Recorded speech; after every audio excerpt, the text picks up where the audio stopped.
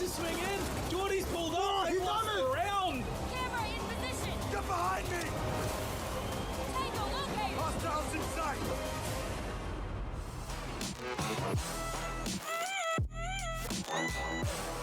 Kia ora, g'day, and welcome to Season 2 of the Roccat LPL Pro, a Rainbow Six season here in 2022. My name is Matt Smyros. I've got Spud here with me tonight. We'll be bringing you the show to you tonight, but first off, big love out to Proto, who can't be here tonight. I'm stepping in for him, but he will be back in the weeks to come, so don't worry, he will be there. I'm sure he's in Twitch chat somewhere lurking around. You guys can find him. But Spud, we finally got you on the show. How does it feel to finally be here? It's really, really good. I'm so excited to be here. So much to talk about today. We've got a new season of LPL, of course, but we've also got a new season of Siege, new teams coming in as well. So it's all going to be fresh. Everything's going to be new, and I can't wait to get into it. Neither can I. But before we do, we've got to get a little bit of groundwork done. Let's let you know how things are going to be done this season. It's pretty standard. If you're familiar with the rules, you'll know how things go. We've got 8 teams. It's a 7-week round of robin. They're going to play each other at least once, well, exactly once. And then after that, we'll take the top 4, put them into playoffs where it's going to start off best of 3. And then when we hit that grand old final, it's going to be a best of 5. Pretty standard stuff, and that's how we like to keep it. But let's freshen it up. Like you said, we got a few new teams, so let's take a look. Actually, before we do that, let's see what they're playing for. It's the prize money, $1,200 up for grabs in first place, then $900 for second place, but $450 in third and fourth. So Spud, you've got to be in the top 4 if you want to be in the money. Yeah, of course, bragging rights are nice and all, but what really matters at the end of the day is that cold, hard cash. And cold, hard cash is what these teams are fighting for. $3,000 in total, $1,200 for the first team. So there's a lot on the line here. All right, now we can definitely take a look at the teams that are playing for that cash. And again, like you said, there's a few new teams on the roster. I've got my eyes on some of the ones who have done pretty well lately, especially an old guard name. I see Kraken in there, a nice favorite of mine. But, you know, you got F2 coming in from the Amateur League, and this is someone that you're looking forward to, Spud. Yeah, F2, fresh out of Amateur League, where they went 7-0 undefeated all season. But now this is the big leagues. This is LPL Pro, and they're going to have to show us that they can still perform well in this league. So yeah, lots of new teams coming up that I'm really excited to see. Yeah, it's always really good to get a little bit of a mix of, you know, teams who have been in this league consistently, and then you get that fresh blood in there. So I'm excited to see, just like you know, what F2 can bring here, because sometimes it can kind of go either way, right? You get the team that comes in out of nowhere, and you're like, who are these guys? Where were they before? But of course, it could go the other way. But let's take a look at how tonight's going to go, because we've got our schedule up just below. First up, we're going to have Real Demons taking on Kraken. Well, it's a cracker of the first match, if you ask me. Second up is going to be Underground Gaming versus Not Quite Sure. Then we've got Circular Spheres versus Get a Grip LFO. And then to round things out, there's your boys F2, and they're going to be taking on F7. Is that the game you got your eyes on, Spud? The last one? Yeah, it's going to be a tough match for sure. After all, Team 7 did come in second last season of LPL Pro, and they have some real seasoned veterans there. Of course, that's not to say the other games are write-off. Certainly not. We have some exciting teams here. Circular Spheres, of course, coming in from OCL, looking to head into OCN very soon. And of course, as we just mentioned, Kraken already in OCN. They went from OCL Stage 1 earlier this year into OCN, and they've been doing pretty well over this season as well. Yeah, well, look, I mean, I want to look at that match as well, because Kraken's a good one to talk about. But before we do, we've got to talk about their opponents as we break down our first match. So, brought to you by Roccat, let's bring up the Real Demons. You've got Jacko, Smacker, Faulty, Archie, and Salvo. Quite a few recognizable names if you've been around the block here, Spud. Yeah, a couple of players hailing from Anami LFO, which was, of course, an LPL team from last season. Of course, Jacko also a sub for 1620 Kings. So, lots of players here who definitely have a lot of experience. And of course, we all love Faulty. We all know him. I think we'll talk about a little bit about him as well. And of course, on the other end, we do have Kraken hailing from OCN. These players, you know them, you love them. We have Seppi, NZ Frankie, Tiltek, Pluto, and of course, Chef Jeff. Yeah, I mean, look, I mean, if you've watched Oceania Rainbow Six in the last, I don't know, forever, you recognize basically all of these names. I mean, fan favorites too, right? Like, people love these guys. Tiltek, Chef Jeff, especially. They've got their fans, and they are just oh so entertaining to watch, in my opinion, as well. So, I mean, look, for a first match, we really can't ask for much more, but we've got to look at our head to head matchup here, brought to you by Biocode Lab. These guys are going to be, some pretty big memers. I mean, I know Chef Jeff is pretty big on the shotguns there, Spud. Yeah, Chef Jeff, also known as the Bishop, of Boomstick, known for, of course, using that shotgun to very devastating effect. But on the other hand, we also have another fan favorite, Faulty, the star player for AE, everyone's favorite sub-turn core. So now it's finally time to see him in action, and I'm really excited to see how these two players play out against each other. Yeah, we won't have to wait too much longer, Spud, but I want to know what map they're playing on, because this is always a big one. Since I've been on the show, the maps have changed so much, so there's a lot of fun that we can go into. I have a feeling teams will probably gravitate towards their old favorites, and yeah, there it is, Oregon coming back. We're going to Oregon and again. Maybe that's going to be the theme this season, but I mean, look, we're going to go back to solid home ground. It's a place we're all familiar with, and importantly, it's a place that the teams are familiar with. So, Spud, I mean, is there anything new you can bring out? Any surprises you're looking for on Oregon, or are we looking for consistency from the teams here? Yeah, well, you said it. Consistency is the name of the game here. It's early on in the season. You don't want to be showing too much of your hand. And Oregon is one of those safe bets you go to where, strategies are pretty set in stone, but it does, of course, allow you some innovation since you already have a solid foundation to build off. The only trouble here, of course, is I worry in terms of how this is going to play out for Real Demons. Last season in their Onami LFO form, they only won a single game, and that was on Oregon. It was 7-5 victory. But for Kraken, they've actually taken 2 significant victories on Oregon over the last OCN season. So this is definitely a map pick which I think favors Kraken over Real Demons, even though they may have gotten some results on it before. Yeah, I mean, it's interesting because, even the maps that it came down to, you had Clubhouse and Border as well. Clubhouse could have been an option, but Real Demons are saying, no, we don't want to go to that. We still want to go to Oregon. So they themselves are feeling pretty confident in that. I mean, there's a good chance if they left Clubhouse up, it could have been a 50-50, could have been the map that they did go to. But I mean, with Kraken only left with Border, I mean, like you said, they've already got 2 significant wins in previous seasons, recent seasons on Oregon. So fair enough that they're going to go for the Oregons. But I mean, look, these teams are going to have to show up pretty hard. I believe we've got Real Demons are on the defense first. So, how do you feel about that one as the team coming in as maybe the slight underdogs? Do they favor being on defense more? Yeah, well, Oregon, we all know, leans towards the defender side here. So Real Demons are going to need all the advantage they can get because for sure Kraken are the ones who I think would be the fan favorites in terms of numbers, in terms of statistics. They're the ones who have the advantage. So it really will be up to Real Demons to kind of close that gap and catch up. Of course, maybe they can prove us wrong. I think they'll definitely have been doing some work over the off seasons, getting ready for this. And I certainly hope for their sake that they will be able to put on a good match here for us on Oregon, our very first map. Yeah, I mean, well, like we said, there shouldn't be too many surprises coming out of Oregon. Although I will say, I've had teams surprise me on this. They've done complete reverse holds of, going into Big Tower when they're defending the top bedroom. So, anything can happen, but that, you're still expecting just similar strategies, not too much variety. If we're lucky, maybe something like a Cav gets thrown in there or something like that. Who knows? But I'm excited to see what Oregon's going to be like today. Yeah, and of course, with the new season dropping just days ago, that can mean a huge shift in the meta. Of course, we've seen the addition of the Impact EMP grenades, which means Thatcher is probably going to not be banned as often. And of course, Maverick losing those frag grenades, and with the EMP grenades now being available, your hard breach options do change. And of course, on Oregon, hard breach is a really key part. You've got the attic wall, you've got the kids' bedroom, the games wall, you've got the hatches on the basement. There's a lot of hard breaching that needs to be done.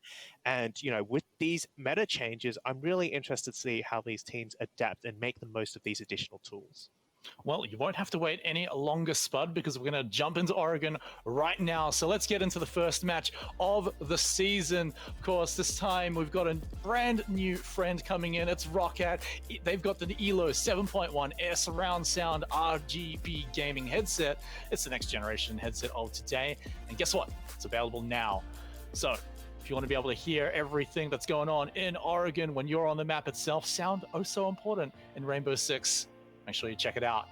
So Spud, here we are, game number 1, Oregon. You've got the real demons on the defense first. I want to see how they're going to be opening up, and of course it's all going to start with those operator bans. Is there anything you've got your eyes on right now that you expect as a must ban or maybe a must pick? Okay. For the longest time, I've been advocating for finger bans, and anyone who's ever heard me say anything about this game will know I've been saying that. But now, of course, that she's lost her frag grenades and, you know, the LMG nurse, I'm interested to see whether they still choose to go with that. On the defensive side, I definitely expect a Mira and maybe an Azami to go. All right, well, first up, it is going to be Buck.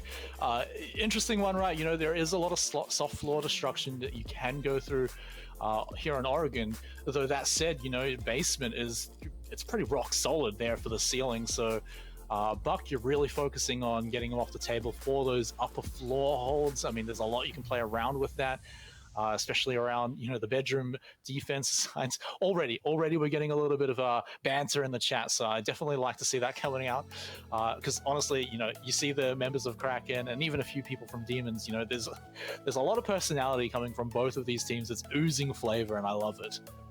Yeah, the other thing I do know about Buck is that Buck, of course, has a shotgun, and everyone knows Chef Jeff's favorite weapon is a shotgun. So I believe this is a bit of a target ban. I do know that Chef Jeff is really, really good on Buck regardless, and so taking that off the board for him definitely is a bit of a hindrance. To complete out the bans, we've got Nock, we've got Mozzie, and we've got some utility denial being taken off the board. So we'll definitely be seeing the Jaeger being played almost everywhere because you don't have that reliability of the Wamai magnets. Yeah, I mean, the Mozzie ban is pretty standard to me. I mean, you know, these teams, they love their roamers for sure. So a player like Mozzie, get him out of there. You don't want to worry about it too much. Mozzie can still do so much, even after the nerfs over the years. So why worry too much about it? Just get him out of there. So here we go. Real Demons on the defense first here. Their lineup is looking pretty fun. I mean, you've got a lot of good standard things going on in there, but the one that I always love seeing has got to be the Alibi. I mean, one of my favorite operators, and you know, at the higher tiers, yeah, you'll be like, oh, you'll never trick anyone with, but you know, I've definitely seen people be tricked even at high level plays. So I want to see what Jacko can bring out with this, or if he's just going to play the standard, you know, block windows, block points of entry with the holograms. I mean, maybe he gets creative. I want to see it, Jacko.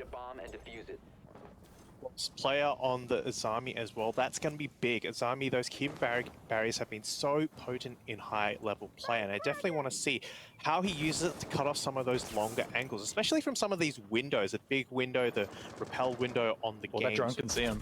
So many places. You can hide much better if you have that Azami barrier up.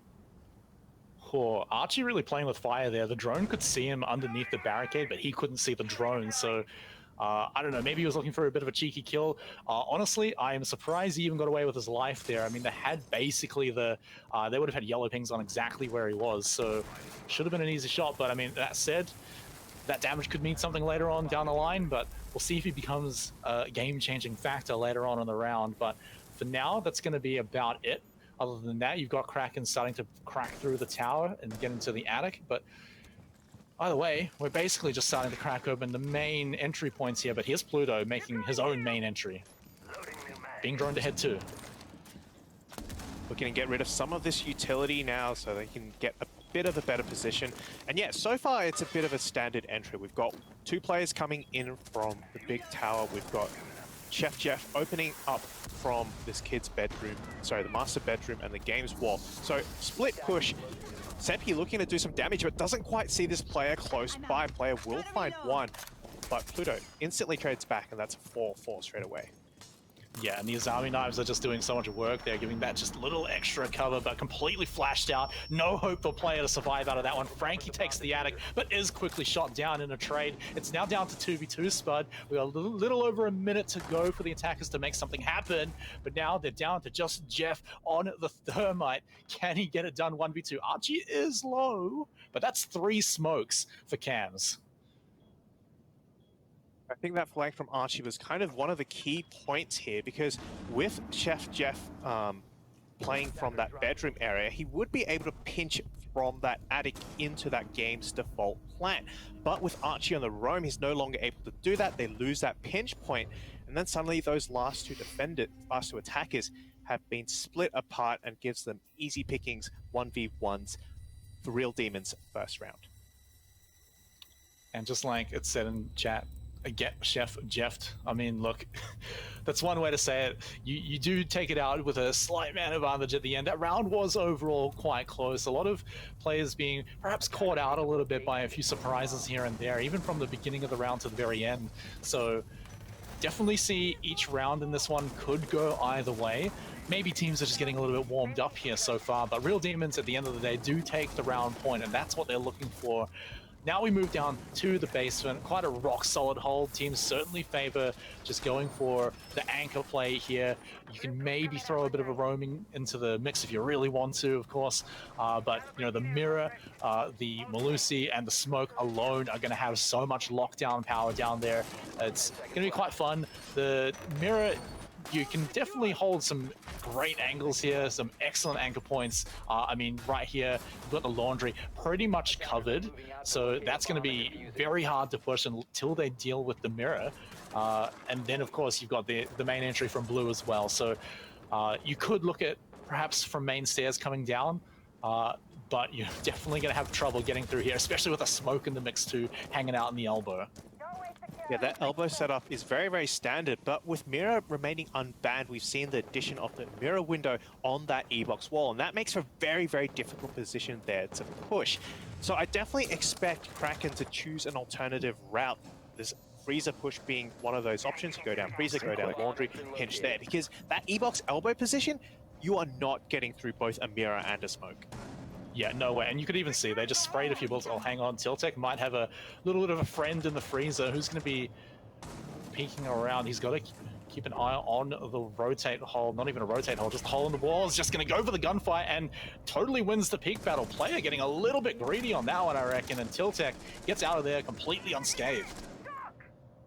Losing those Azami barriers early on is something you definitely don't want. The longer you keep Azami alive, the more barriers you have, more angles you can cut off. And now with that utility gone and a player down, this is not looking good, especially since considering the amount of site control that Kraken have. They've taken, 2 floors of this map already, half the time still left to go. And Archie last time was able to get a great flank here, and he'll have to do it again if he wants to make this round work. Oh, Tiltek again, are you kidding me? This time he takes a lot of damage, but still gets out with his life, and is still just a constant threat. They know they need to deal with him. Another one falls in the background, that's going to be Archie, and the Demons are just falling apart here in the basement. They've got Sal, they've still got Jacko here, who can maybe get something done, but they're going to have to make some miracle plays through the mirrors. Maybe it's possible, but no, when you're blinded by the sun, basically, it's a bit of a lost cause. Oh, Jacko, 2 kills. I mean, 1v3. The plant's down though, Spud. Can magic happen? Very, very difficult. He has to push back against these mirror windows, and he's not even going to find one. It will be Chef Jeff, not with the shotgun, but with the bearing 9 in hand to shut Real Demons down for what was almost a flawless round. It was 5v1 at one point. Hats off to Jacko for finding those 2 picks, but at that point, it felt like it was already a sealed deal. It was just a matter of time before Real Demons would be put down. And you got to put so much on that to Tiltek, right? He was in there basically 20 seconds in, right? Already in the freezer, already got the camera taken out, and in a stellar position. He just wasn't being looked at through the wall from laundry, so he could easily just set up there in the freezer, and they had to push on him, and they just couldn't find the way to pick him. And you know, they lost both peak battles, didn't even get any damage on the first one.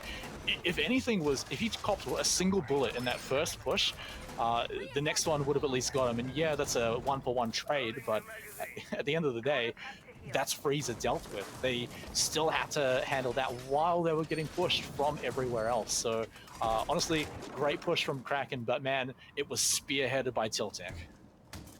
Yeah, another thing that I think Real Demons kind of did differently from their first hold on the second floor was the presence of that roamer. Granted, it was still only one roamer that first time, Archie on the roam, but it made a huge difference. And this time, on the second round, sorry, they were fairly content to just kind of hang out in the basement, and that gave Kraken a lot of map control very early on. Which is why, of course, you see here now two players for roam presence, looking to deny as much time and any sort of foothold onto the site early on to really stall out Kraken. Really, really quick retreat coming out from Archie there. Just pops a few bullets out. I believe he's already rotated right back down to the freezer. So yeah, he'll be fine. Actually, no, we got someone upstairs as well. So there is still a little bit of presence away from site. Pluto is going to be hunting it down, and yep, there he is. He goes for the peek, gets the down, and finishes off Archie. So that's already the roaming presence cleared less than a minute in. So far, all three rounds opening, last two rounds, the opening picks have been in Kraken's favor.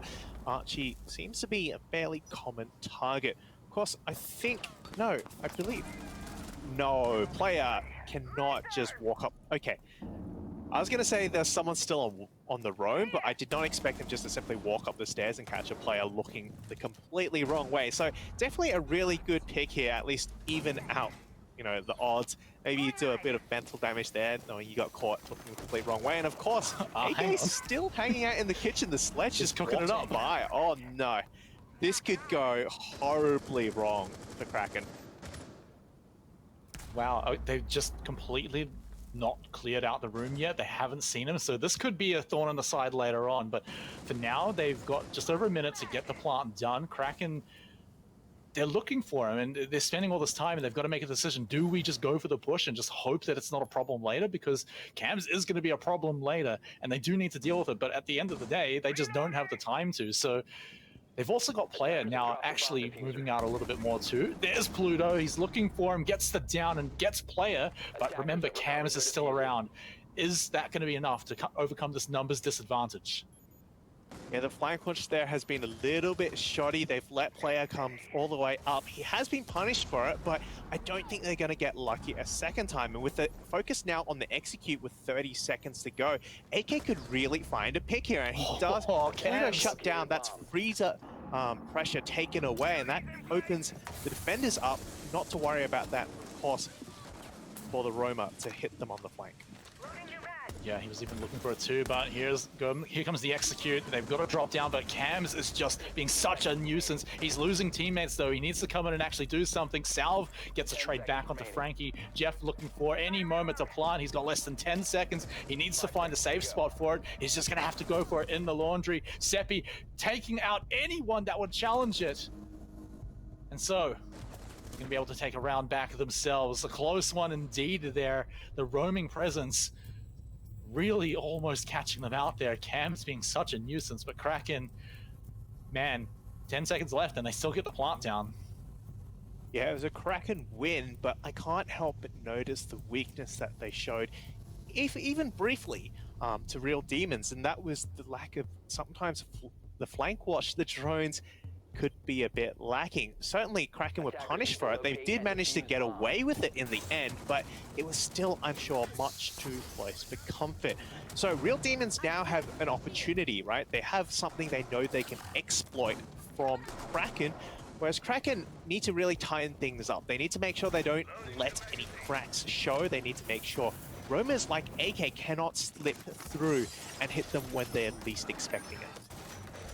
You have to say, though, that that was just their main weak point, right? Was the flank watch, like you were saying. But the fact that they still managed to go down and get the execute and still actually win the round shows that if they just deal with that, then a lot of these rounds could just be solidly in their favor. We're going to move back upstairs, though, away from the basement, so we'll see if things change thanks to that. But Demons, again, on the defense, they still could leave, you know, we could have Cams away from that roaming role now onto the smoke. So it's going to be a few other players' chance to shine. Maybe Salve could have a look around down here in the basement. Actually, that's Archie. Hang on, he's gonna meet up with Frankie and just clip him in the head as he walks on in and caught out. That's easily one for free. Again, the drone work seems to just be missing a little bit. I'm hesitant to call it a major problem, given that it's only been 3 rounds in, but this is not the first time we've seen it, and at this level you would expect them to be doing better than that. You're always going to see people walking in through the basement, but you're also always going to be seeing people just chilling out in the basement, and certainly that is something that one should be ready for.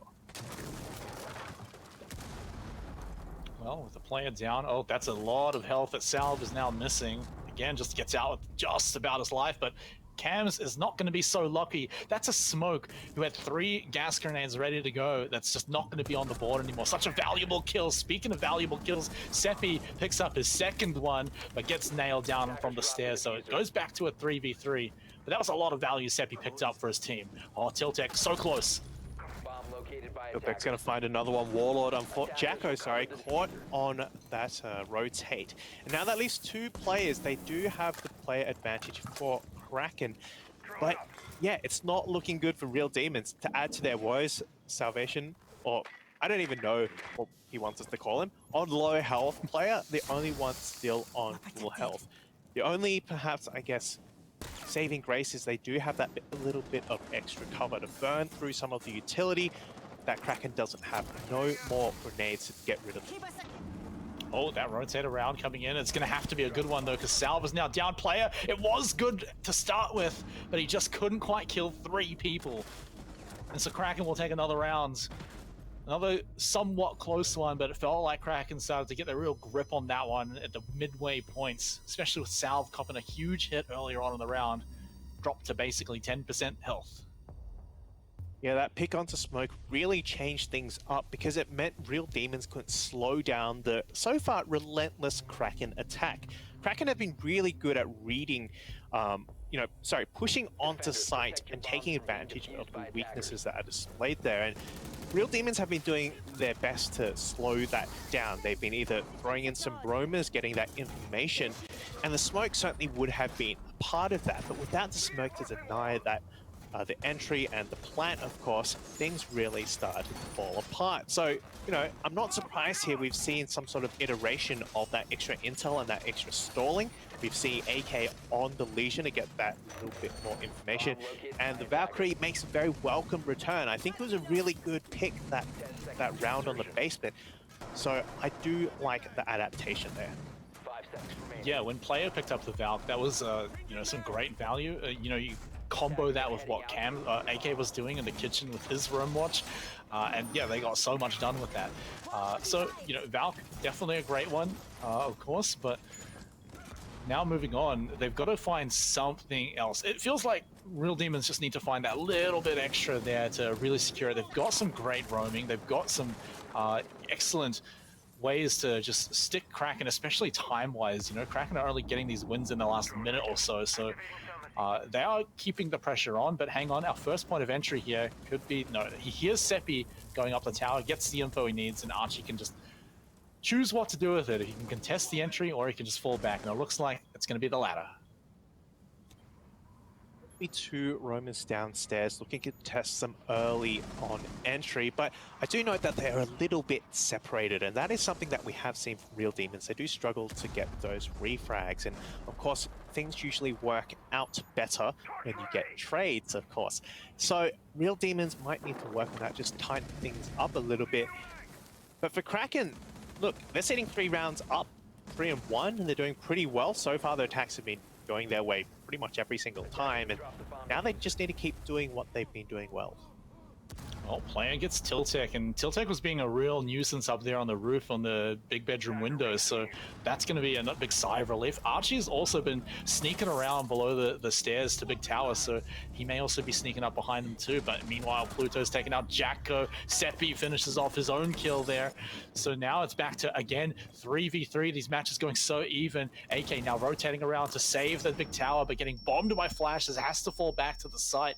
And now Kraken are starting to make their push. Chef Jeff shuts down the roam from the stairs. Now they have upstairs all but locked down here, while the defenders, Real Demons, are cowering on the site and even being executed on the site. So we'll find one in the back, but is that enough to take out the next two players? His position has been given away. The bullets fly past him and he will get shot through that couch. NZ Frankie finds that kill and the round. 4-1 up for Kraken.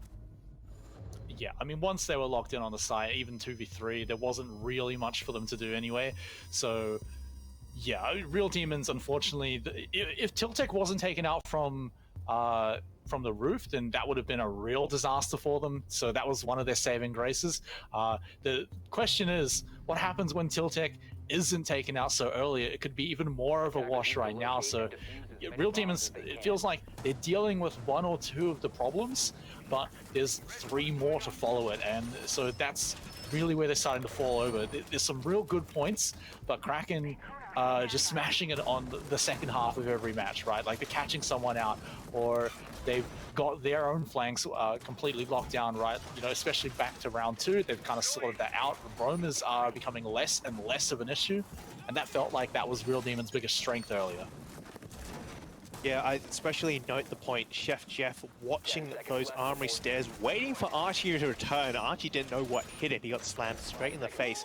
And that was the Roamer completely, you know, shut down, no impact during that round. And Kraken definitely have been paying attention. They've been seeing what they've been doing, missing out on, and certainly have picked things up. Real Demons also need to find a way to pick things up. They've managed to win a single round here on the defense of Oregon. Mind you, this is usually a defender-sided map, and you want to take as many rounds as you can going into that second half. With Kraken already 4 rounds up, the best Real Demons really could do is hope for this one defensive round before they have to go onto their own attack. Oh, AK and player as well. Playing with a little bit of fire there, seeing if they can maybe catch out an early kill, but it just results in them losing half their health bar. Of course, when you got the Kona stations, that's not actually that big a deal, so you can fall back. It's nice to have that little bit of insurance policy. And they do have most of their members downstairs, but of course, now they have all their members downstairs as Archie manages to get taken out on the clear. Kraken once more on the basement push are going to have the whole building to themselves, or I would say that, until Cam's went upstairs and picked up his own kill. So they've now evened it back up, and they can even stop a few entries and rotate back down to the site if things go badly. Got to heal in a nice little Kona station too. Get topped off. Yeah, again, those roams very, very effective. And once again, player being aggressive, coming up those stairs and then continuing to do more damage. He's looking to take the top floor now. Does get caught on that vertical, but that's not the point. He's burning out time. Now Kraken will be forced to remove him, taking him out of the play. And with that, even though he didn't get the kill, he did a lot of damage to Chef Jeff. His job has been well and truly done. I mean, Chef Jeff's is almost as confused as I was there. Chef, he just threw his camera around and managed to catch him. It felt like he was totally taken by surprise, but still managed to get the kill there. Lightning reactions from our Culinarian, but with that, he does manage to shut down a pretty big problem. You could see what player was trying to do. He was throwing impacts around, trying to basically make it a real mystery to where he is. Is he going to try and get some angles from above? Is he roaming around the top? And it looked like the mystery was working, but Chef Jeff's reactions were just too good. Now though, less than a minute, and Frankie gets 1 kill on the entry there. That's AK down, but look, we've still got the 3 gas babes to go, Spud. Do they have the time to get through it? 30 seconds down now is the time, if any there was, to throw him out now, but there's only a single player left, and there won't be any right after that. A frag grenade followed by a quick kill, and there we have it. 4-2 was the best that Real Demons could hope for, but it's going to be a 5-1. They face a real tough uphill battle now as they go onto the attack on Oregon. Yeah, this is where things really need to turn around for Real Demons. They got to be praying that they are much better on attack on this map than their defense. Like I said, there was a few close ones there, but Kraken really started to take control as the rounds went on, and it seems like they could be unstoppable if their defense is going to be anywhere near as good as that attack, because that was some pretty stellar stuff. We saw what Tiltek was able to do on the attack. Yeah, the stat line might not show it, but his early rounds were really good. He's going to be jumping on the Maestro this time. I always love a good little bit of Maestro. can be real creative with how you put out your cameras, but of course, it's just a real solid utility plus firepower operator. So really, we could be looking here at Pluto and how he moves around the map. His kills have been popping off. Seppi as well has been having a fantastic match so far. So look for these guys on the roam. It's going to be up to Demons to sort them out before they start moving on the basement. Does Tiltek actually hang out upstairs as the Maestro, the big fat one-speed operator? I guess we're going to see that. Maestro, you don't see that every day. You see roaming Rooks, you see roaming Docks. Roaming Maestro, well, okay, this is the first time I've seen that. Of course, he runs the risk of losing the use of those Maestro cameras early on, and Seppi runs the risk of losing his head early on, but that's a very interesting approach. Keeping that the basement door safe so that he can egress out of the basement, play those first and second floors later on, should he choose to do so. All right, well, it seems like it's going to be an entry from Demons quite far away, but a meeting at the stairs could be quite interesting. The roaming Maestro strikes again. Tiltek gets the opening frag onto a player. The Ash as well. That's going to be real rough for them now. They don't have that firepower that operator brings. And Tiltek, oh, he couldn't quite hold it up at the top as Salve will take him out. They do even it out. And like you said, losing those Maestro cams is going to be real annoying. Yeah, I was a little bit worried there on the side of Real Demons. It didn't seem like they had a player ready for that refrag, but thankfully one upstairs did manage to pinch onto Tiltek, but it was still a bit of a 1v1 gunfight. Things could have gone very, very differently, and then you'd be 2 players down. So definitely Real Demons need to work on those refrags a little bit, but hey, what do I know? I'm just a caster, you know. Remains to be seen. There's still half a round to go, and certainly that's plenty of time for them to work with here. And they do have the hatches open, so they've got a real good position here, Real Demons. They've opened up what they need to for the most part. They probably will struggle at a push through blue, especially like we've been saying, the smoke on the elbow is just so hard to push through. So this vertical play and the freezer push are going to be really important. Can Salve succeed in the same way that Tiltek did earlier in the rounds? He's going to have to try and find some frags, but the time is certainly not his friend at the moment. Only a minute left, but he's got the pressure going. But here comes the toxic fumes, stopping anyone from dropping down. And it's really going to put the leash onto Demons for timing-wise. They'll have about 30 seconds left once these gas bombs do run out. But that should be enough time for them to make an execute. This Freezer gunfight will be so important because if the TAC manages to get control of Freezer, now suddenly they've got that pinch onto Laundry, they've got that pinch across into that supply area bomb site. So no wonder they're playing for their life there. NZ Frankie on the floor looking for that kill, but he will find it. And that leaves Freezer in their control. Pluto doesn't quite find the kill, but Chef Jeff with the shotgun for 2. It's a man, the myth, the legend, and a teabag to finish things off. Was that a collateral? I don't think it was. It might have been 2 shots, honestly, but he did get 2 shotgun kills in very, very quick succession. We'll call it not quite a happy birthday, but I don't know. What's half a happy birthday? It's your friend's birthday. There you go. Yeah, So, yeah. All right. It's almost as good, you know. But you don't get any presents. However, he does get the point, and now he's on match point with the rest of his team. So Kraken in just such a stupendously advantageous position. They can honestly play around at this point if they really want to. They've got the overtime basically locked in. They can experiment if they want to. Real Demons really have to pull the magical comeback here, and it's got to start with this round. Yeah, we see the addition of the Thorn. You'd love to see it. I wonder if she's bringing the shotgun. That would be my biggest question. Of course, Goyo, a bit of fire to spice things up, and of course will slow down any attempt from Real Demons to make things quick. It'll really stall out that time. So far, we've seen Kraken do a very good job of that. We saw both the Cuba barriers and the smoke grenades come out during that last minute, not during the exact execute, but before that, slowing down Real Demons and forcing them into gunfights that were rushed, that they didn't want to be in because they didn't have time anymore to drone. So really, really well played from Kraken, and I want to see how they use the Thorn, the Goyo, and the Kiba barriers in combination this time to achieve that effect. Yeah, I mean, when you think about it, Goyo alone can hold the attic just so well, just denying so much time. Much like a smoke, of course, you just cannot push through it, and you can activate them from such safety. And then we also saw how well the Azami held it earlier today as well. We'll look at seeing how the entries are going to be going here, because I think if Real Demons are going to be looking for winning, even contesting them in overtime, they've got to get these entries sorted out. They've got to be the ones getting these opening frags. They haven't quite cleared everything so far. They've already sent AK straight up there, but there's barbed wire in the way. Surely his entry is going to be known to the defenders now, and it's certainly known now. So he's going to be able to clear this, but they better hope that they've got nothing behind them. And there's the flashbang to show that maybe there was.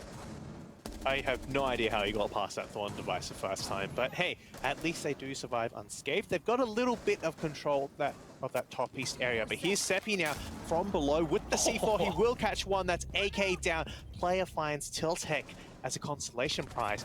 That's a huge opening pick. Yeah, no, Seppi knew exactly what he was doing with that. As soon as he knew they were in the stairs, went straight for it. Finds player as well, finishes the job on that one too. Kraken 4v2 at the moment. There is just not much left in the tank here for Demons. Two high firepower. Two high firepower operators. That is such a tongue twister, wow. But they are still here with their guns, but what can they do with limited utility here? Archie, he can maybe get some damage done, but I mean, at the end of the day, how are you going to be able to take out 4 people with literally just your guns? It might start with that. Archie, but like I said, it's just going to be a trade back, and there's the shutdown on the entry for Kraken to take out the first win. What a way to take out that win. 7-1. They barely broke a sweat. There was a single round that they lost, and after that, it was smooth sailing from there. It's, what, how many rounds was that in a row? I believe 5 or... Was it all of them? It's got to be all of them. What? Yeah, I'm not sure if Demons took all out of them. 7 rounds in a row.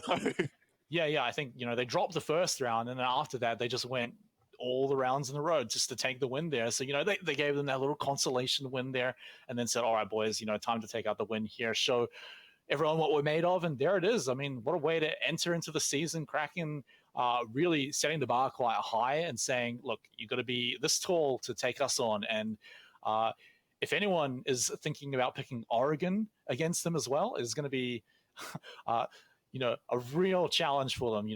Is Oregon even an option when you're playing Kraken anymore? Yeah, 7-1, definitely a scoreline to be proud of. And for Kraken, definitely a really great start, and not so much for Real Demons there, suffering a defeat like that. But hey, can you blame them? Kraken are a really, really good team. Definitely one of the top teams in this tournament, in my opinion. And, with their Oceania experience, they definitely have a lot to bring to the table. And we've seen, I think, just but a glimpse of that. I'm sure there's still many, many tricks they have up their sleeve. Well, Kraken have set the bar very high, but coming up next is going to be Underground versus Not Quite Sure, and that's going to be coming up after this break.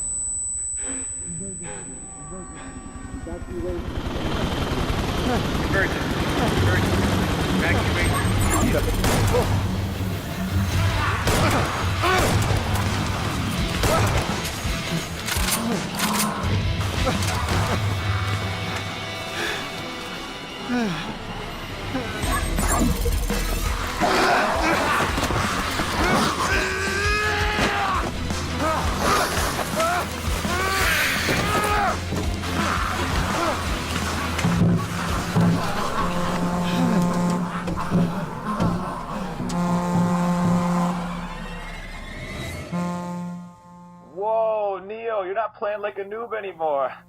How is that possible? You gotta be using hacks, dude. Nah, dude.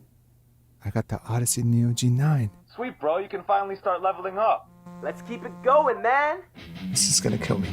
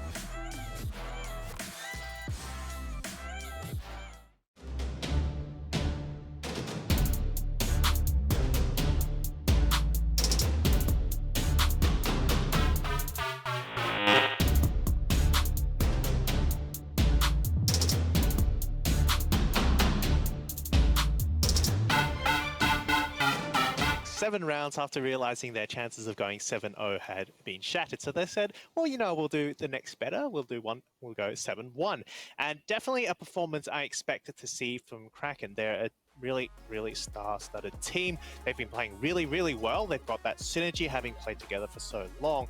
And yeah, they've gone ahead and shown us why that is the case. 7-1 on Oregon, a real dominant performance from them.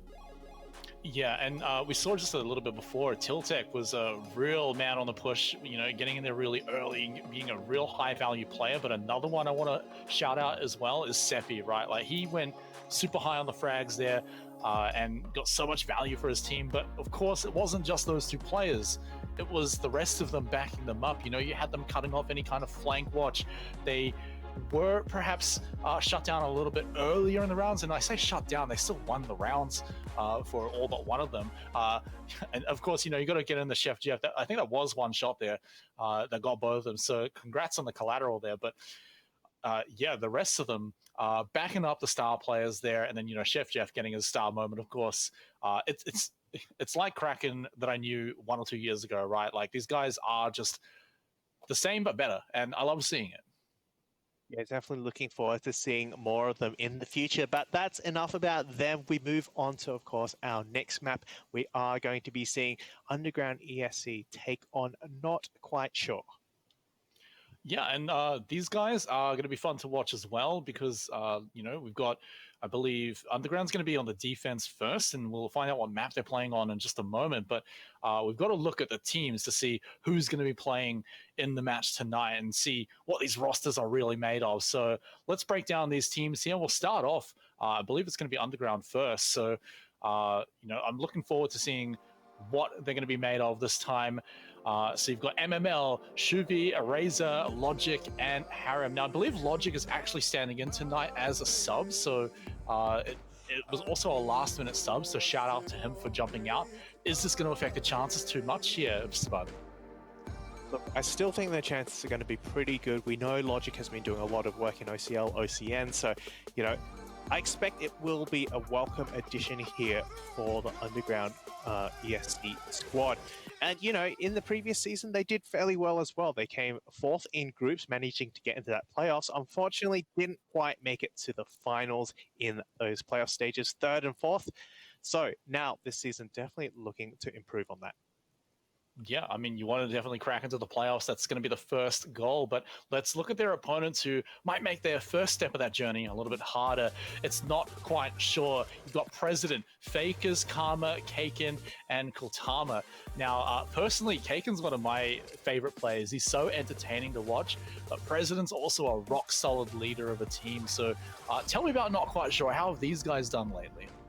Well, fans out there will probably be more used to calling them by a different name, and that is Ground Zero. These guys, of course, hailed from that Ground Zero roster in OCN, and now, having parted ways with that org, they are now on their own path, playing as Not Quite Sure. So, of course, you've got a lot of that experience. President, Kaken, both from the original roster. So, definitely a lot of experience there in high-level Siege. All right, well, let's take a look at 2 individual players in our head-to-head matchup brought to you by Biocode Lab.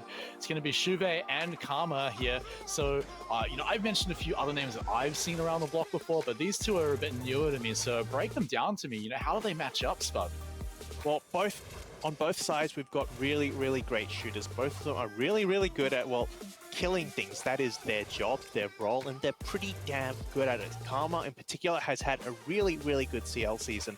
And yeah, he's one of the best fraggers in recent memory. Really, really great mechanics to back that all up. So I want to see these 2 go at it head-to-head. I expect they'll be on the roam, they'll be on the entry. They're going to be taking a lot of head-to-head gunfights, and we might see that head-to-head play out in real time. Yeah, look, if it's anything like the last game, we saw quite a few good entries, quite a few good roamers. So, if these 2 players do exactly just that, I'm going to be excited for this match. But one last piece of the puzzle is, where are we going to be going? So let's take a look at the map vetoes to see what map we're going to be playing on here today. We were just on Oregon. Is it going to be Oregon? It's going to be Bank. All right, we're going to go to a different map this time. So Bank's always a fun one. Big, wide open rooms, and of course, long corridors. What can a team really do on this map here, Spud? Yeah, that second floor especially is long corridor central. There's so many long angles that attackers can really, really work with, and that can make it very claustrophobic for defenders to play against. So definitely we'll be seeing a lot of Azami, a lot of Castle just covering some of those angles. It usually is considered a little bit more attacker-sided, and not quite sure will have the benefit of that starting out. It will be underground starting on the defense. I'm always excited when you see in the veto that it did come down to like Oregon and Clubhouse, and I do love those maps to death, but I'm always excited to see a different one. So when not quite sure gets up to it and says, "All right, Clubhouse or Bank," we'll have Bank, please. I love seeing that coming out now. Like you said, you've got underground on the defense first on a map like Bank. How is that? You say Oregon, a defender favored map. Could it be the same said here on Bank? Yeah, look, I think it really does lean towards attackers just based on the long angles you have. It's so much easier for attackers to cut players off.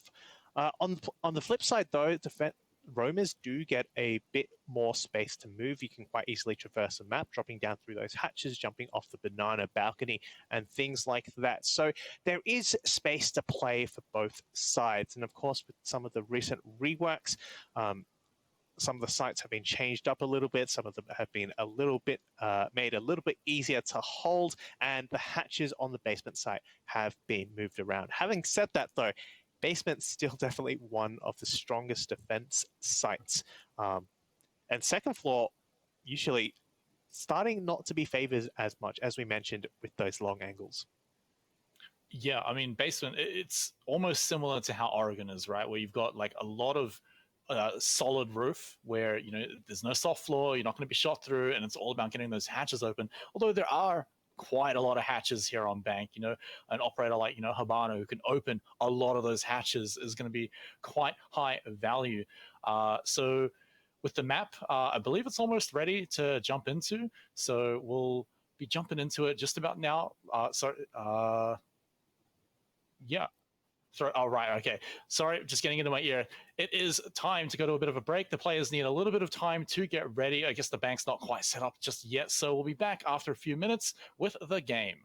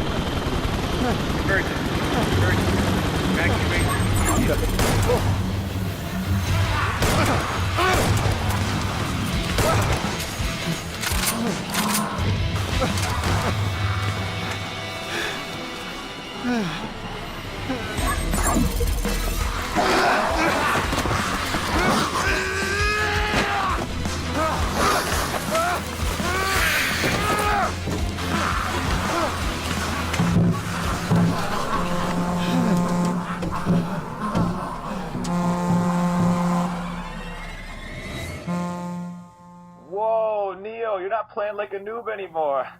How is that possible? You gotta be using hacks, dude. Nah, dude. I got the Odyssey Neo G9. Sweet, bro, you can finally start leveling up. Let's keep it going, man. This is gonna kill me.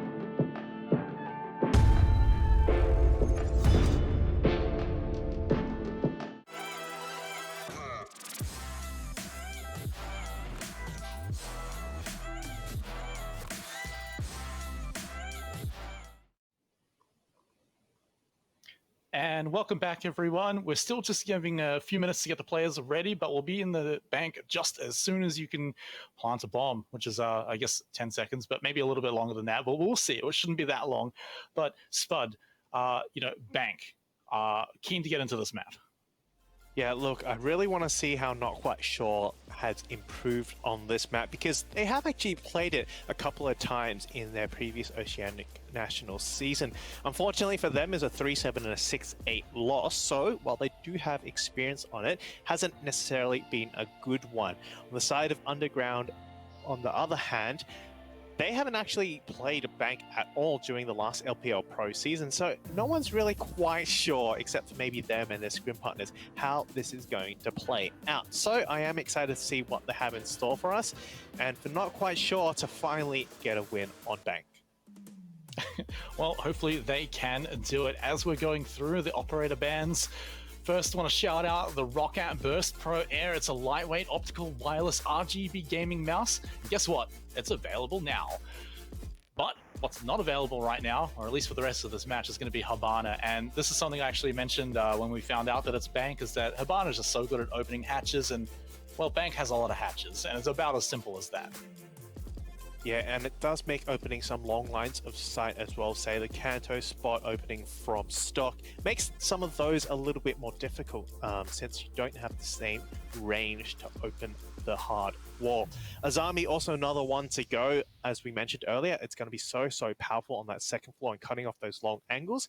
So taking off the board is definitely going to make attacking even more threatening. Finally, of course, we do have the mirror, a standard pick usually for that basement site. Gives so much good information, so no surprises there. So the defenders are going to have the option of running that castle, which you did mention earlier, that there's so many ways you can lock off different sites. On the basement, it's probably not going to be so much of a thing, more of an upstairs thing. Lack of the mirror means they're going to have to play a little bit differently, of course. There's the alibi that I always love to see. We'll see if it does play any little pranks on the defenders, but the warden thrown into the mix as well. It's always so good at holding the blue stairs, that warden. very hard to flash and flush out of that angle, especially when you throw in a few ADS devices as well. It can be really hard to push through that stairs, so MML might just be holding that one solo. I expect to see a lot of utility dedicated to that position because it is one of those key positions that we speak about. Maintaining server control really denies the number of places that you see that attack coming in from, and if it's not a back push through those vault and elevator hatches, it will be coming through from that server. Keeping that area safe is so important in this map. All right, let's see if anything's coming out here from Rock Eater. I believe there was a stand-in as well. I'm not sure if Rock Eater was one of them, but Logic is also one of them, so it could be in addition to that. But for now, Rock Eater is going to be sitting around the window looking to maybe see if he can get a cheeky little frag, although has already fallen back from that position. So maybe just throwing some questions into the attackers' minds there. But for now, just clearing out the drones, a little bit of information. But here's Logic on the push, on the entry for double doors here in Square. Is he going to be able to sneak up? Slow walking, so he's not heard at all. Can hear someone on the rappel, but he knows someone else is already out there standing on the balcony. Doesn't want to risk it, though. And I feel like that's fair enough. Gertie now will take this opportunity to get some info, followed closely, I believe, by another player.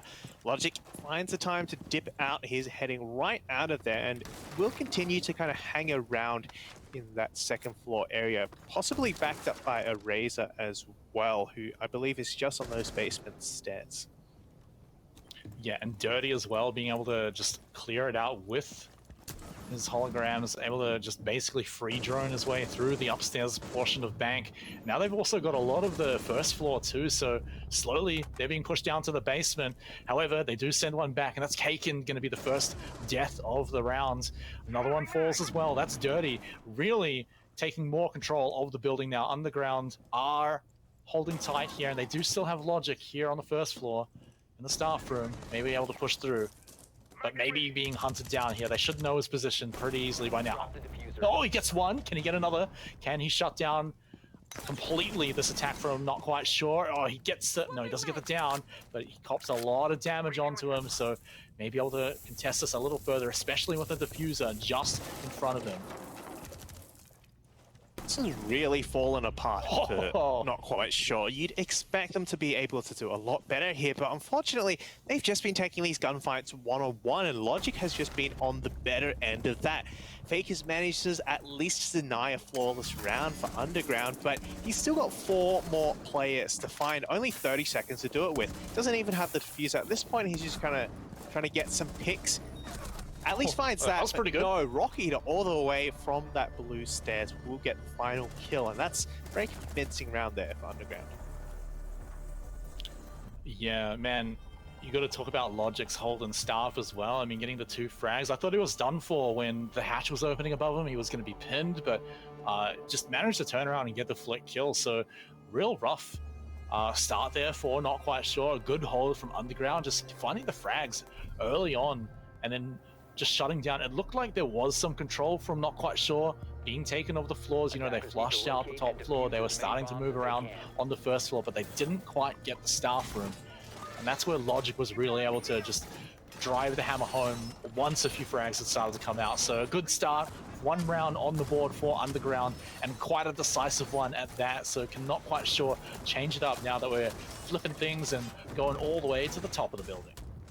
I think for sure that will be a bit of a wake-up call for Not Quite Sure. They realize that they can't just get away with taking those 1v1s and expecting to win gunfights. They really will have to rely on that intel, the droning, and the coordination in order to take those 2v1s, get those pitches in and catch off players as they rotate back.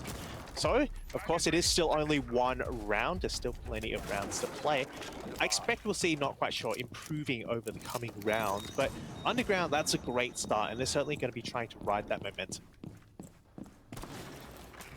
All right, again, we've got the roaming alibi. Logic going to be such a nuisance once more. He's already got 1 Hologram upstairs, just set up on the windows, but he's going to play the basement game now, try and catch out anyone that's coming in. I don't believe anyone's going to be entering from that side, but that just also means no one's going to clear him out before he gets to move on in on them later on during the execute. It's going to all be through the main lobby here. At least 3 people starting to push in through this side. They're going to have to do some heavy droning. This is one of those big open rooms I was talking about. A lot of places that defenders can hide. A lot of desks you can be really cheeky and lie under. We've already seen a little bit of cheekiness so far in the earlier match tonight. But for now, they're just going to make sure they've got it all down pat. They know where everyone is. Because if this push gets shut down, that's 3 operators here on the side. A lot of presence coming out here from Not Quite Sure in this lobby area. My only concern is that it's a little bit stacked on one side, a bit one-dimensional. And in fact, Juve will be the first to find a pick all the way up from that balcony onto Kaken. I believe that, yeah, he was on the rappel on those northern windows. So again, that presence, that separation, that fork has been taken away, and now it's all entirely a one-sided push. All the pressure is coming in from the west, and that will certainly benefit Underground, knowing that, well, they just need to worry about one side of the map. Can they get the repel? Again, a lot of damage onto Karma and nothing back onto Juve. So this is, again, just stopping Not Quite Sure completely in its tracks. Another drone taken down. Juve is just going to be almost impossible to flush out of his position. He can stop any of the repels. He's got so many angles to hide behind here to escape back to the site itself. And so, Not Quite Sure, they've now only got a minute left, so they have not really made any progress. They're still just trying to deal with Juve here.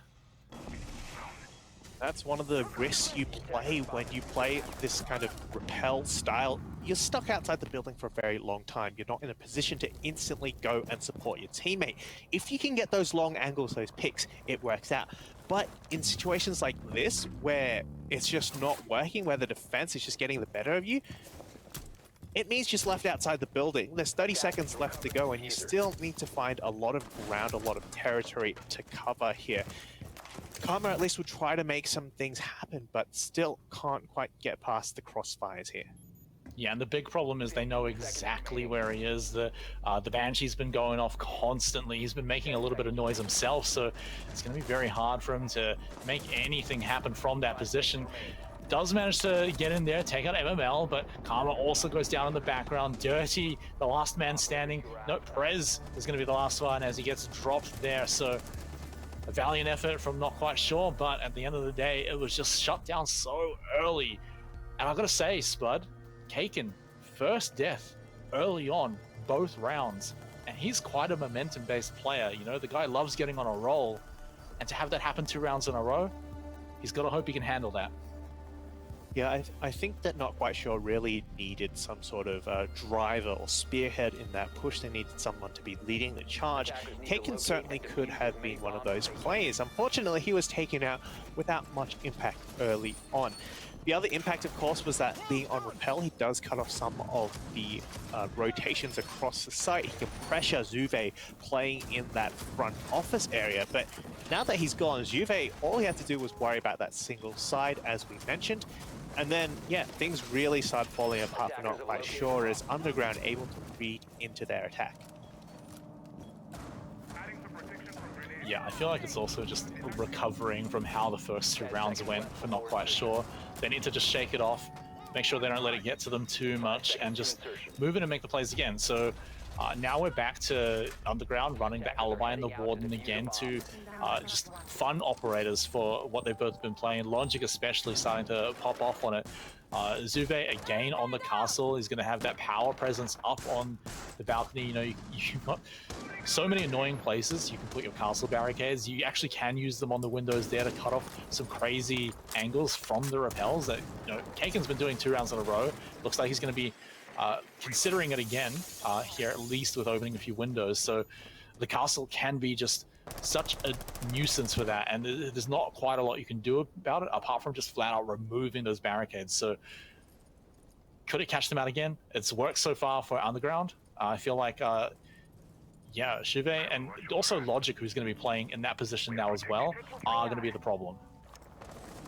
Pressure starting to come out here from the attackers on that top floor. We've got players in that lobby as well, and I assume the plan will be move from stock over, flush the defenders out towards the west, and catch them on the rotate from that player in the lobby.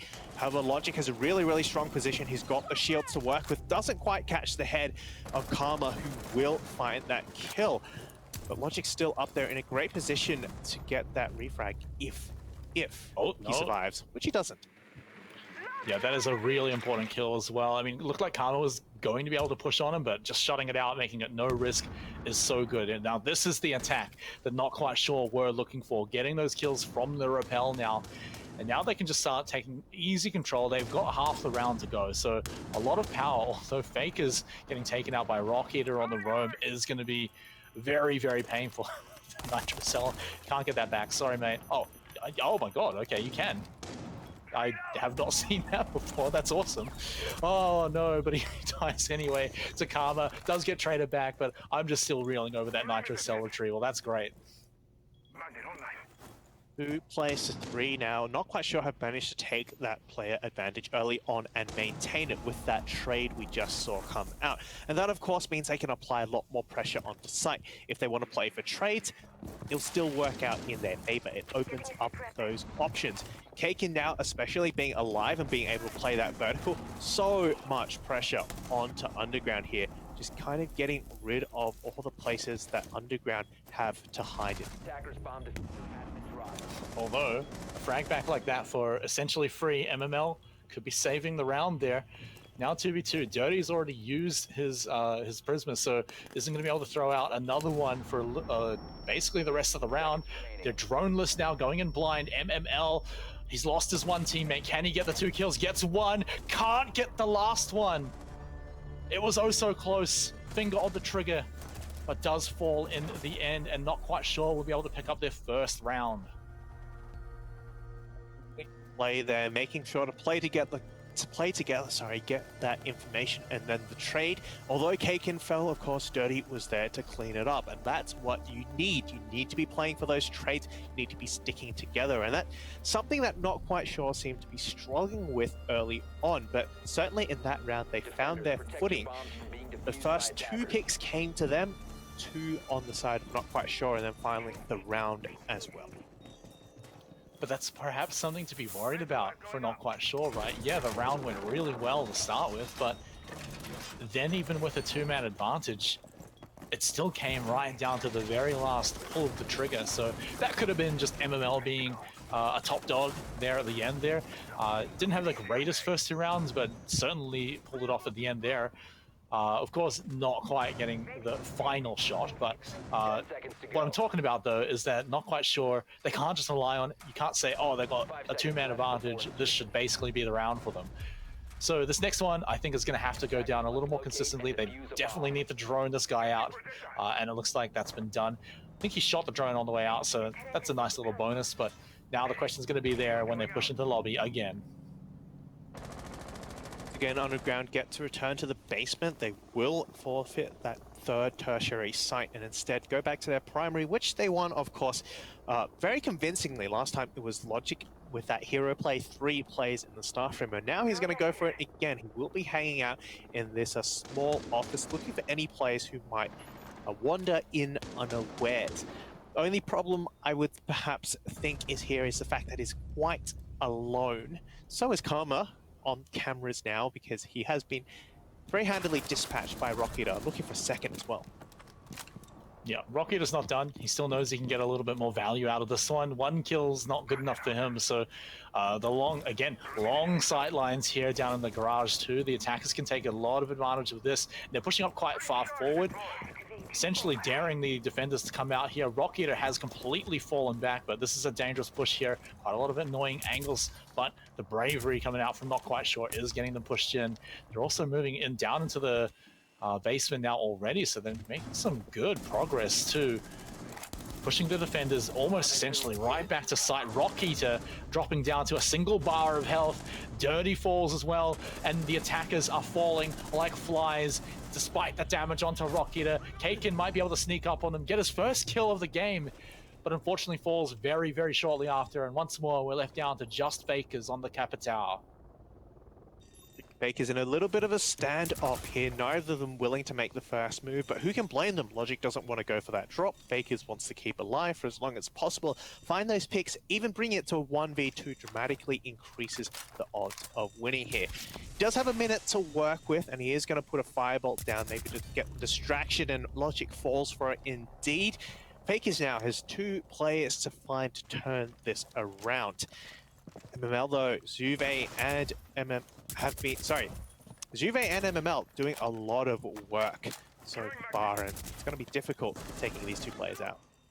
Yeah, and they are separated as well, so they're going to be able to easily just collapse on Fakers if he's not absolutely perfect in his aim here. Basically hoping for a flick god shot, but won't even be able to get the first kill there. Shotgunned in the back, and that's going to be that. A really strong start. It looked like maybe there was a little bit of hope coming in there. 4 not quite sure at the end, but it was all falling apart really quite early. Rocky getting those early frags too. Certainly some value in that one. Yeah, this was a bit of a change in pace compared to what we've seen. I mean, they were on site 1 minute 45 to go. So definitely a lot of early pressure coming out there from Not Quite Sure, and they chose to completely bypass Logic on the roam there. The only problem was I felt that they didn't have enough intel. They didn't know where these players were. They didn't dedicate enough utility to clearing out some of these power positions in that vault area in particular. And so they got their foot into the site. They sure did, but that was pretty much it. The rest was cut off completely, left Fakers all by himself, and then there was still 3 players he had to find. So really, really well done there from Underground, holding it on. And hey, at least a great attempt there from Not Quite Sure, I think, to change the pace, at least keep Underground Underground ESC, sorry, guessing. Yeah, I think the timing on it was great. It's just, yeah, now getting down to the execution, especially the second part of it. Rocketa, I mean, he's had some early frags in the previous rounds. Is he looking for yet another one here? Quite brave, of course. Unfortunately, he's going to find that absolutely nobody spawned over on that side, and they should be finding that out quite quickly now that the cams are all being shot out. In fact, they should still have the cam over that spawn to know that, so he should be falling back away from that one. And yeah, it looks like we're going to go on the repels once more, trying to shut them out. The balcony players are just so annoying to deal with. If you can get them taken out early on, get Logic out of upstairs, although he's not actually upstairs. No one is upstairs in the balcony at the moment. So they are going to be quite confident in moving in here, but they need to make sure that no one's up there. They can drone ahead for sure, but again, we've seen people get fragged out as they enter from the balcony. So Dirty, he's testing his luck. No shots coming out just yet, so he's feeling hopeful, but this is a lot of droning. It's like I said, you know, they need to make sure, especially with Logic worming around in the background. Attackers recovered the diffuser. Droning out that lobby does ensure they can safely get on these west repels, opening up that Kanto wall as well. And again, that opening up that long site next to site, preventing anyone rotating from stock or coming through out of janitor back into that CEO office. So good early start. They haven't found any picks for sure, but they've at least got those lines of sight that they can start herding the defenders into or cutting them off as they move. Oh, very quick shot to tank out Juve there. Karma managing to get that one. And now we'll be able to have a little more presence from Square. I think there's still a player in stock, so he's going to have to be careful from that one. Actually coming up from Square stairs as well. Logic, no escape from this one. He's just going to have to go for the fight here. Unless he wants to just book it straight out of there. The stairs dangerous, but he wins the fight without taking any damage in return. Just checking the windows just to make sure, but I think that's the only threat around them for now, because they're all over here.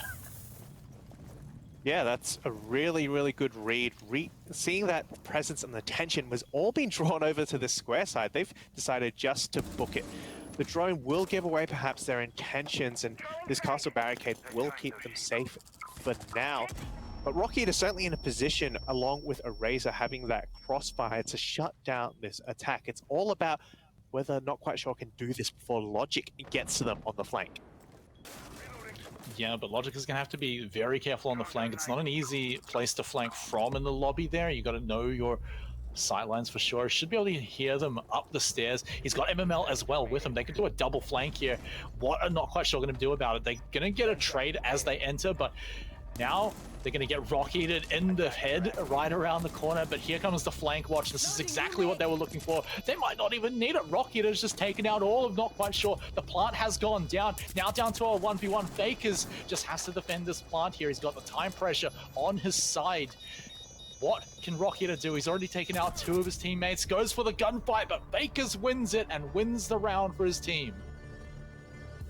And that flank up banana could have been huge. There were 2 players there. They could have hit, Not Quite Sure, right at the perfect moment when they were focused on the execute. Fortunately, they were able to get some trades there. They were still able to get the plant, and that was when things were really sealed. Underground, although they were able to get it into a 2v1, unfortunately, it devolved into a 1v1 gunfights, and Fakers able to win those out for another round for Not Attackers Quite need to Sure. locate and defuse as many bombs as they can. Yeah, that one certainly felt like it could have gone either way, but I really liked Not Quite Sure's read on the situation. Once square, they had fallen down over there. Like you said, there was a lot of pressure being taken on over there. They instantly started moving up.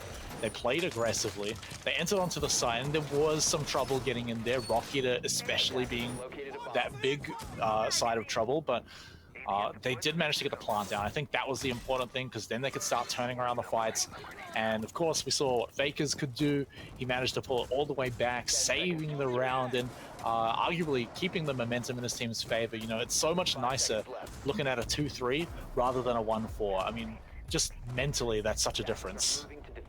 Yeah, for Not Quite Sure able to claw this back, then despite the kind of, well, not optimal start, they've certainly managed to claw it back to an even standing 3-3. And so far, one thing I have noted is, for both teams, their conversion rate has been 100%. Whoever gets that opening kill wins the round.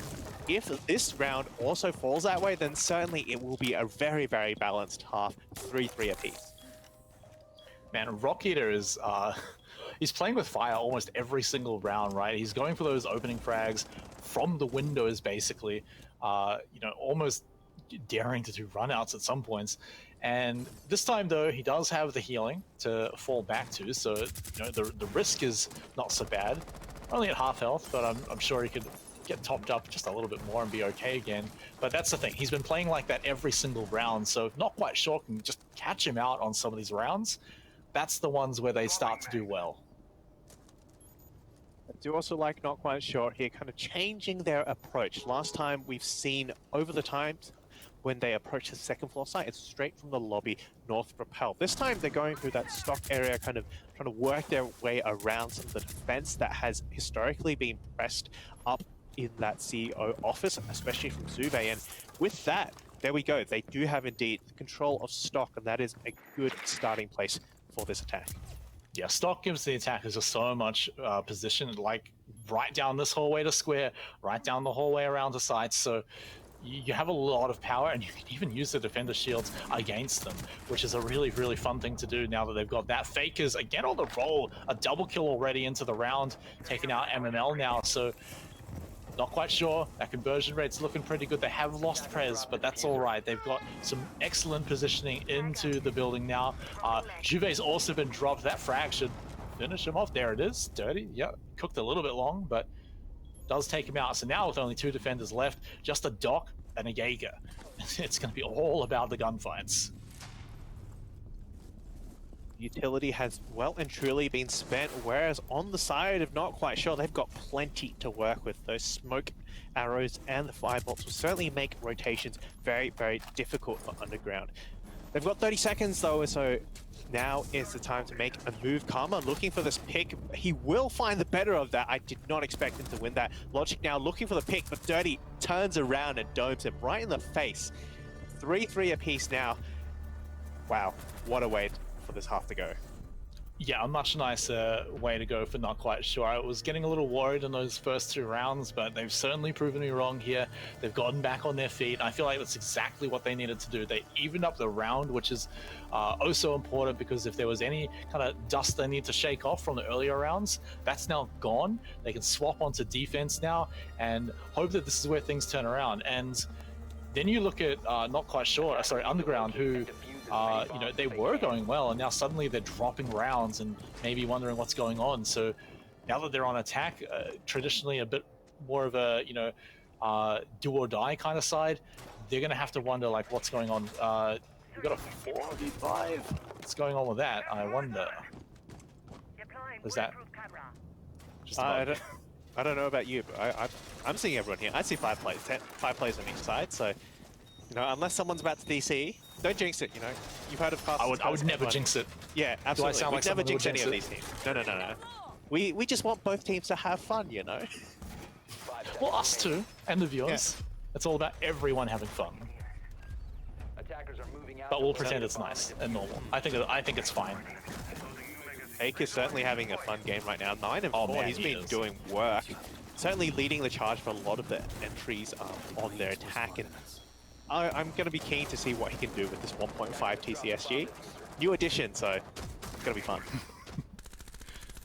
I mean, probably the most fun gun in the game, I think, if you ask a lot of people. So he should have a lot of work to do with that one. Again, like, if he's making these double kills, triple kills in these rounds, then yeah, he'll be holding the blue stairs too, keeping the service safe. So that should be quite a tricky one to push as well, because he'll be able to fall back really easily as well, just with the defensive utility that Goyo can bring. So yeah, Fake it's going to be a real challenge to take out. Underground, how they approach it, I want to see. They're already moving up really aggressively here with the Lion. They can throw out the EED to, basically force his hand. Does he come out? Does he push? Does he just stay where he is? They have the options here, and they have the drone as well. They are focusing on the service stairs. I do like the due diligence they've been performing here. They've made sure to clear out both floors before moving on, and they've done it in a pretty good fashion. No contact, but still, a minute used to clear out the second 2 floors. Now you can really start working on these blue stairs, working those hatches. It's worth it. They just, of course, have to get past President with the M7 870. Not the assault rifle, everyone's favorite shotgun instead.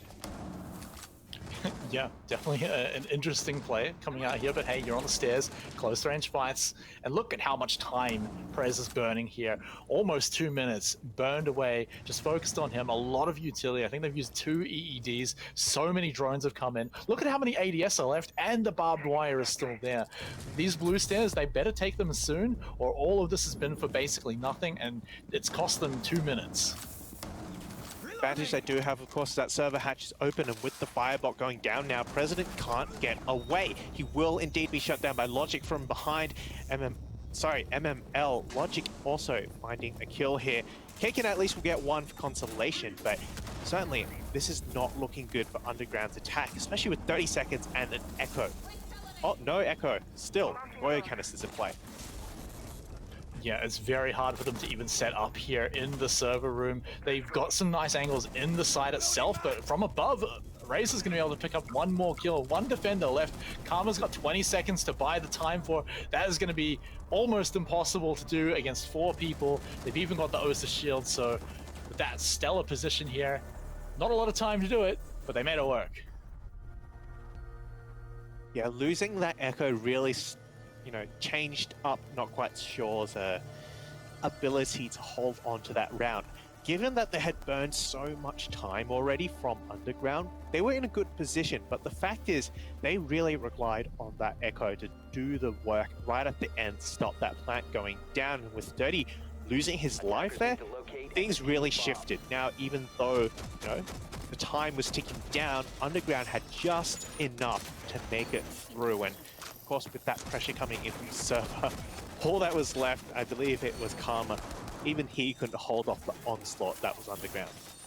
Yeah, I mean, it felt like Prez was doing quite a good job holding it out for so long, demanding so much attention, so much utility, so many resources, but there wasn't anything else to back him up, right? And yeah, that's part of the plan, right? One guy buys you so much time, right? But there wasn't anything to save them after he fell, right? Like, he got his value done, but after he fell, that position that he was guarding was completely handed over to Undergrounders. And, with that, it was very hard to force them away from the site. Once that Osa shield is set up, yeah, you could see that there were some Goyo bombs being blown up just to try and buy a little bit of time. They almost had it, but I feel like, can you rely on Prez to hold for that long again? Because they're going for the same site. They're going for Prez in the same position. He's even got the shotgun again. But can he hold it for that long again? Yeah, certainly Underground will be very well versed in dealing with it now. They know what to do, and once again, no roaming presence coming out from the defensive side, and that's going to give Underground a lot of free real estate to work with. I would have liked to have seen Aroma perhaps maybe even just stall out a bit of time, because as we mentioned, time started really ticking away in the last few seconds of that last round. But once again, not quite sure, seemed pretty much content sticking with their previous plan. It was pretty good, you know, minus one or two things here. So will they be able to find those one or two things this time? Well, not nearly as much time bought this time for President, so he will fall and Server will be handed over. A lot more utility over on this side with all the laser Shuria gates locking them up. There's still a bit of barbed wire. Fakers had to fall back out of Server as well, so now he could buy a little bit of time with his flames, but I mean, we saw how well that worked last time. Underground are just going to be able to set up entirely. Oh, the Nitro Cell might catch someone, but with that Osa shield all fully set up, now confirmed, it's really just a little bit of hope that maybe he can get a kill on the way out with the Nitro Cell. Goes for Boom, does drop the shield, and even drops Shuve as well, so a little bit of value. Even picks up 2 kills, confirming that down as well. Fakers actually may just be saving the server room in this moment. That was a huge play, because with that blue set position lost, Fakers is all that stands between Underground and that site, but he does not fall. 3 kills single-handedly has changed the round completely. I was going to say, it's Underground's round. They've got the blue stairs, there's so much time for them to work with, and then Fakers just wipes them off the map. Now the diffuser is off site, last 2 attackers have been split up. Things are not going well anymore for Underground. Yeah, I mean, that Nitro Cell certainly tore them apart, right? Once the Osa shield went down, they had to scramble, and of course there was even one down that happened during all that. And then Faker's just winning the gunfights, and unfortunately, Eraser's not going to win his one, because he would have had to win, you know, another 3 after that as well. So, well played there. Faker's saving the round. Like you said, I thought they were done for once that server room was taken so quickly, but Faker's holding strong. I've got to say, you know, you got to be ready for that Nitro Cell to come flying over the bomb, right? It's always something that just can completely turn it around. I don't know, maybe someone can react and shoot it in time. Maybe you can fall back, not donate all the utility to it. But that said, Faker's just on his own pulling off the magic.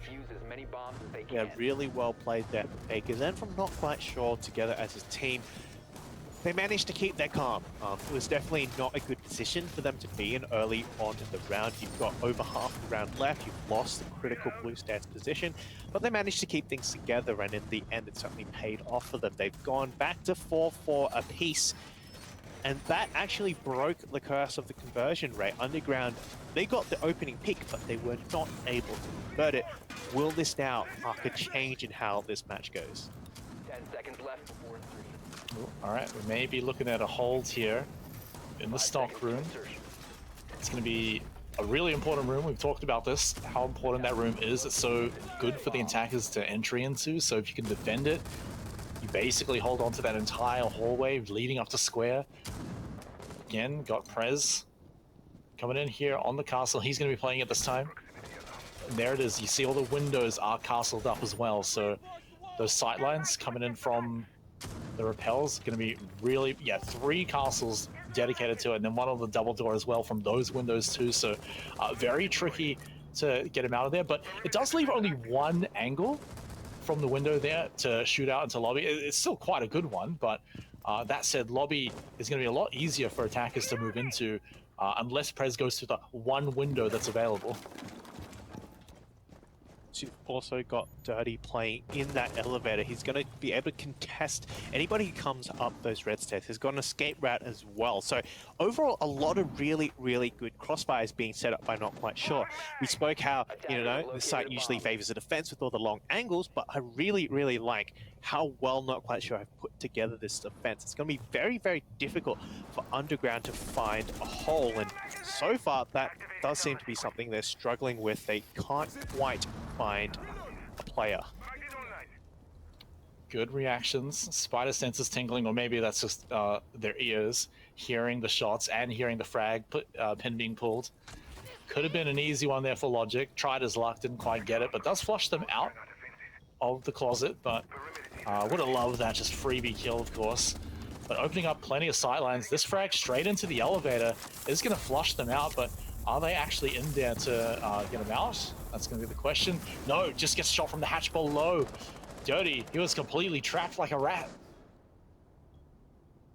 Great pick there, opening up that banana stairs for the push. You do remove some of the support for President up there in the CEO office, so that means you can start picking at them one by one by one. Of course, Calm is still going to be in that long angle contesting Rock Eater as he moves up these stairs, so it's not completely over for Underground yet, but with MML on the rise, no, he will not find any, and suddenly things drop to a 3v3.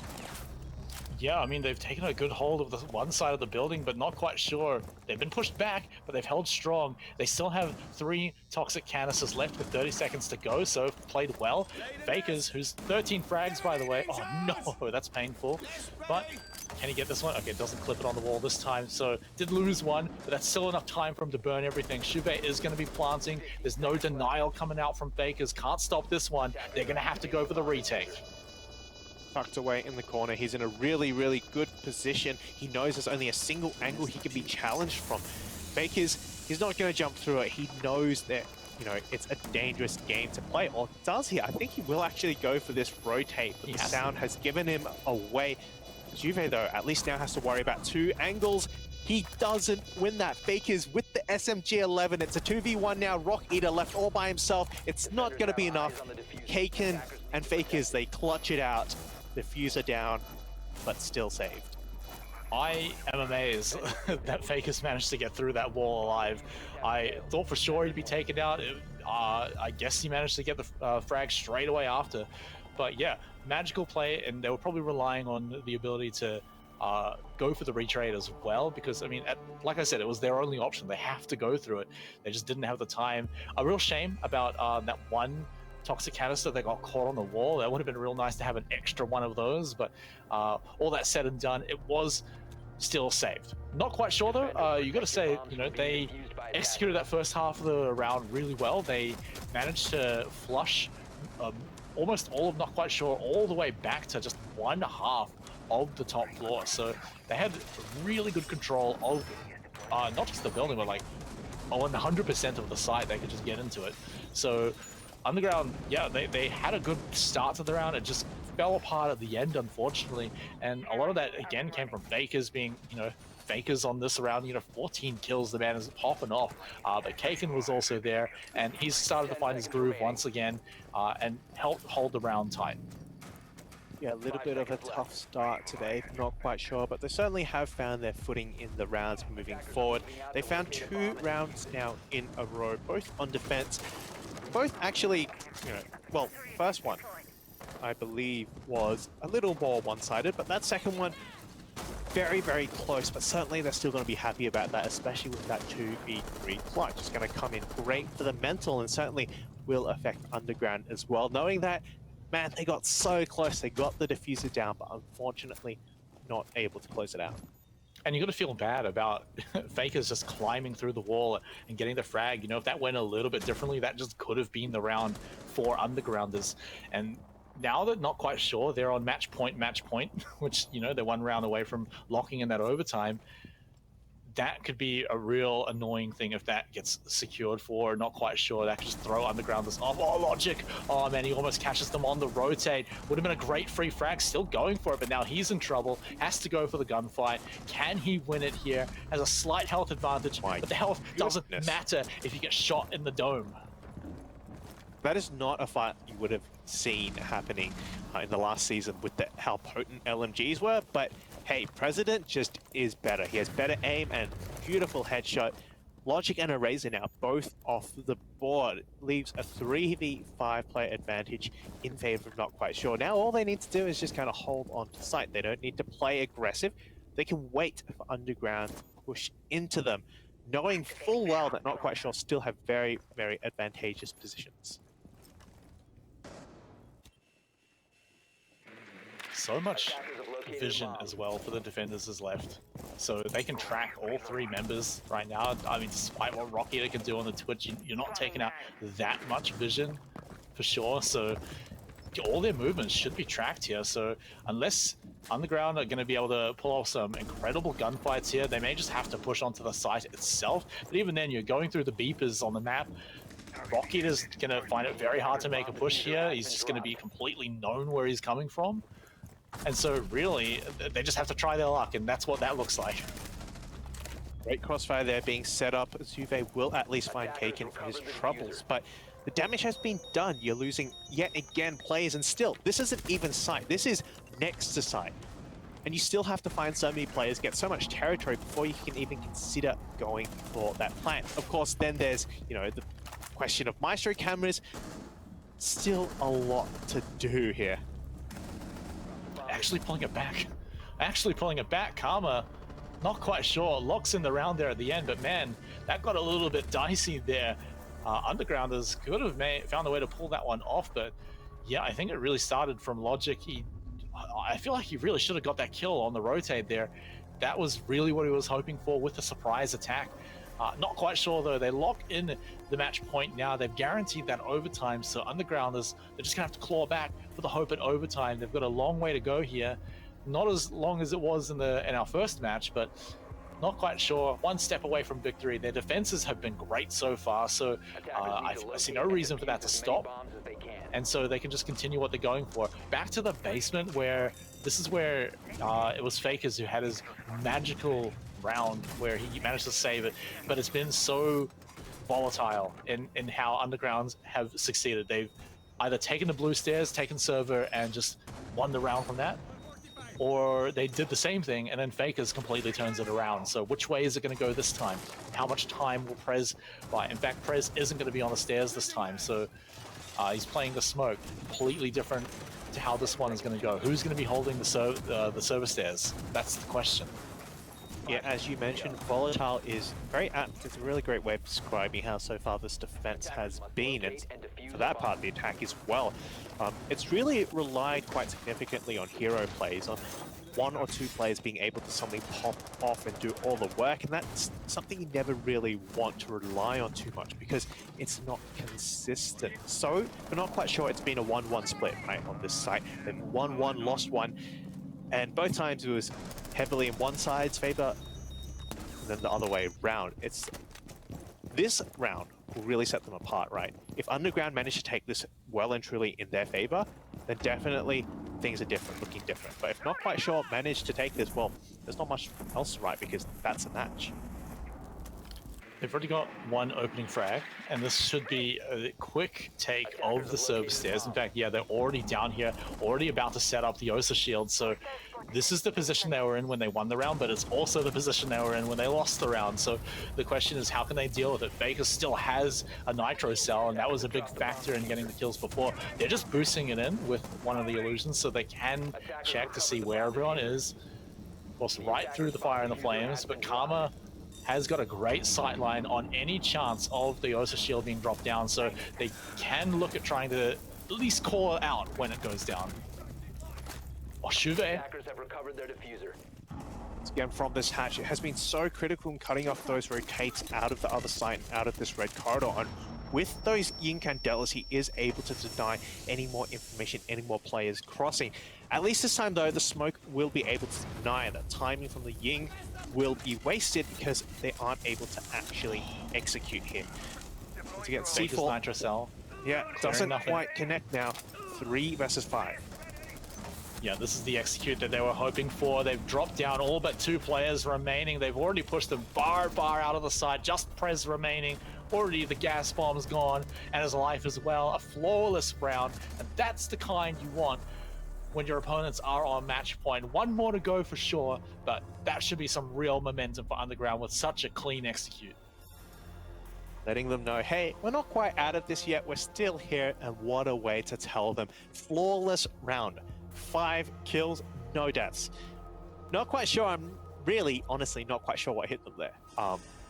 It looks like they were very much in control of the previous rounds and that they knew what they were doing. But Underground just pulled out something new. They brought in the Ying. I really liked how they used it to deny the players rotating and also throwing any utility out from that vault corridor. And yeah, it worked out brilliantly for them. Now it's up to Not Quite Sure to secure this one round before it goes to overtime, where potentially, they could lose, and that's something you never want. And this is also the site where the last time they were here, it came right down to the wire. The plant was down and they won literally the last gunfight. So Underground should be feeling pretty confident on this one too. Their execute was really good. It just got a little bit flimsy near the end when they had, they lost some pretty winnable gunfights. So as long as they just clean that bit up at the end, they should be looking pretty good. As long as they keep the start of the round the same, that's where things were going really well. Now, they haven't been so much on the repels, and a lot of that could be due to Prez just blocking off so many lightens of sight with the castle barricades. So quite tricky for them to do that. So they are just going to go straight up for some quick entry, or at least some quick lines of sight here with the sledge. Going to be very hard to, even with a castle, block any lines of sight from that guy. Players from Underground now seem to be converging onto the stock side. Last time, of course, the focus was from the lobby, and that did give them advantage of bypassing the player hold up in that stock corridor with the shield, with the live magnet, and so forth. This time, they're taking a much more direct approach, and that, of course, is there's a risk you play right into the defender's arms. Logic, however, will catch Fakers, who played right into that line of sight, and that's a star player. Fakers going 14-8, sitting out for this one. And going to be able to deny the castle barricade too. Oh, that didn't clear it. That's really annoying for Logic. Would have had so much power from that, but that said, still has a lot of angles there. And now Kaken is going to be trapped in here. Has a bunch of magnets, so should have a bit of an advantage. But this is a 1v2 gunfight. Logic in the background catches one. The magnet's now out. That's a frag on top of Logic's head, and he gets taken out as well. Kaken himself out of magnets, but not quite out of will to fight here. A repel from the top. He should have heard that. And yep, aim straight for the head from where it would be. But now completely pinned down, buying so much time. Karma's got a kill onto Rock Eater in the background. This could be the winning moment. They can't even get past Kaken. They've got two members, the only two members alive, fighting him here. Kaken's still on just a slither of health. The more time he burns, the better it gets. His team can get in position, gets the repel right in the dome, and only one more. He can do it with just a bar of health. And MML, he's got to know that he can't contest this forever. He's the only one alive. He's got to make a play. Can he even kill Kaken is the question. Oh, no, he cannot. That's rude. That is not quite sure. Take the round. He just stood up on the line scan as well. That's gotta hurt, but well played there from Kaken, and from, not quite sure, really solid hold on to that stock area, and it shows the strength of that position, especially backed up with someone like Kaken who's got the experience, who's got the utility to work it. Man, he just absolutely... Underground could not get past him there. Yeah, no, I'm really impressed with Kaken at the end. I mean, we did mention, at the start, he wasn't having the best rounds. First two rounds taken out before he could get basically any shots off. But now, basically, I wouldn't say saving. I don't even know if they needed saving at the end. But, even if they weren't doing so well on the rest of the map, he was holding up two people for so long. But as you can see, in the first few rounds, things were going really well for Undergrounders, right? Their defense was looking pretty good. There were some really tight rounds that did come down to the wire, but of course, not quite sure. Once they got the ball rolling, they turned things around on the attack. Kaken started turning on, but particularly Fakers really started activating, and even more so once they swapped over to defense. This one came really right down to the wire as well. And Fakers, again, like saving rounds, and when you're winning 7-5, every single round counts. And this one, of course, the best one, right? Nitro Cell devastated them, and he just pounced on them afterwards. So, yeah. Karma as well was doing a lot of work in the background too. So, yeah, all members of Not Quite Sure really started to have their moments popping off. Yeah, and it's not just those hero players, I think. There was a lot of refrags coming out from Not Quite Sure, and they really played together. They made sure to be able to support each other, and we saw that in some of the highlights. I think that's kind of a theme that we had continuing throughout the round, and that's what I think really made the difference between them and Underground. And a man I want to hear from is President. We've got him on the line. President, it's been a while. Long time no see. Good to see you again. But that match, it came down to the wire at the end. You guys started a little bit slow. Do you want to talk to us about, how you guys got your momentum back? I think it kind of just came down to a bit of a mental reset. We have a lot of young players on this team. So it's going to take time to kind of develop that strong mentality and trying to get past those thrown rounds or the first picks and stuff like that. So I think it just came down to, we kind of had a mental reset. We knew what we had to do in our defenses. And we were pretty happy with the 3-3 half, to be honest. So, we were confident going into our defense half that we could get the job done. Well, certainly. And lessons learned. Is there anything that you really want to take away from this going forward into the following weeks that, number one thing you drill into everyone? I think the main thing for us at the moment is just getting our team cohesion down pat. There was a lot of rounds on our attack where we kind of were taking some, solo plays and some gunfights that didn't need to be taken. So I think the team cohesion needs to be a lot better coming into the next few weeks.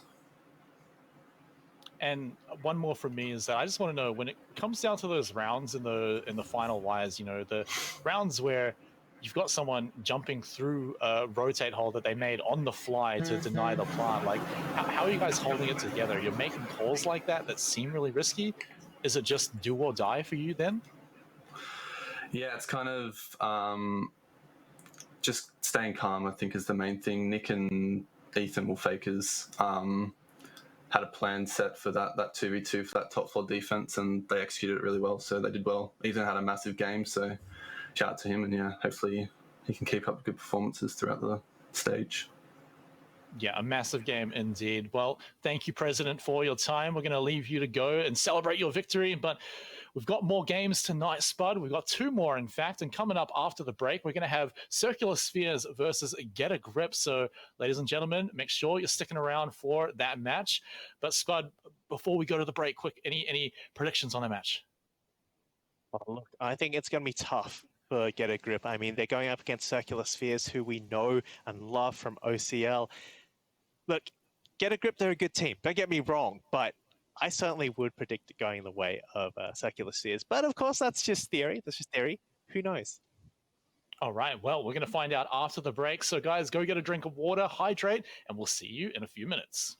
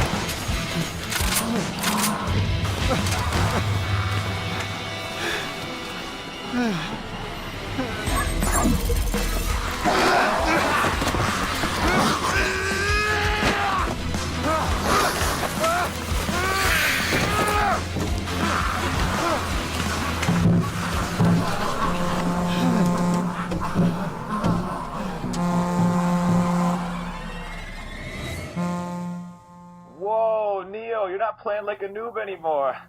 How is that possible? You gotta be using hacks, dude. Nah, dude. I got the Odyssey Neo G9. Sweet, bro, you can finally start leveling up. Let's keep it going, man. This is gonna kill me.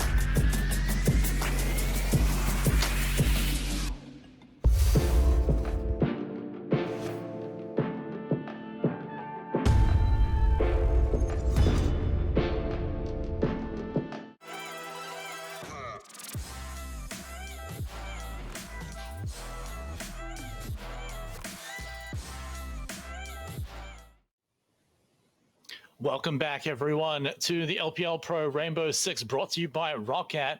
We've got 2 matches to go left, Spud, but those first 2 matches we've had so far, I mean, could they be any more different? We had one completely one-sided match, and then we had, well, what we just had, which was a 7-5, and a really, really spectacular match, I've got to say, coming out from Not Quite Sure, you know, pulling out the win in some quite dire circumstances at some points. Yeah, we said early on that we weren't quite sure not quite sure we're doing. It felt like they hadn't quite woken up yet, but hey, they certainly did wake, well, everyone up, and us included as casters. I'm sure the audience, the viewers, also had a great time as they managed to claw all the way back and take that victory 7-5. And I'm sure they would have liked to have a bit of a better scoreline, but hey, a win's a win. That's 3 points on the board for them, and certainly some 3 well-deserved points. Yeah, and I think it's impressive that they managed to get it back on track. But speaking of getting back on track, let's move on to our third match of the night. It's going to be Circular Spheres versus Get a Grip LFO. And you know what? Let's just dive right on into it. Let's break down both of these teams. First up, we've got Get a Grip LFO. It's going to be Drifty, Jin, Nate, Owen, and River. Now, I recognize a few of these names. You got Owen and River, and even Nate. You know, we've seen those guys around for a few years. Tell me about the rest of these guys. How do they work as a unit? Yeah, we know iDrift also bringing that player in from Kraken, 90 Jin as well, an extra pickup as well. Look, we've seen these players play together quite a lot in various iterations. We've seen them play together in Challenger League as well, so definitely a lot of history. They played together in LPL Pro last season where I believe they finished 5th. And yeah, so this time they're going to be looking to at least try and get into that playoffs. Last time it was actually they missed out by a single point to Underground. So if there's a revenge tour, this is it. Yeah, I mean, this is where you try and come back. You want to make that top four, get in the money, get in the playoffs, get into those best of matches. But first up, they're going to have to take their first step against Circular Spheres, their opponents. My favorite kind of spheres, by the way. I don't quite like those square ones. It's going to be Japer, Goofed Physics, User, and a Lunchbox. So again, most of these names, I've seen around for a few years, Japer and User especially. But again, how do these guys all work together? Physics, Japer, they've been playing together, and Goofed as well, sorry. They've been playing together in that OCL split as well, where they finished first the previous season and second in stage one. So a really, really solid team, and they're being backed up by User TM and Lunchbox. Bit of new talent coming in just to keep things fresh. And yeah, it's certainly a very, very strong team by all measures. As I just mentioned, first in OCL in stage two. So certainly it's going to be a challenge for Get a Grip. Yeah, I mean, look, they've already proven themselves so far, but I want to dive a little bit deeper. I want to look at the individual players here. So let's bring up our head-to-head matchup brought to you by Biocode Lab and see how these star players are going to be looking at it, because you got 90 Jin here for Get a Grip. How does he match up against Goofed from Circular Spheres? But both of these players are really, really sharp fraggers. They've both had really, really great seasons previously in CL. 90 Jin especially really, really great at taking control and making openings on the map, really enabling his team to make those plays.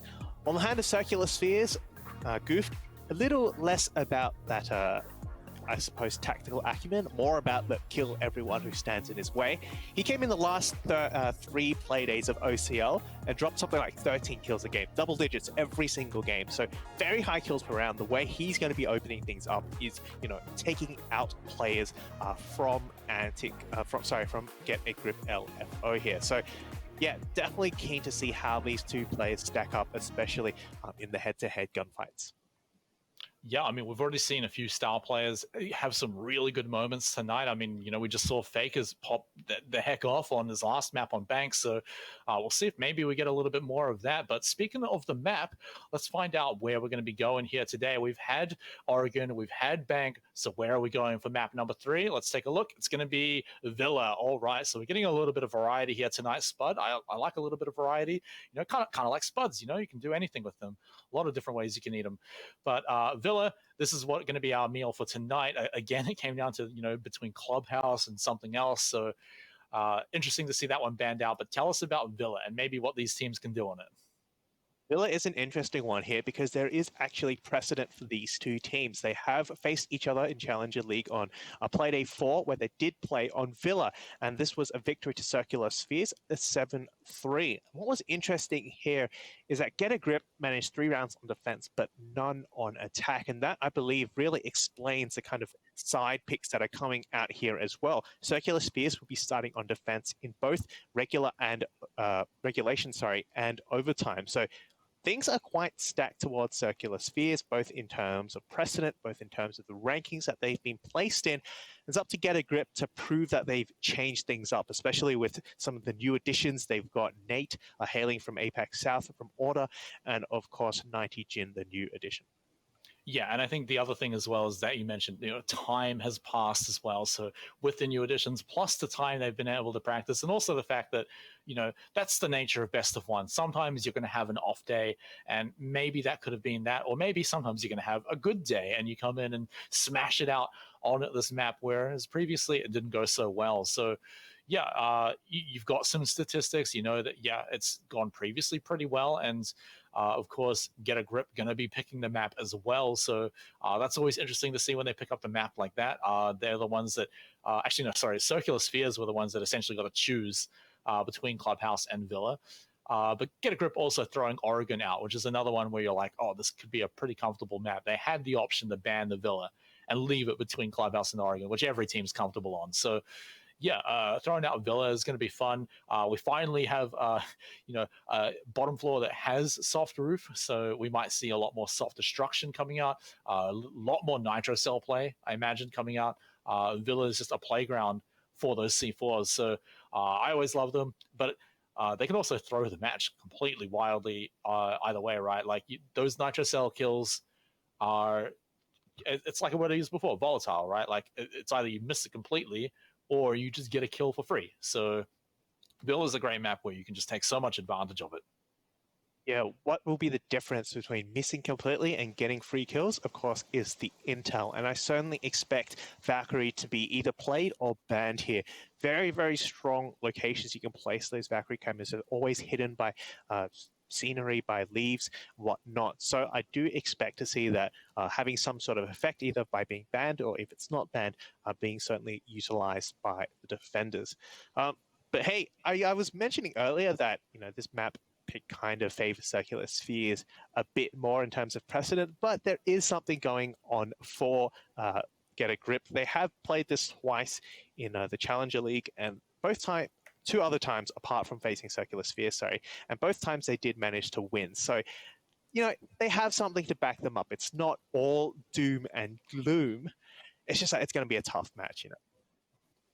Well, I mean, there's only one way to find out. So let's go ahead and jump onto Villa itself, our third different map of the evening, and see how it goes. Did Circular Spheres make the right call in choosing this map here? With their recent performances, maybe how they went against this team in the past? Let's find out here as we jump in onto Villa for our third match of the night. Villa, we're going to be starting out with Circular Spheres on the defense, Get a Grip, mounting the very first attack. Of course, it all comes down to the ban phase first. Last time they played this, the bans were Thatcher, Valkyrie, and Nock and Malusi. So I'm going to see if they repeat that pattern. Yeah, I mean, you got to imagine the Valkyrie is going to be a band somewhere in there. Osa is another one that, you know, you could definitely get behind. A lot of long hallways. You know, you think 90 hallway is just a massive place for Osa to get a free shield up in there, but also plenty of entry points on the windows too. So just get rid of it. Makes sense to me. Not third time tonight is going to be banned out as well, so fair enough for that one as well. Let's see how the defenders go. I'd certainly, like I said before, predict the Valkyrie to be banned at least in one of these. We've been Nock being banned out quite a lot in high-level play recently, and that comes down, I believe, a lot to her really, really sharp primary weapon, that FMG9, and the addition of 2 frags, and the fact that you can entry and move around very, very quietly makes her a great entry and a great lurker as well, catching players unaware because you simply had no idea they were there. But Valkyrie, we had a pretty good idea that was coming up. So, first, Get a Grip. I believe they're going to be sticking with the same bans they had last time they played this, but, well, almost. They're going to stick the Valkyrie and the Azami. Certainly a really, really strong ban here as well. Yeah, I mean, Azami for like the defenders version of what Osa can do as well. So fair enough to ban that one out. Also want to note that, you know, in the in-game chat, there's more on the line now. Apparently the winner is getting K-Barbecue bought for them. So fair enough, putting that one on the line. You've got to be confident to make that call. Because I've seen esports players eat Korean barbecue, and it is not cheap the amount they want to eat, which is fair enough. It's very delicious. So with all that on the line, you got to imagine the pressure is really on now. So Circular Spheres here, definitely the team that is feeling confident right now. We're going to be heading up to Statuary and just defending there. A lot of pressure here in the master bedroom as well. You're going to be able to hold it in the closet really well. You've got the ADS as well as the Syria gate, so you know, and the mirror. So a very hard angle for you to push from. You've got to imagine Get a Grip will probably not focus too hard on that side. But at the same time, now that they know Goofed is goofing around down in the basement, I'm going to have to go and find him as well. Got a free reinforcement, may as well use it. Sure. Oh, sorry, the mirror window will be placed facing on that triple wall, facing that balcony, that closet where you usually see a shield. So that's a really, really strong position there, and Get a Grip certainly will be looking to challenge that from below. River Water and Jin looking to entry from the laundry and the pantry respectively. That means Goof's job is really, really important. He needs to make sure that bottom floor stays safe, but he seems not too interested in it. Yeah, he's gone. He's out of there. Yeah, he reinforced, threw up the Surrey again, and just booked it out of there. So he's not really that interested anymore. So it does mean that Get a Grip are going to spend a little bit of time clearing him out unless they did catch him. Although he's already rotated way back down into the basement here, drawing some attention here from Jin. Jin will be able to look around and find him, but User, User getting 2 kills here already. Does get traded back, but that's quite handy to be able to take out straight away. And it's just the mirror, you know, you've already got the mirror up, so that utility is still there. And of all the guns he had the primary shotgun. That is a gun I have never, ever seen anyone play in competitive. And the fact that he got away with 2 picks is amazing, right? He got the Nomad, so there's your air jabs, the rotates being taken away, but Goofed might actually make the most use of that. They don't know. They surely just don't know. So they may be able to catch him out on the rotate. Oh, 1 kill, 2 kills. Such a good rotate. Goofed does it flawlessly, and now he's going to be such a nuisance. I mean, there's only 1 person left, so Circular Spheres essentially winning the round off of that rotate, plus the double kill from User. A good double whammy coming out from those 2 players, and now it's just a competition to see who gets the consolation prize of the 5th and final frag. I guess iDrift is going to be able to get that. You'd think with that much flank watch available, with the line, with the Nomad available, you wouldn't fall victim to flanks like that. But unfortunately, it was just not there. And with that, back to 1 player is iDrift all by himself. He's not even going to find 1. Physics will be able to... Oh, no. They're all just crowding around. They all want the kill. It's like, you know, the seagulls in Nemo. Might. Well, someone got it. But honestly, I'm pretty sure that that was just completely Goof's mega rotate, and then of course User's crazy double kill with the shotguns. I'm feeling the shotguns, so I feel like the smoke is appropriate. But I mean, hey, the mirror worked well too. So you're up again upstairs in Aviator Games, another great site, arguably even better for the Black Mirrors. So this should be another great round for User. Whether Goofed gets away with the shenanigans again is going to be the real question, but he managed to stay hidden for quite some time. Get a Grip, surely just going to be kicking themselves, getting caught out by that flank. I mean, yeah, it sucks to not have the Nomad at that point, but at the same time, you got to be ready for something like that. And so that's going to be at the top of their minds right now, in addition to let's not get double killed by a shotgun mirror. Yeah, he's going to add insult to injury and do it again. And if he gets another 2 kills, I'm just going to leave him. I give up, right? Oh, he's got the shotgun again. He's doing it again, right? So we'll have to wait and see. But setup here looking like a standard Aviator game setup. You've got that extension into Trophy Stat where you can contest the attack as they move across the map here. And that is something that we've seen quite a lot here is you really do need to contest every inch of the map now as a defender. You can't give any freebies to the attackers. A lot of time to turn around. That was almost dangerous for Lunchbox there, but I mean, he can still contest it. The Warden is definitely someone you want to be able to continue to contest later on in the round when they're trying to make their plays, and you just have to push through the Warden. Quite annoying to flash out, force out of a site. But yeah, here's the extension. They've dedicated a lot to it. The mirror's here, but Goofed, I mean, surely they've heard him at this point. But of course, he's heard them. He knows that they're just on the outside. He has an easy retreat, just back down the stairs, so not a lot of risk. And he'll be all right to get out of there, so no harm, no foul. I really like how Circular Spheres have been playing this. They've done the damage, and then they've just backed off. They know they don't need to stick around. They've got the advantage and they don't want to lose it. And certainly now they're going to find an extra one with that Kapkan mine. It won't quite kill, but certainly puts Jin on low health. And yeah, losing an extra gun like that, especially when you're already a player down, not a position you want to be in. Oh, okay, they finally found Goofed, and yeah, this is what I was talking about. They did not want to get caught out by that again, so it was going to be at the top of their minds. Now falling back a little bit further to the side, they've taken Trophy Statuary, so that one mirror has been flushed out, but they still have the angle all the way back there. Jin can push forwards and does still have his free drone, so despite his health, can still get a ton of intel as the Ayana. Should be fine for that, but Jin, oh no, the Nomad again, sorry, the Ayana taken out by the Nitro Cell, so never mind about that free intel, it's all gone. again, Circular Spheres seem to be the ones finding these opening picks and maintaining the player advantage. They're going to level that advantage once again. Oh my goodness, 2K from Lunchbox. May say silly in his name, but that was anything but silly. Circular Spheres, another round decisively. Yeah, it was definitely lunch though. Eating out everyone for lunch and getting plenty of great frags. Yeah, this is looking great for Circular Spheres, right? They're just winning gunfights at this point and in quite crazy ways. Gooft had the big brain play in round 1, but after that, it's just been we've caught you out. Also, things like walking into the Kapkan traps is never good for the mental, and at the very least, it's going to be on their minds now, so I might have caught them out in one round, but hopefully they're always going to be thinking, okay, we do not want to get caught out by that again. Got to be ready for it. Moving on though, all the way downstairs now, we've still got the mirror coming in hot, and it's been a success so far, so why not keep it along for the ride? I love the fact that Jape is getting onto Alibi as well.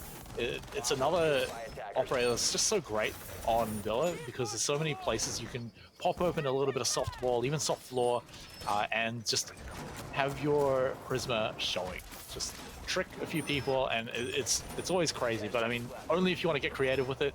There's the default spots you can always throw up and leave the alibis. I'm always interested to see where they drop. Yeah, the classic, just drop it behind a shield and maybe catch someone by surprise and get that free intel. Why not? The way he dropped it, I wonder if it actually activated because it looked really close to the shield and like there wasn't enough room, but hey, I don't know, maybe it did go off. Either way though, an excellent start so far for Circular Spheres, so get a grip. They've got to make a great entry, and I think it's got to happen this round.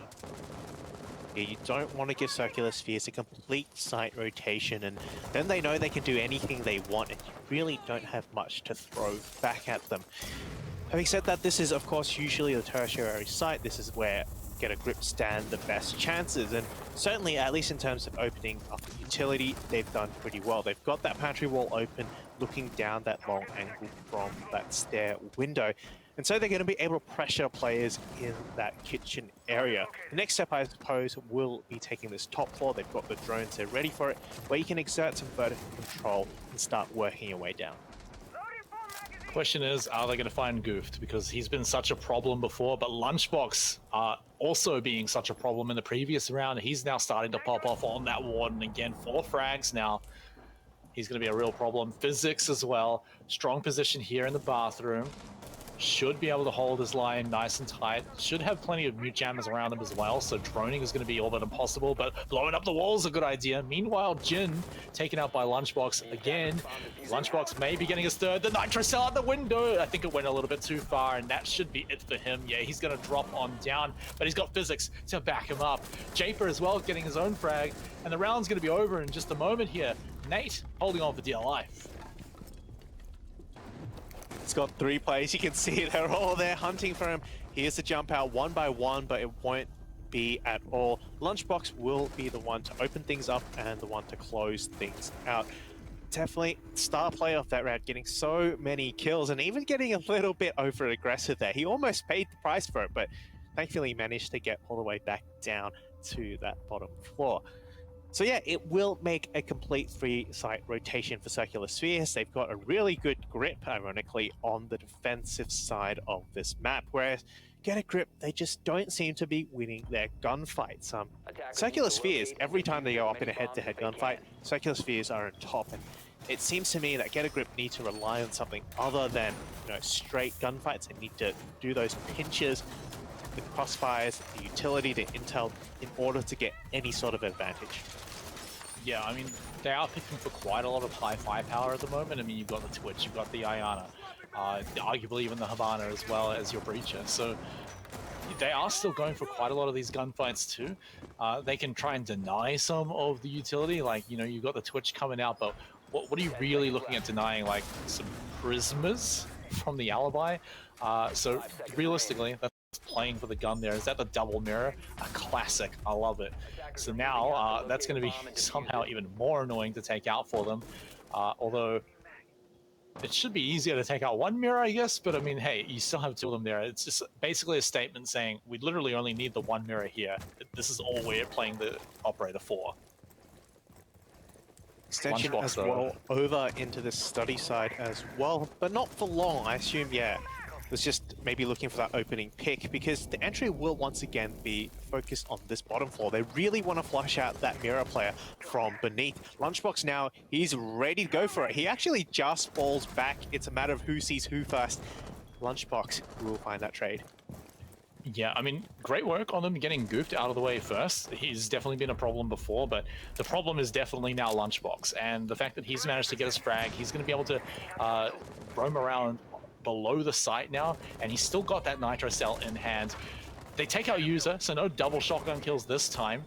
Gets clipped behind his mirror, but of course, like we've always said, there's still that mirror there, so Physics is going to be able to take advantage of it and get like a huge amount of value from it unless he gets clipped from below. Lunchbox, man, is he just going to go for the run out? He is!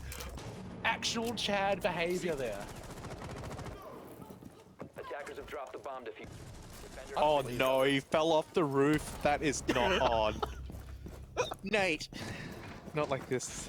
Not like this. It's all up to Owen. He's 1-3 at the moment. Can he at least add some numbers? Make it even before this goes down. 0-3. Looks like it's going to be 0-4 very, very soon. Yep, there it is.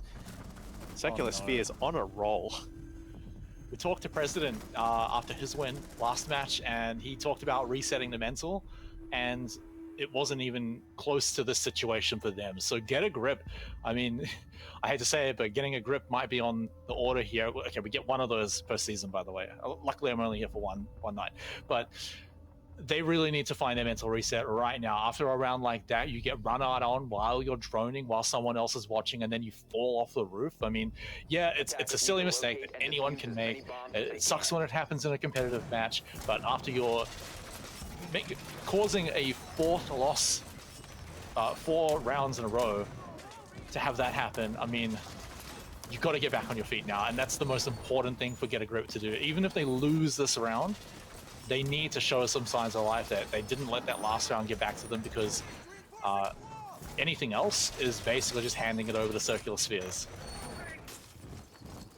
Get a Grip definitely really, really struggling, whereas on the side of Circular Spheres, you can see they're just chilling, they're just vibing, having a good time. Lunchbox is doing the silliest things imaginable, and he's getting away with it. That's the worst part. 10-2 at the moment. Gooft has broken out the Boss G. Yeah, they're ready to go all in, and so far it is working out so well for Circular Spheres.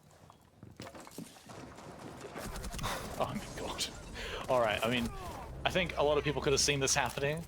This might be a round that Get a Grip can get off of something like that. Goofed. They did get goofed earlier on in the last round, but it was traded back. This time it's for free. Kind of handed to them thanks to Goofed, but they still have the rest of them to get through, and it's not like this has been an automatic win for them before. Lunchbox is their first point of order. That frag is going to push him around a little bit. He's taken a lot of damage. Can he find anything back in return? He's lost a teammate, meanwhile, in the background, but it is also traded back. So does Lunchbox get out of there alive? Physics with the shotgun, takes the diffuser holder out as well, evening up the numbers. Lunchbox has been down, so that problem has been neutralized. But what are they going to do about this diffuser here? The shotgun walking right up on them. Does he surely just run out? He does, but it doesn't get the kill. It does! It does get the kill. Jin gets a knife in the background somewhere. Fine. Oh, that's to execute Lunchbox, but now just Jaber remains in the 1v1. Diffuser in hand for River. This is the first time we've seen it come this close, and I don't think this is so much as Get a Grip. Sorry, I think it's both Get a Grip and Circular Spheres here playing for the same team, right? There have been some questionable moves by Get a Grip, and the fact that they've only managed to get it to a 1v1 is pretty impressive. That was well played from River, don't get me wrong. It's good micromanagement and just waiting for that movement coming out from Circular Spheres, but I have a feeling Circular Spheres weren't exactly trying their hardest there. just the vibe I'm getting. I mean, they definitely have a lot of room to play around, and I think that's exactly what they did. They may settle down and go back to serious mode here, but like you said, you know, that was certainly also Get a Grip doing their own stuff there well. You know, that 1v1 down there at the end, it was played out well by River. So, you know, these fights can be won. It's not all done and dusted, right? They did manage to flush out Lunchbox. It did take a little bit of work, a little bit of time, and even some resources, but they did actually get him down as well. And yeah, that was with a man advantage earlier on, but that said, if they could just deal with the lunchbox problem, hopefully, you know, they can't really rely on it, but hope that Gooft is as easy to take out in the last few rounds as he has been, you know, here in this round. Hope that happens again. And that could be their success right there, because, you know, they've taken out Gooft quite a few rounds. Yeah, that last one was a bit whatever, but Lunchbox, they've shown they can deal with him. I want to see if they can deal with him again. Yeah, we did see distinctly from the Spheres that round that they did play their roamers quite loosely. They weren't really in a position to support each other. And so far, that's been a kind of theme I've been picking up from Circular Spheres. Now, they may be just really, really confident in the ability to win gunfights, but certainly Get a Grip can exploit that and cut off these roamers when they don't have support. Gooft, however, will just cut off the head of Jin and walk away scot-free. Talk about no support, but yeah, there's no support. Jin, 2 and 6. We hyped him up so much. I'm just so sad we can't see him do more here. Yeah, and it's really rough playing the Iana as well. You can get so much intel. The longer the round goes, the more Iana can do. So really rough to lose that operator so early on. So yeah, and to Gooft as well. So it's showing that Gooft can still be a problem. And Gooft is making those risky plays, trying to get those early frags.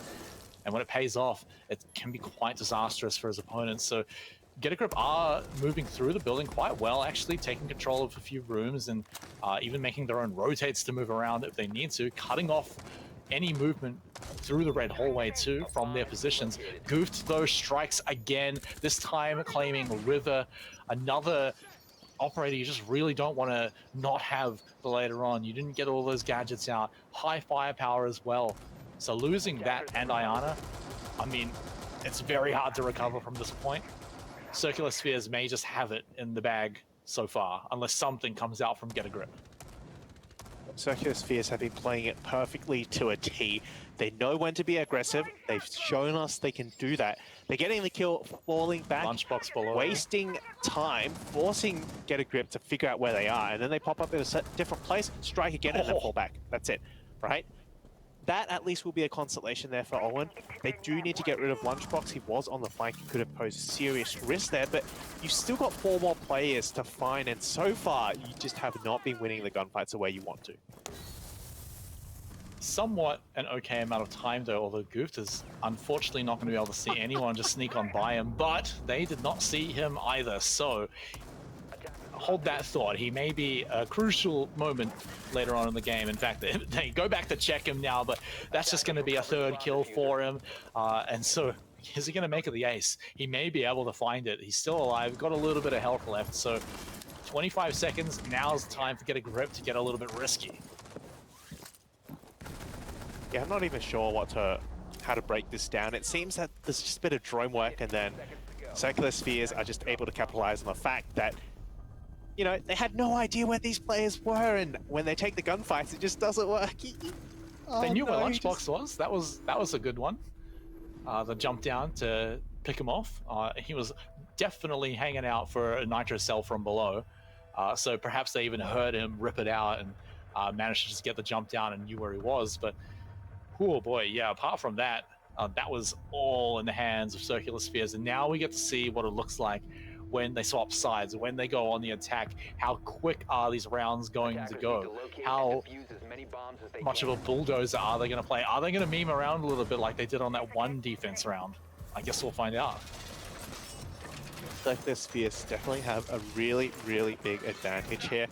And yeah, we expect them to make the most of it. They can even try out new strategies, trying to figure things out and get more into the momentum of things. And certainly they're going to be wanting to bring all that momentum they can this season. They, of course, have to deal with fellow Oceania or OCL contenders, Kraken, and they want to be proving that even though Kraken may have beaten them in Stage 1, that doesn't mean anything now. Stage 2 and in LPL Pro, Circular Spheres are definitely here to party. So far, the party they've been throwing, well, I'm not sure Get a Grip were invited. I think, you know, a few rounds ago they were invited. There was a bit of a party going on then, but yeah, for the rest of the game, now that Circular Spheres are looking like the you know, they just want to lock in this win. I think this might be it. They're going to have to win just 2 rounds on the attack here. Let's see how quick they manage to get on in. They've got Ayana and the Ash, so they can move in really fast. Lunchbox to back them up and basically open up any kind of rotates they need to. Powerful weapon too on the attack. And look at how fast they're clearing out these floors. No fear, just moving in, going through. Don't care if I hit the Prisma. I just want that Jin. Well worth it as well. No refrag. In fact, second one from Goof on the flank watch. iDrift will not be able to repeat what Goof did and will get caught down. And look at just the amount of time that they've been able to save. It's 2 minutes and they've already got this entire side of the map. No more roamers to contend with. Owen already on low health and they are just speed running this. Get a Grip are about to get run over. Yeah, especially if they lose that smoke, right? Oh no, the grenade gets Riven now, only 2 remaining. You gotta hope for some, I don't know, miraculous toxic babes here. Or just some really, really amazing gunfights, and they have not been happening so far. Lunchbox on another triple kill, Plant going down, Owen coming up to get a little bit of honor back maybe, but basically no health, throws out the toxic canister, then gets another one, but that Plant's certainly going down, and that's if he can even win the fight to care about it. Has a pistol out as well. He almost, I thought he was going to hipfire him too, but yeah, well played there from Circular Spheres. A textbook attack, the way they droned each other in, the coordination and the speed with which they did so. Very, very good. Get a Grip barely had time to collect their bearings, figure out where they were, and Circular Spheres already overrunning the site. Yeah, I mean, honestly, that round went about how I expected it to go. Honestly, maybe even a little bit quicker. I saw just briefly there the Capcan got picked there for the defense, and yeah, along with the Frost, I am not surprised. The speed that Circular Spheres came in, you can slow them down with traps. I mean, you can try. We'll see if that actually does work, but, you know, whenever you're getting rushed, those kind of operators are what you're looking for. So if Circular Spheres are keeping their eyes open, they should be fine. They can just take it a little bit slower. We'll see how that does go. We'll see if they get caught out by the Frost mat on the window. There's also some excellent holds you can do along with that. Very hard to enter from those windows when there's just so many annoying lines of sight that people are going to be able to find you from. So traps galore. Even the Goyo arguably throwing into that too. Smoke to slow people down. This is an anchor combo for sure. We may get one roamer moving around, but they just want to slow down Circular Spheres. It feels like they're almost playing to lose slower. That's one way to put it. And interesting lineup as well coming out. They've brought out the Glaz, which I think will actually be really, really powerful. I'm considering he's got smokes, he's got a really, really powerful gun now, and slap a suppressor on that, you don't even know you're being shot. Also, oh, I love the use. Oh, that is beautiful. Oh no! Oh, what was that? All right, well, cool. That was a fast round over. Yeah, I just didn't expect it to go this way. Okay, fair enough. Calling for a timeout on that. No? Okay, no, it's... I don't know. I feel like we're getting memed on for a timeout. I understand if you want a timeout after something like that. Physics, I mean, he's got 2 minutes to just chill out if he wants to. Talk to his team. Hey guys, how do we not all die to a nitrocell? How do we do that again? He may just end up running off the building just to give us a quicker next round, but I imagine he'll just spend the time talking with his team, figuring things out, giving us maybe a little bit of a show, although there isn't a legitimate timeout being requested, so we may actually end up with...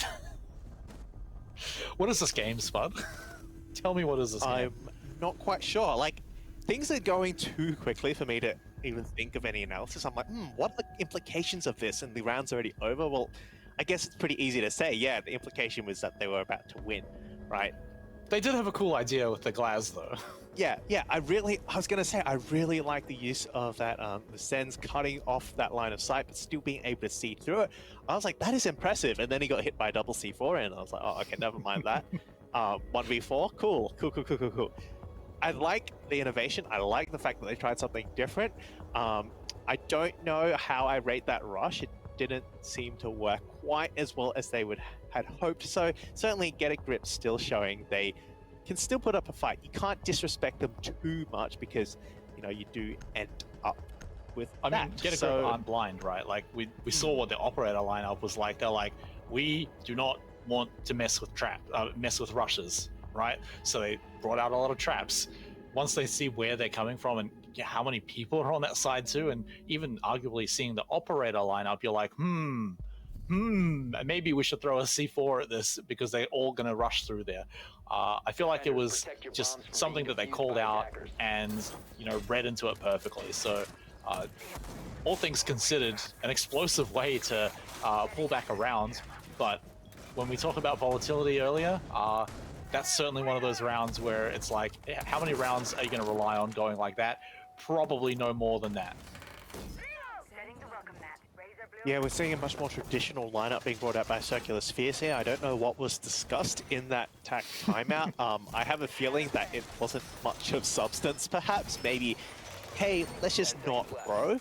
But hey, they've certainly changed things up. Lunchbox going onto the Thatcher. That's the first time we've actually seen him on this map. Yeah, a really, really solid lineup. I definitely expect them to be really, really in control of how they approach this. Given these are all standard operator picks, very much well-versed in the meta. Yeah, I still expect them to be moving forward quite hard. They'll certainly have an entry moving in really early. They've got Japer and Ayana again. Arguably Physics moving in quite quickly as well. So no Ash this time, so probably not so much of that. But then again, Gooft has been getting in some really early kills, so he may be even looking to entry as the Sledge. But of course we'll have to see it. But look at how much they're looking around for traps. And speaking of traps, this is why. Luckily they managed to get the clear on that one. Unfortunately not capitalized on by Get a Grip. But yeah, as you can see, Circular Spheres, they're checking out for traps now. Okay, User TM has got a shotgun on Habana, and so has Goofed. I think User TM oh no, he actually got away with that. Okay, you deserve to take that grenade to bring Supernova shotgun. But yeah, it's still working out in favor of Circular Spheres. River at least able to find one, but Lunchbox able to get a quick trade back, and now it's a 2v3 player advantage. With that trade, still remains in Circular Spheres. I think this is over.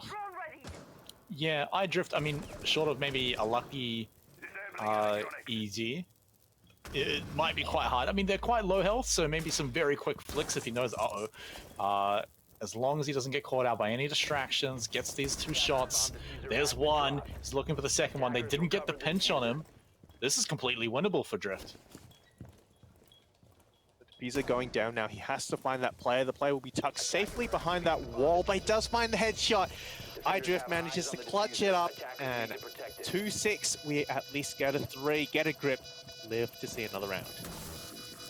Well, that was really disorienting. Thank you for that, iDrift. I feel like I'm going to throw out my own lunchbox now, but all things considered, I mean, that's got to show the elation from winning a round like that, right? It came down to the 1v2. He knew he had to clutch it for his team, and he does. So, fair enough that he's very excited for that one. Totally understandable. And the rest of the match, it did look like it was quite dicey there for Get a Grip for quite some time, but I feel like Circular Spheres are almost still half memeing, right? Like, they're still bringing in the shotguns on the Sledge, on the Habana. Like, yeah, like, if you can make them work, totally go for it. It was working for User on the Mirror, but all things considered here, I feel like, I don't know, if they want to just lock in the last round, they could go full standard and see how that goes, because they are literally just 1 round away, and there's no way you want to lose this game. It would go to overtime, you'd lose it there. Like, just lock it in now and don't have that stress from I really want to know what was going on in that timeout before, because that conversation would have been colorful to say the least. Yeah, it seems Circular Sphere's approach is just to brute force it at this point. They just throw players at the site and, win the gunfights. Sometimes that can be a bit 50-50. It seems that at least Get a Grip have figured some things out. They've brought the traps. They're slowing down Circular Spheres. Not entirely, but enough that they can rotate players into the correct position to get those trades back. But yeah, it still very much feels like a Circular Spheres map. It feels like they are in control here, and it's more that they're letting things slide as opposed to Get a Grip really fighting back. That's not to say, though, I'm counting them out entirely. I think that would be, they might get a little bit mad if I said that. I still think, they have a chance here, but circular spheres, it really depends on them, I think. I like what Get a Grip are doing now. They're still keeping an element of the traps, not so much the frost anymore, but Owen on the poles, this is also a favorite operator of his too. Pulling that one out just to see, like, are they doing a mega rush? Are we getting memed on, or are they split up like normal? So the intel is going to be massive, and then not to mention, it's Pulse on Villa, Nitro Cell, it speaks for itself. So that is going to be good for them. However, they've got a Lunchbox up here, practically cuddling the site. They've managed to get onto site really, really early. They're going to be able to cut off anyone rotating out or back into the site, and that's certainly what's happened here. With Owen falling, that's the key intel you've lost, and now suddenly things look to go the other way. Jin at least will find one for his Constellation, but now already contesting this top floor, they've stopped the roamers from coming back, and now they've very much split up the defenders from being able to support each other. Yeah, and the Jackal as well, I feel like it got quite a lot of value there, unfortunately falling a little bit early, but they've got the intel for that, so they know roughly where they need to start flushing out their defenders. Japer has found River now, so you can take the Ella out off the board. Now, don't have to worry about some Grismods getting yeeted at your head anymore. Gooft has been standing here for such a long time, and his patience has paid off. Gets the frag for free. Japer, no, falls along with his teammate Physics. Nate picking up both of those, down to the 2v2 here, and User has already been taken out. So just Goofed, but we've seen a 1v2 one before. Letting off the gas a little bit, and it seems like it has caught up. Get a Grip now finally really looking like the team you'd expect them to be.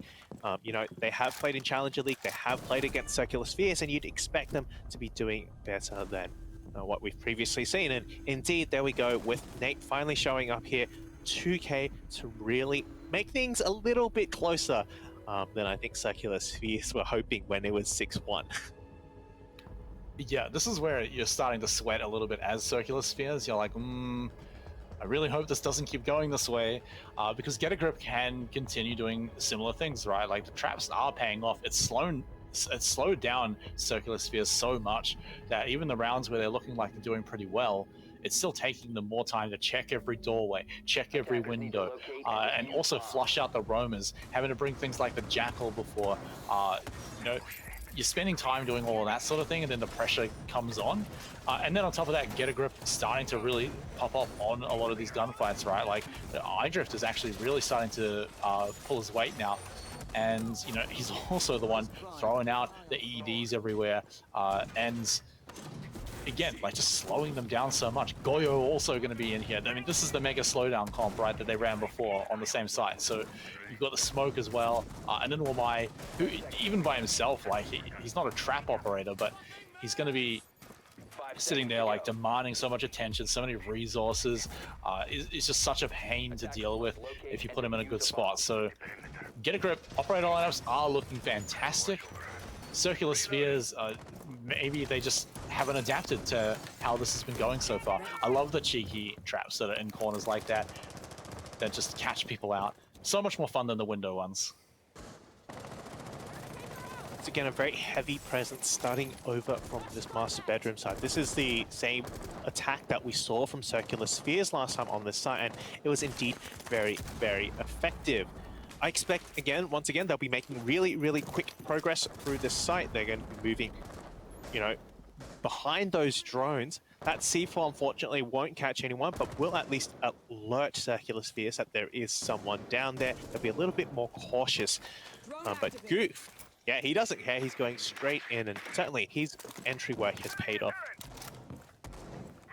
And they've got a lot of flank watch now. They've got the drones set up, so they're not going to be caught from behind here. So as long as people are calling them out, they should be fine. And look at how much space they've already taken here on the second floor.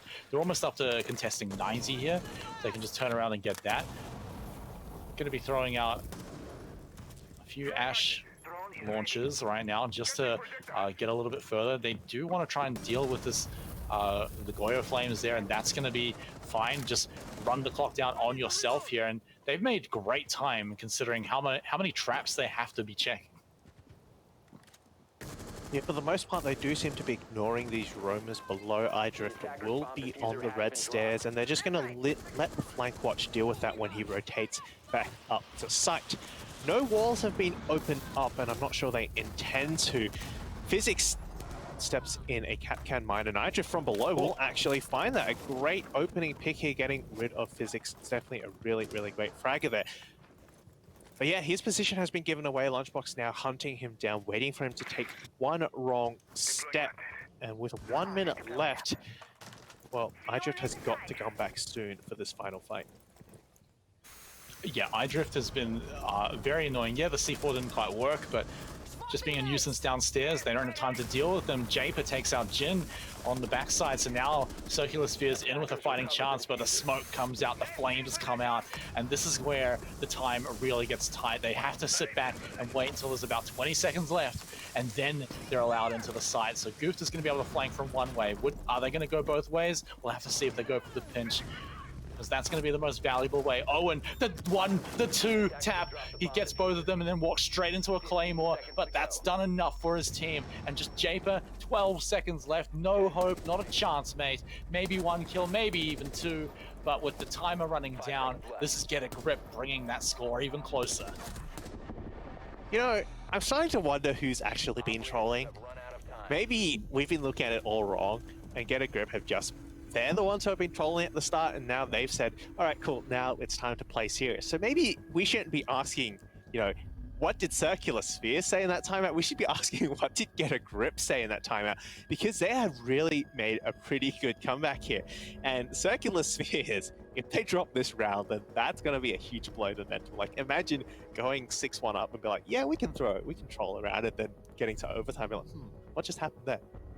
Yeah, I mean, look, I'm going to say that there's one round where, yeah, there was a bit of, like, you know, quote-unquote trolling where, you know, some extremely aggressive run-outs happened that were just like, whatever, like, you're just seeing what you can get away with. The round after that, they tried to bring the shotguns, and it's like, okay, yeah, whatever, like, you can try and make that work. Like, I'd call that, like, half a troll round at the best. After that, I think Circular Spheres, they knuckled up, they've been serious since then, and Get a Grip have caught him out each time, right? There was, I guess, the one rush round as well, where, like, you're many rounds ahead, and, like, that's a viable thing to do, to catch people out. Get a Grip just read it like a book. And so now, Get a Grip, they've brought it back up, and honestly, on the defense, they've been spectacular. So I honestly think, you know, it's been a long time since anything's been, you know, arguably handed to them.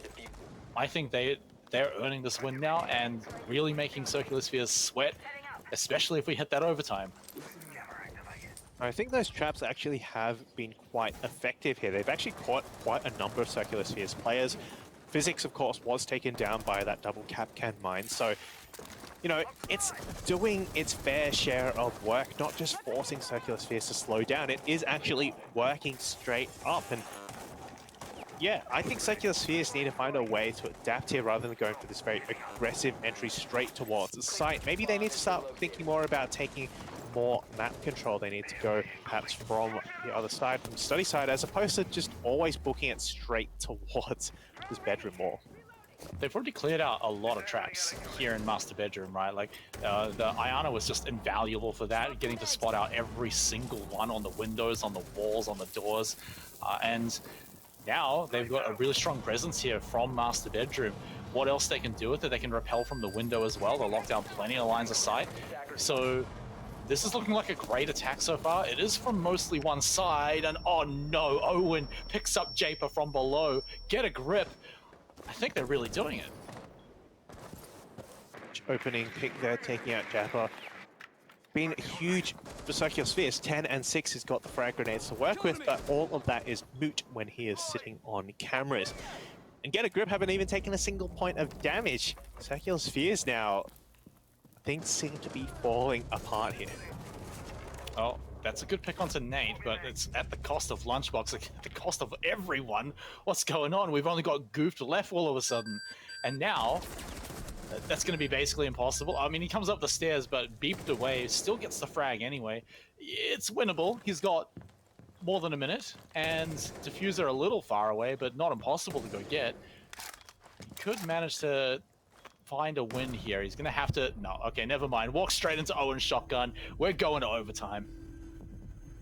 Huh. Well, there you have it, folks. 6-1, and then Get a Grip said, hey, watch this.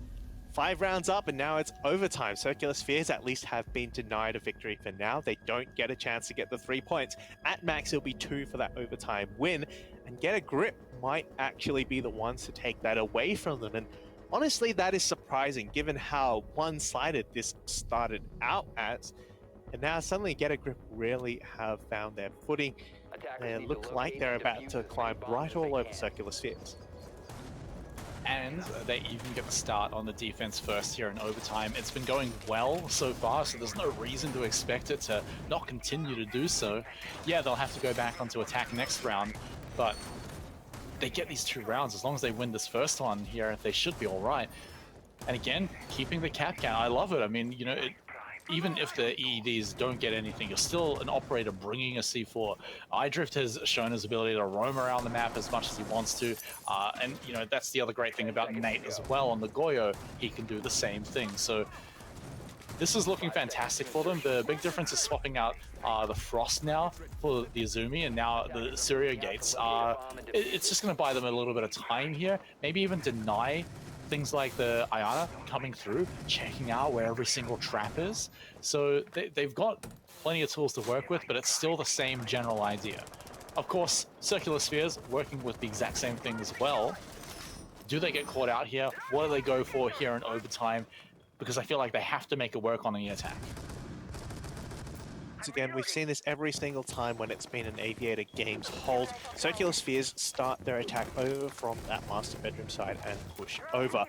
It worked the first time, but didn't quite work that second time. The smoke denial really came into play here. And once again, so much denial stacked up onto that default plant. 3 Goyo canisters. It's going to be an absolute pain pushing through that. We do require a rehost. I believe someone disconnected. Who are we going to blame now? I'm not sure, but thoughts so far? Well, I mean, I did not expect this a few rounds in, right? I think it was by like the second round, I was like, wow, Circular Spheres have just got this. But Get a Grip really came together, really pulled it back. And yeah, there was some chicanery a little earlier on, but I think that's well in the past now of this match. And so this is totally on both teams now to be playing their best, especially because now, yeah, we're on overtime, right? So, I mean, I can't believe that Get a Grip have managed to pull it back here. They've impressed me, amazed me even. But for Circular Spheres here, you got to question what's going on here, because they did call out the timeout, and then there was someone in chat saying like, oh no, we don't need it, and then it did happen. So it's like something going on there. Like I don't want to like assume anything, but you know, I can imagine feeling frustrated when, you know, you're now in overtime after, you know, you essentially had the game. You essentially had the whole game in the palm of your hand, and it could have been a 7-1 or 7, you know, whatever. Like, but now here they are. I think even this rehost, which is sort of like an unofficial timeout for them too, is that they can take this time to like just get themselves together. It's their turn to like, it's actually their turn to get a grip, ironically. Whereas Get a Grip, right, they just need to keep riding the momentum. The rehost is going to be a little annoying for that for sure. But it's clear they've got a solid game plan. I don't think Get a Grip really need the momentum. They know what they're doing, and they just need to keep doing it. Right now, it's a brick wall for Circular Spheres, and the question is, what can they do to crack that wall? Yeah, I think this really goes to show that in competitive Siege, you can't let a single point, a single round, a single kill go away for free. You cannot give those away, because if you do, your opponents will take it. They'll take one, then they'll take another and another, and suddenly 6-6. We're overtime, and we're going to take a short break for you all to just chill in that, just simmer in that, really absorb the moment, but mainly for our tech issues. So we'll be right back.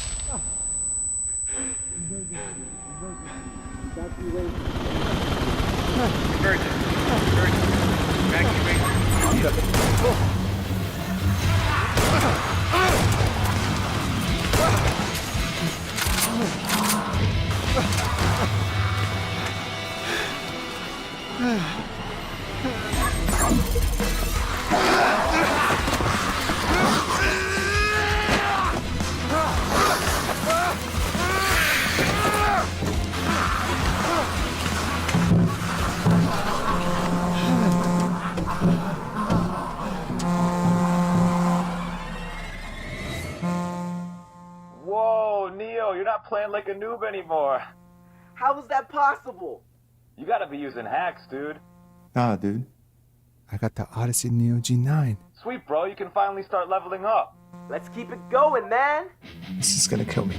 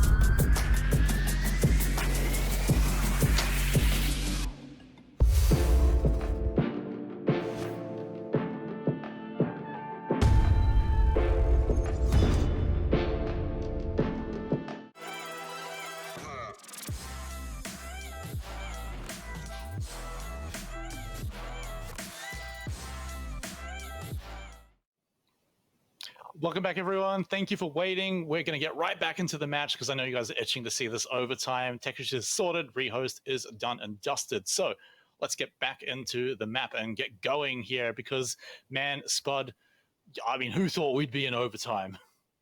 Yeah, look, at 6-1, I didn't think it would happen. I said, okay, we've written this out, circular spheres, take this. 6-2, yeah, it was just the round. 6-3, yeah, well, it's just a round, I guess. And then 6-4, 6-5, 6-6, and yeah, here we are.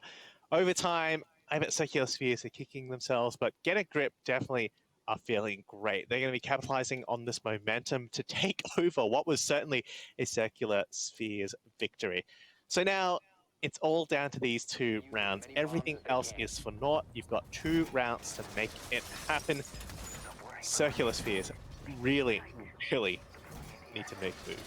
Big difference here is that after the rehost, it seems like it was a mix-up of who was on what side. So circular spheres are going to be the ones on the defense for 2 out of the 3 rounds. So that changes things quite a lot, right? It's because that's where they got all their round wins, right? Or like most of them. So circular spheres, this could be where things get back together. Get a Grip are going to have to win on the attack twice if they want to pull out the win here, or at least win the defense round.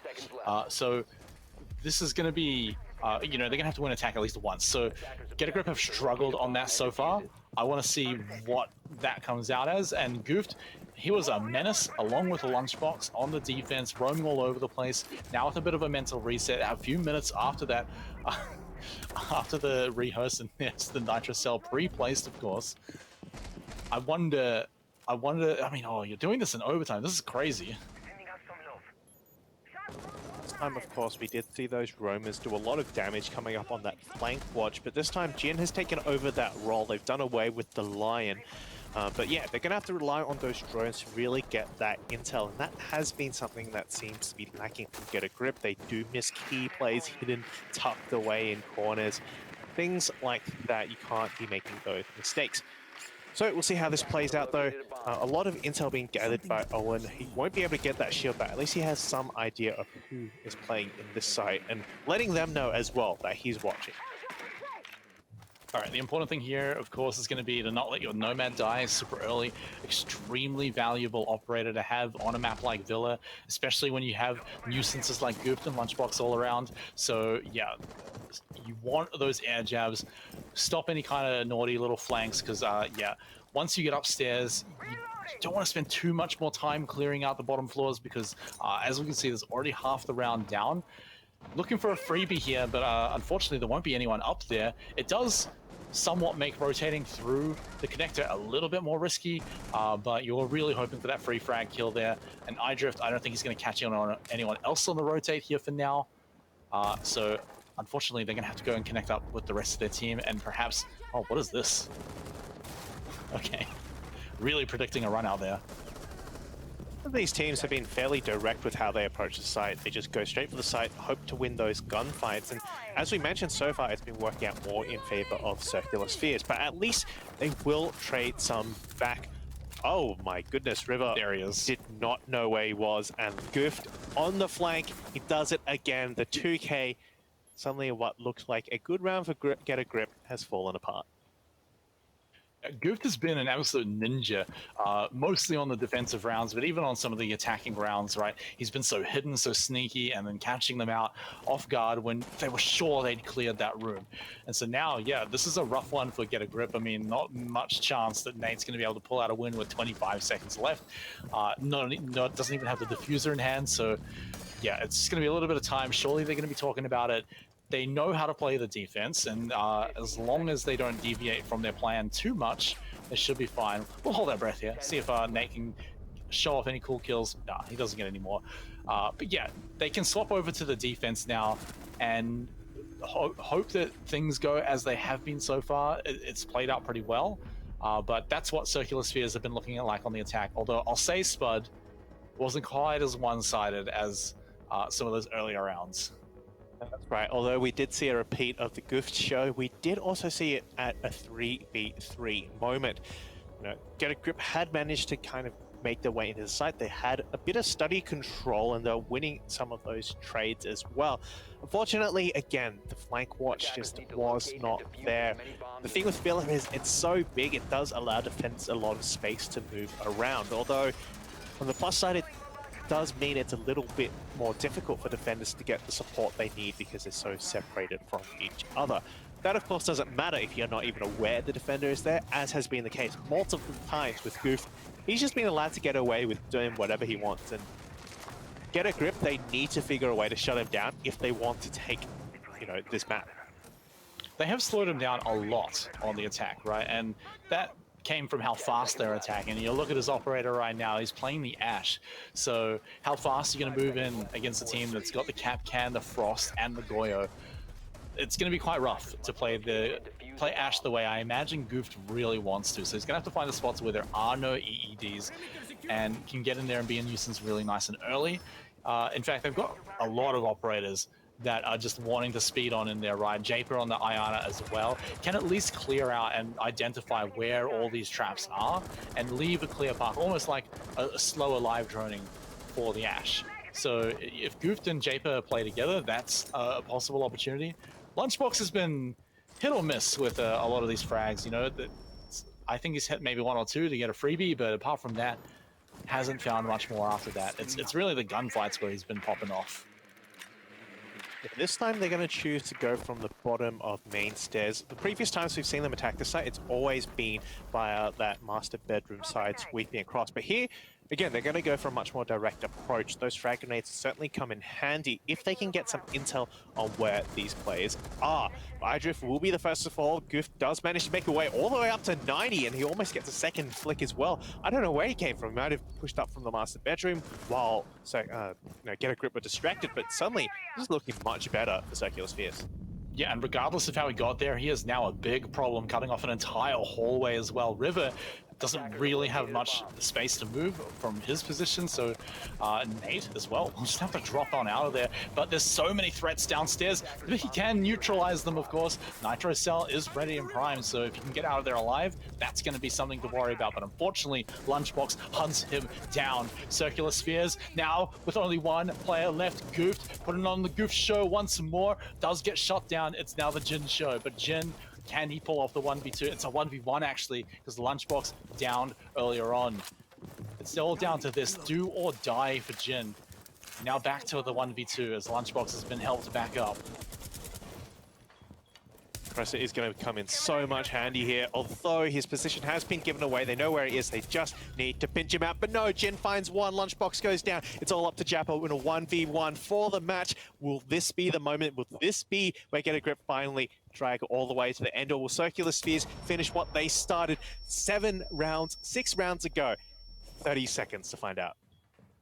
Yeah, not quite enough time to just run it out. It's just going to come down to the peak, and Jin pops off and gets both the frags at the end.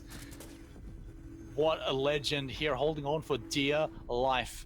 But this is where it counts. This is where the real soldiers are made.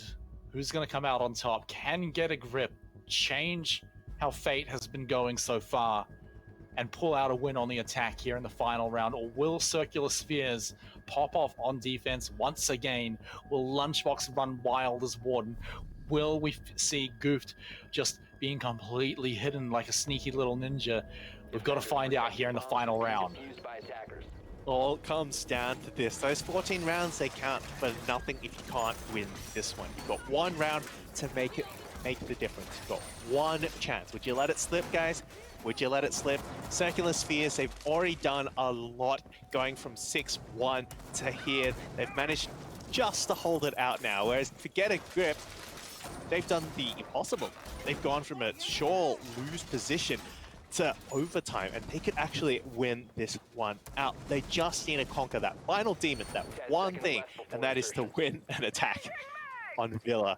7-7, this is what it all comes down to.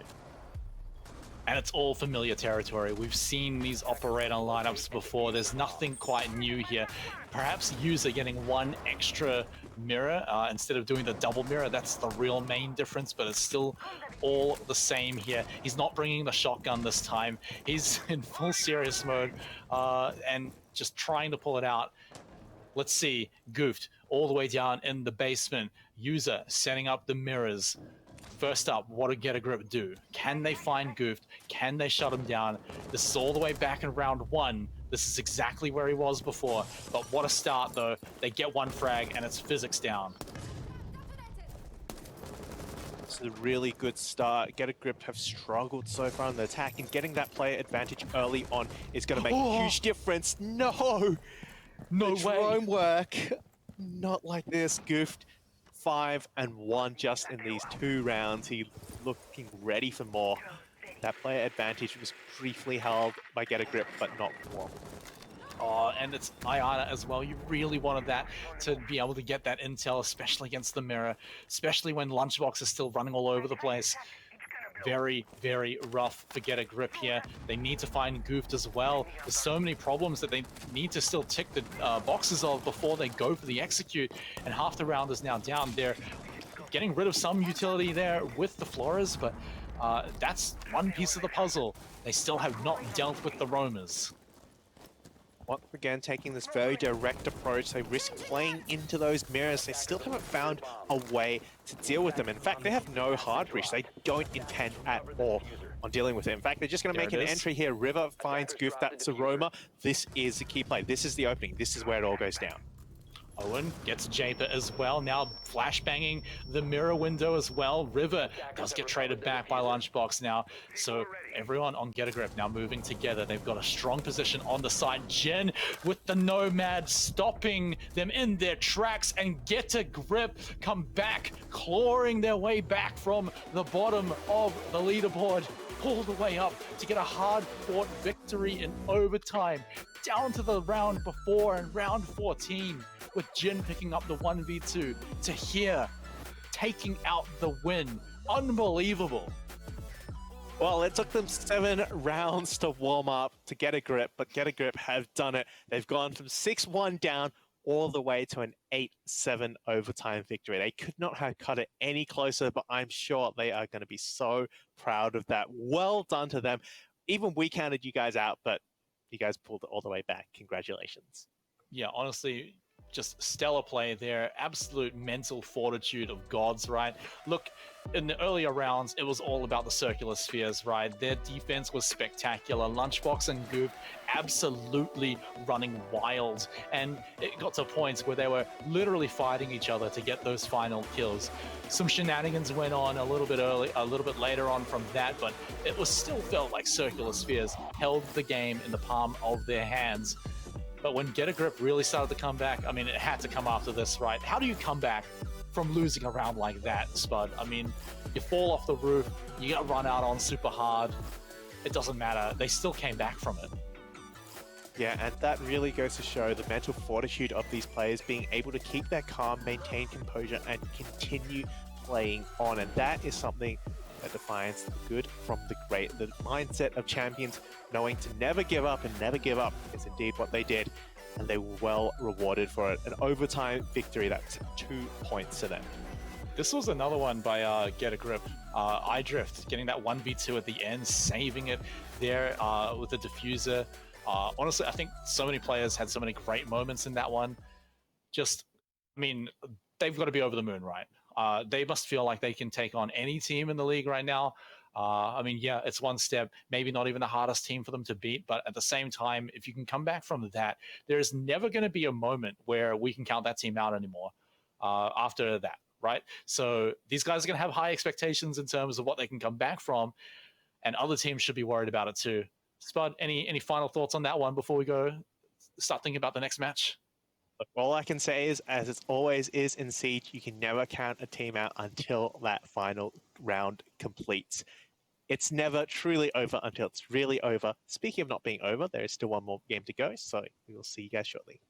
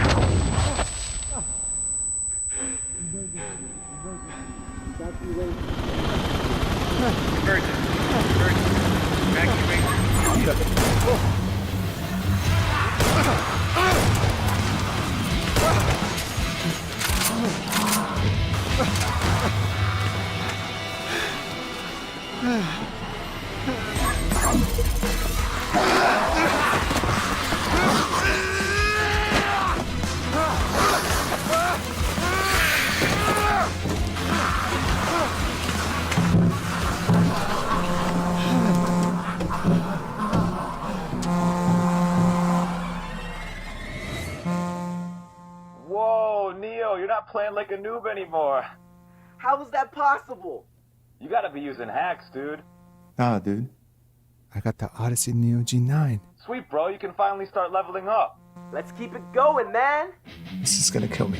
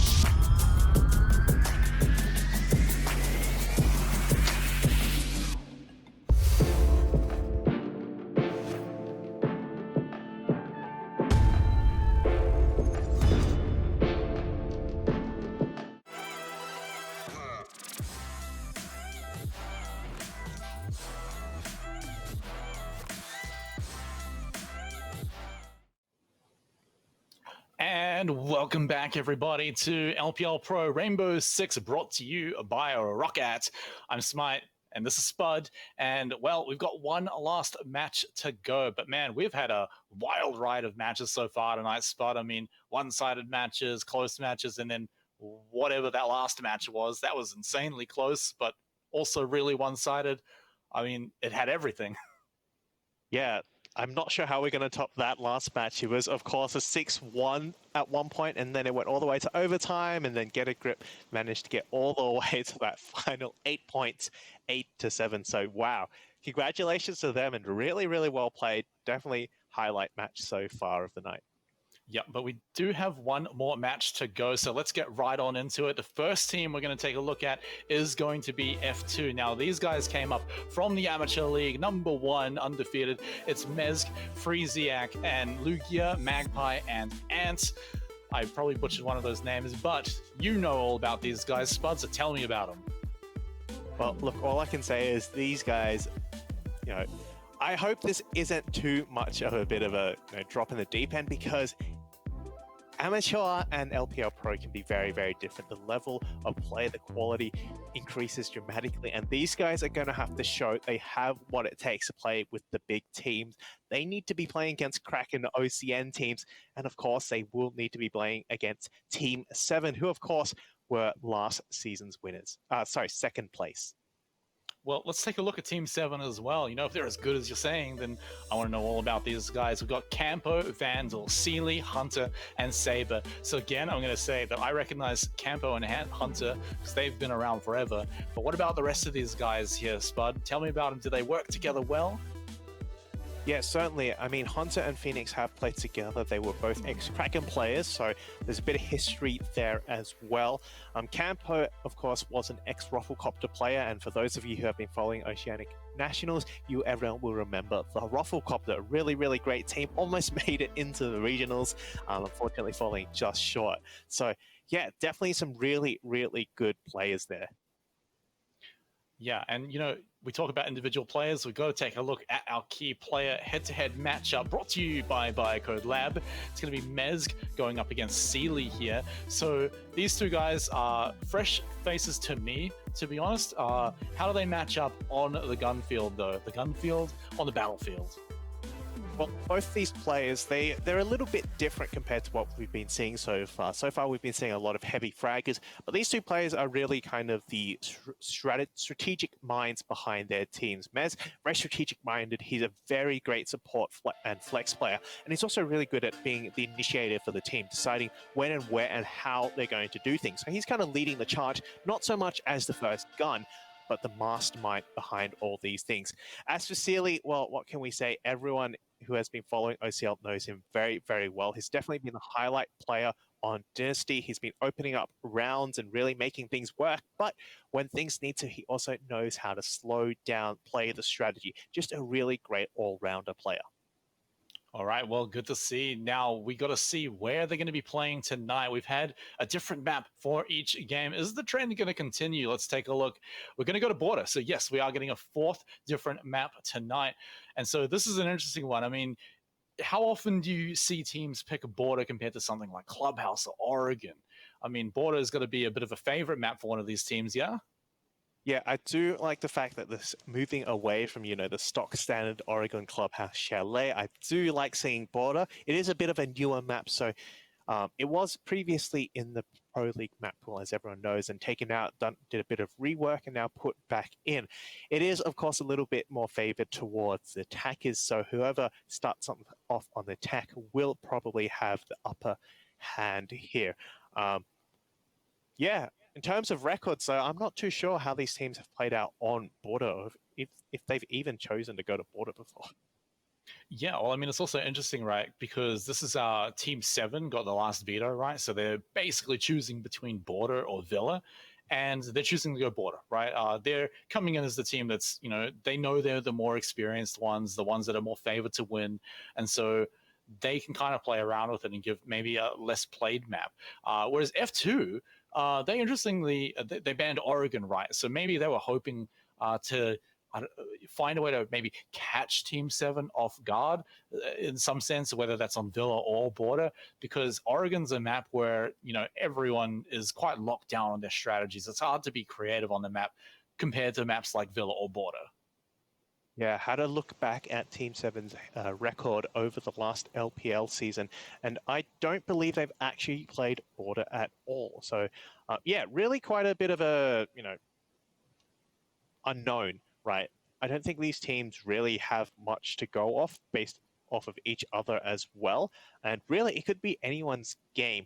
I do think perhaps that, just based on the experience that Team 7 are bringing, I would count them as the favorites here. But, could be proven wrong. F2 could bring something completely new that we haven't seen before. Yeah, honestly, I've seen some pretty crazy teams come from amateur divisions in many different games, right? So they come up to the new league and they're a relatively unknown and everyone counts them out, but then suddenly they shoot up to the top 4 and arguably become dark horses for the actual whole championship. It's rare. It doesn't happen all the time. But it's a possibility. I want to see how F2 does shape up. In an FPS like Rainbow Six, you do need that just raw mechanical skill, but the strategy and even creativity can maybe pull out some miracles here. Going on to a Border as well, I think, newer map, maybe give them that option of, Border or Villa, and suddenly, F2 can get a little bit cheeky, maybe find something, maybe something new they've been cooking up on Border. And I'm keen to see what it is because, you get a whole different flavor when you bring up a team that's been promoted to the new league. What are they going to do? What kind of team are they going to be? And more importantly, how do they match up? But I think the map is ready.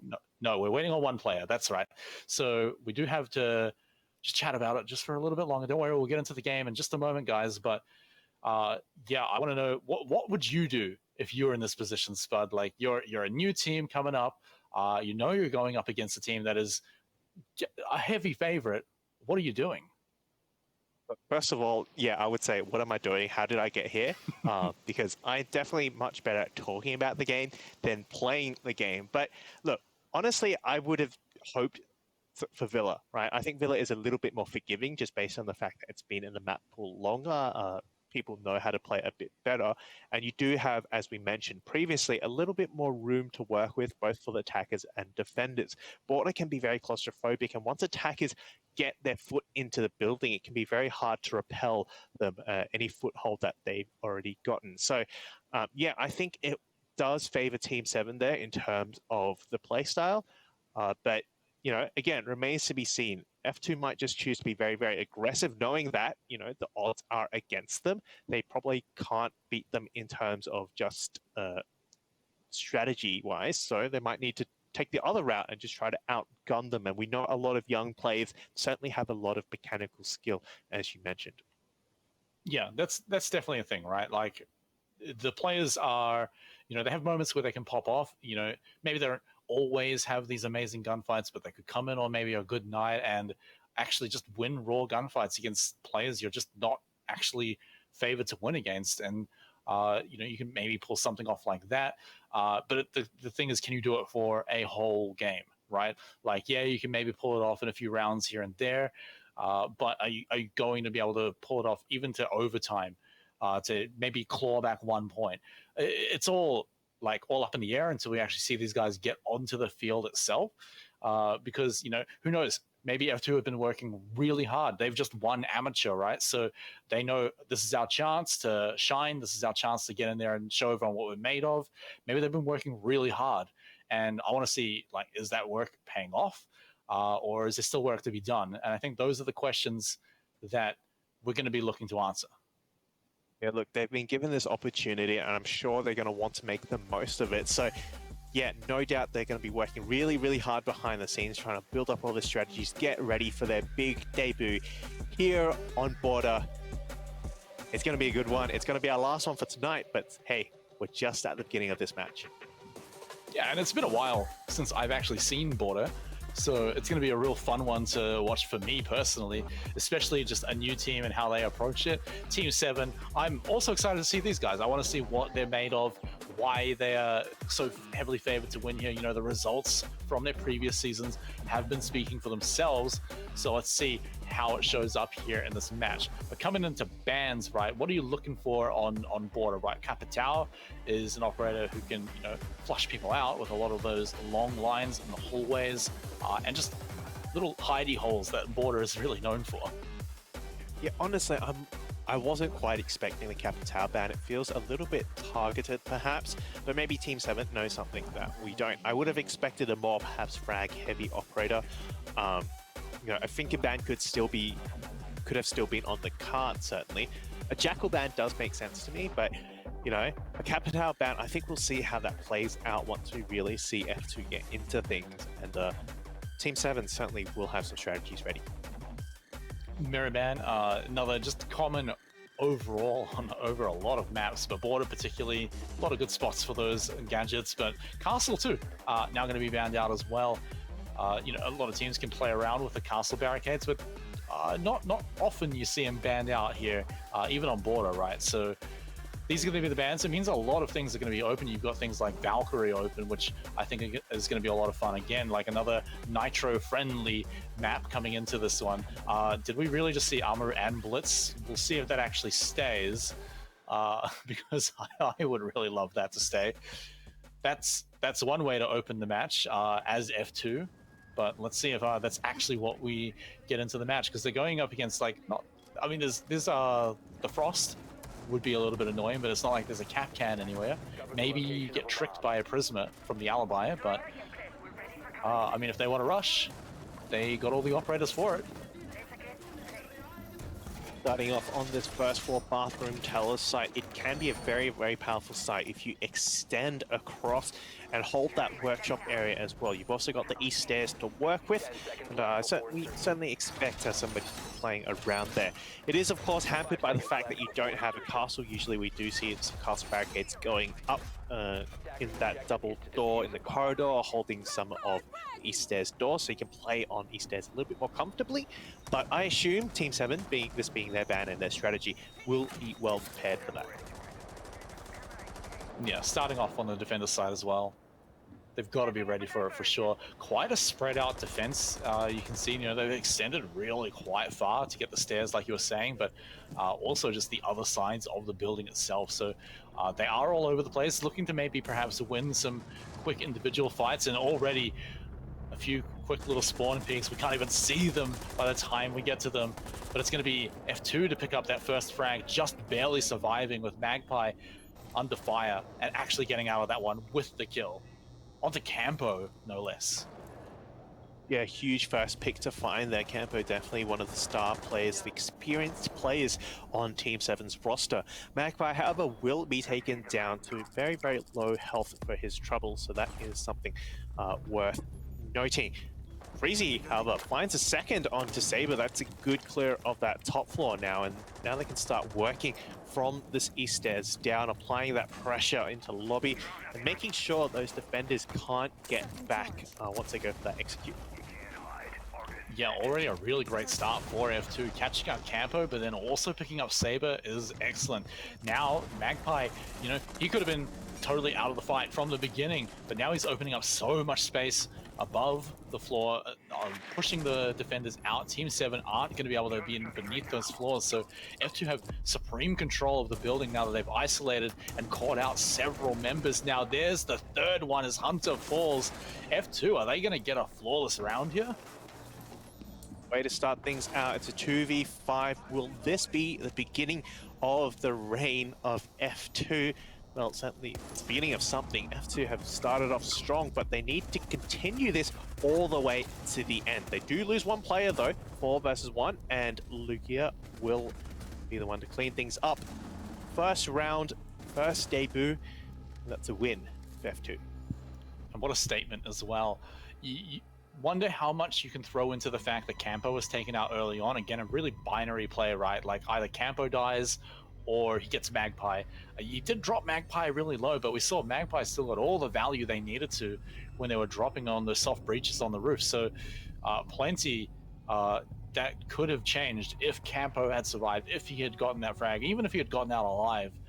So question becomes now, what happens when that doesn't happen? Is Campo going to go for it again? What are we going to see change? Will Team 7 wake up here and think, oh no, these guys might actually be a problem. We can't just play around with them. That vertical into customs, as you said, that utility is really, really big because it stopped Team 7 from rotating back from their horizontal hold. As we mentioned earlier, we saw players playing in Workshop, in AC, and in that customs area, and with that vertical presence in custom, they couldn't move back, and it really isolated the remaining defenders on site. So again, it'll have to come back down to those opening picks. If they can take out the vertical play, which of course there is a lot here, Team 7 I think can definitely stand a much better chance of withstanding the onslaught. Alright, not too much changing up so far, still sticking with things like the Alibi, like the Frost. F2 experimenting a little bit, now coming in with the Zero as well. But still a lot of similar players, right? No Blitz or Armor, unfortunately. I was really hoping for it, but more importantly, no Campo spawn peak, right? He's not out there risking his life at the very beginning of the round, so he's actually going to be a factor for this one. So let's see what actually happens when Team 7 can go into a round with all 5 players, right? They're also playing a little bit closer, or at least closer in like pairs or groups of 3. So that's quite different. I think that's actually the biggest difference from the last round.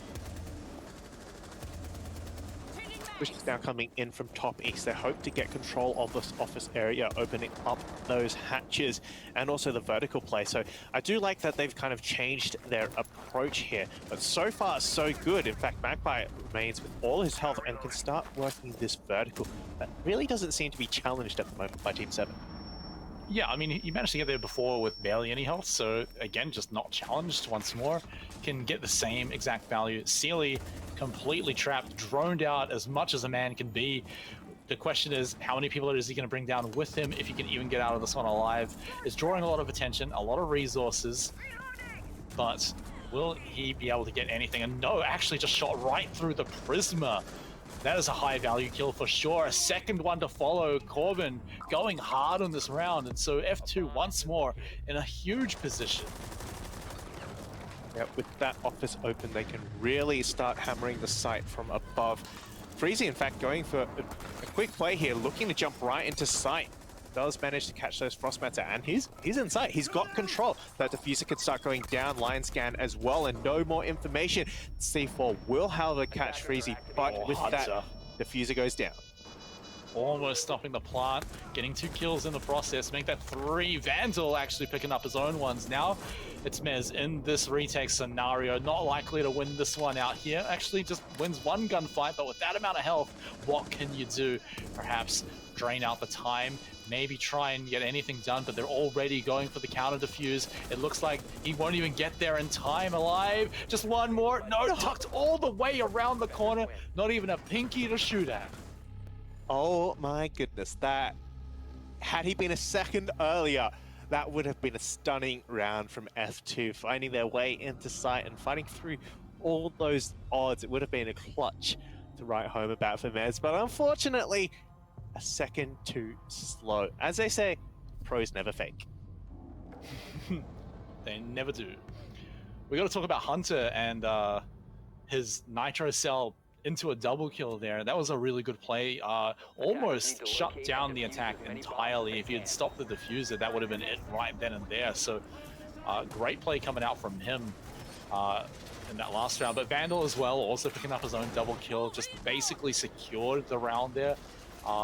It did obviously come a little bit dicey, like a second more, like you said, would have changed the round to F2. But this is absolutely showing F2 are coming in swinging. They can absolutely take it to a team like Team 7 because they are already entering to most of these rounds, or both of these rounds, 2 kills up. So if they keep this up, then I mean, yeah, they'll have a great shot at just winning the rest of the game. But Team 7, if they pull their head in a little bit, find a way to not drop 2 players for essentially free, it could look again quite different. But right now I'm keeping my eye on F2. They're doing so well.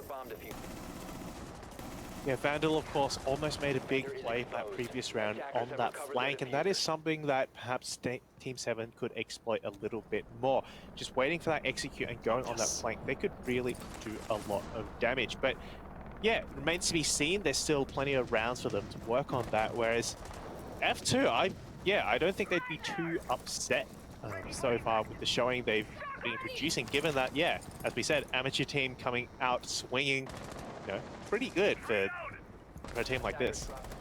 Oh, caught droning, window shopping. Mez is going to get dropped right outside the window, so this is going to slow down F2, and this could be one of those rounds that looks a little bit more like the Team 7 we've been predicting. We still have to worry about the surprise factor. Lugia could be jumping in any moment, but it's going to be right into the backs of, I believe, no, just 1 member of Team 7, so it could catch them by surprise, but surely they'll hear it the moment it happens. So there's got to be a lot of noise going on, but here we go. Going in and getting the kill. They didn't even hear him at all, but it gets traded straight back. The rest of the team comes storming on in, though. F2 getting a few frags here and there, but Team 7 is sending just as many back. Hunter drops to the ground. 2v2 remains, but only Corvin left to fire on now, and not even at a full health bar. This should be Team 7 with the advantage, but plenty of time for Corvin to make something work. Definitely a really, really aggressive team is what I would say about F2. They are just going in swinging, and then they've been winning a lot of gunfights, so I expected Team 7 to get the better of. So well played from them. Silly does in fact have the position. He's just waiting for him to rotate out and get that pinch. And indeed, Corvin is in a difficult position. He does find 1. He's got 1 more. Goes for the reload. This might not be it. It is not it. Campo, once again, F2 get the diffuser down, but Team 7 diffuse it. I don't know if my heart can handle every round being like this, Spud. It's quite a wild ride, to be honest. But man, it really kicked off, and it always does when you see the Amaru using the Gara hook to just go straight into sight. Very crazy, but they were somewhat ready for it, but unfortunately not ready enough to not lose 1 frag to it. But that said, they still managed to recover. The fact the plant went down was still really good by F2, but it's still Team 7 inching out in some pretty hard circumstances too. But we got to remember as well that that was also when we had a man down for F2. They did that execute 4v5, so still quite impressive to get the results that they did a man down. Yeah, certainly. I wouldn't be counting them out quite just yet. And it is just rather unfortunate that both times they've been so close to clinching out that round. This could be 3-0. Yeah, and certainly, you know, you have to give them props for that. And I think with the improvements that we're certain to see over the season, they could really be a team that goes in contention for those playoffs. And I think that it will prove a lot of people wrong. People just weren't counting on them to come out swinging like this. Team 7 certainly appear to have been caught off guard. Yeah, and I feel like F2 are, you know, as much as they're coming in swinging and doing some pretty aggressive runs, but they're also bringing everything they need to deal with Team 7, right? Like, they had obviously the armor surprise factor. They've got people to deal with things like Campo, Hunter as well, who's also been like, I feel like Hunter's just been on such a rise. You know, he's been such a player that's improved so steadily, and it's been so good. So to be able to shut down players like this, like, that's no easy feat. So, like, again, they should be extremely impressed with themselves. But for now, let's see what they can do here on round 4. Whether they'll continue to be just as aggressive, getting in there quickly. They're taking a little bit more time. They haven't just dashed in immediately, which is a little bit nice. But here we go, starting to clear out some of the building. First step, of course, is always taking that top floor. When you're attacking that workshop site, you need to be able to cut off the rotate between the sites before you even think about going for that execute. And so that is indeed what F2 are looking for, and that is indeed what Team 7 are trying to deny. Vandal here upstairs will be the sole player, with Saber to provide support, looking to challenge the sentry. Yeah, getting droned out hard once again, but we'll lose the gunfight there. Prisoner just not helping, should have shot.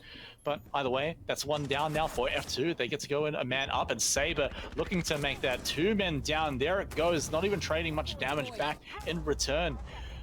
Nitro Cell will return 1 frag, so they do get a little bit closer, but F2 once again coming and swinging hard on this round. Some really great picks there, being able to take that top floor control, but of course things can go back up to C4s, 2 kills. That's really been quite risk-free plays from Team 7. Of course, that does only just put it back into an even player count, but oh my goodness, no, that won't. Nah, yeah, you do not want to be making those mistakes here. That's gonna feel bad, and that may even just halt their momentum for at least this round. They had I was gonna say they had a good position, right? Yeah, they'd evened up the numbers, but look at all the holes in the floor, how much powerful presence they'd have from the vertical ends with 3 people. Unfortunately, now they have to deal with 2. That leaves just 1 person for whoever needs to go down and plant and actually flush out these defenders. But look at Team 7, they've all fallen back from all of these angles in the floor, so someone's gonna have to go down and deal with it. And there they go, they're dropping down now. Both of them are dropping down straight into the hands of Sealy. Yeah, that drone work just suddenly disappeared. That coordination we saw earlier, the live droning, the you know, that pinch onto those players at the top of the map, suddenly just gone out the window. I don't know what happened. It could have been the fact that the team kill really threw off their game all of a sudden, but yeah, they just dropped straight into the waiting arms of Sealy, and all he had to do was press mouse 1. Very rough one. I mean, look, it happens. You hit your friend with a shotgun, like, whatever. You just gotta kind of throw that sort of thing in the bin. It was a bit rough that, like, it clearly affected them for the rest of the round, and it felt like almost a throwaway round from that point. But, I mean, they had a great opening. They got caught out by some Nitro Cells. Team 7 did really well to catch those ones out. Hunter's a little bit of a monster with the Nitro Cell, by the way, so definitely watch out for a few more of those from him. Absolutely, the Nitro Cell saving the round there, but F2's team kill certainly unsaving it from themselves, so hopefully it doesn't affect them too much. Hopefully it was just the rest of the round that they were like that, and they just pull it back in together, because like we've been saying, they even when the rounds, the other ones they've been losing have happened, it's still been really close. They've still done really well, so, you know, F2 still got a shot here, but Team 7, I mean, they're still the ones who are picking up all the round wins here. They're the ones with the advantage. So let's see how round 5 goes here. Sealy is already looking to make it a bit fun. Yeah, I think it goes to show that Team 7 really are a seasoned team. Even though when the chips are down, when they're 2 players down, and when the diffuser has gone down, they're still ready to keep fighting. And of course, that has paid off numerous times here. They're 3-1, despite a lot of these times, the momentum looking quite in favor of F2. Very unfortunate. Just looking for a little bit of a freebie out the window there. Not going to find it just yet, but a nice little angle to hold on to. But meanwhile, F2 taking control over the top floor here, clearing it out room by room and making some good progress. Once they get control of these stairs, it's going to be really valuable for them to move on. No nomad to block off the stairs. Oh, what was that again? What is this game, Spud? What is this game? You gotta make it even, right? 1 for 1, so now I guess it's fair. And Sealy was a huge player as well. Certainly not a player you want to be losing. So now I think F2 have a little bit of a break. They get a chance to claw this back, make it a 2-3, and then possibly a 3-3, which is still a pretty decent showing for what it is. But they certainly need to get past this round first, and they've got half of it already out of the way. They've taken that top floor control, but now they need to transfer it down. And with this horizontal spread, meaning that the defenders could very easily rotate back unless, as we saw last time, those vertical holes are being watched. Magpie moving up forward, already done his breaching duty, or at least a little bit of it. They have the buck up above to flush out anyone from below, so that's going quite well. He's in a little bit of an open spot, but should be able to take on anyone from the angles he's looking at. The intel on the site, as well as the denial, they can now open the wall and go for an easy plant. So they've now got a pretty good opportunity to move in. They do have the hard breach device from Corbin, so he can move up and put that up himself if he needs to. Team 7 should be wary about this, but they do still have 4 members left and only 30 seconds left to burn. Bomb diffuser has been dropped. To find Mez, and that's the initiator, as we spoke about, who has been taken down. We get going for a swing here, but will find the wrong end of that shotgun, and suddenly it all falls apart. What was looking like a great attack, that hold was too strong to push past.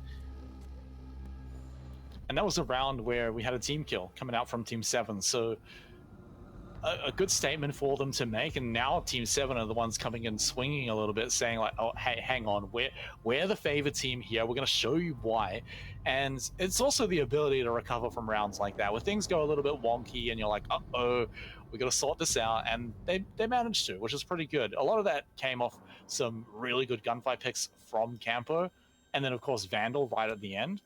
And the fact that it also took F2 quite a lot of time to even get in that position for the execute. They'd finally denied the wall. It was finally breachable. They were finally able to, maybe step foot on the site. But by then it was like 38 seconds left. And so Team 7 were aware of that. They were able to abuse the fact that F2 might have been rushing a little bit, having to deal with things like Campo, making a pretty... he's already scary enough to go into a gunfight with when it's 3 minutes, let alone 30 seconds. So, great work from them to hold the pressure on throughout the whole round.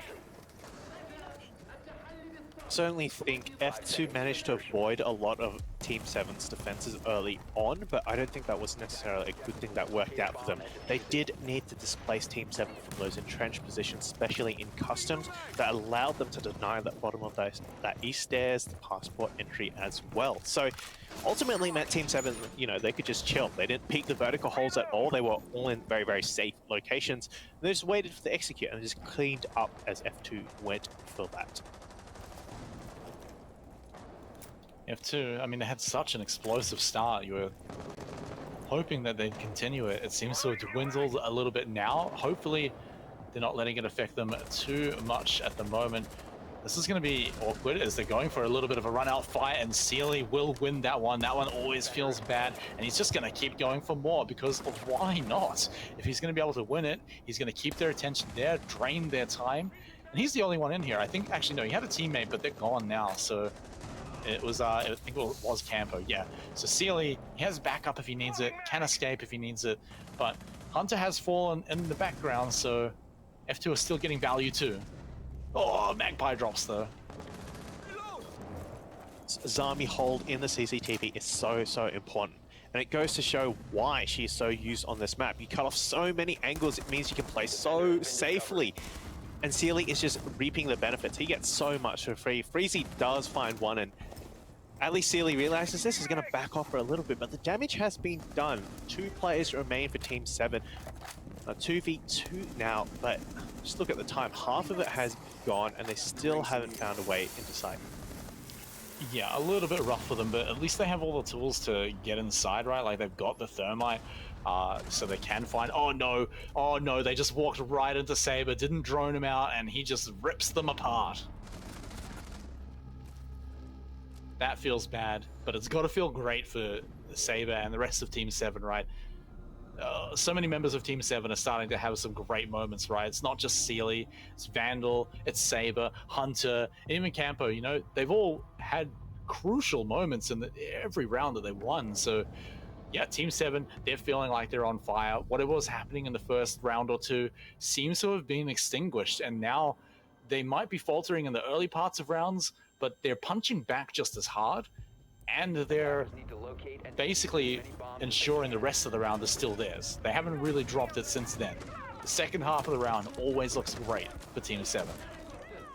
I think early on, the aggression coming out from F2 caught Team 7 off guard. They didn't expect them to be playing so aggressively, but certainly they've warmed up to that, and certainly they've learned to take advantage of the mistakes that F2 are making. And you mentioned it before, where were the drones? The lack of information coming out from F2 has really hindered their approach, and means Team 7 can get away with murder. They just hid behind a half wall and just gunned down the last 2 players as they walked in. There was like a minute left as well. Like, they had time.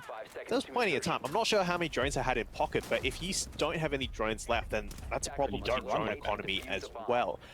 So certainly, Team 7, having figured out that, well, F2 are just going to swing everything, right? They're going to play aggressive. Well, you know, we just hide in the corners they don't expect and wait for them to walk right into our arms.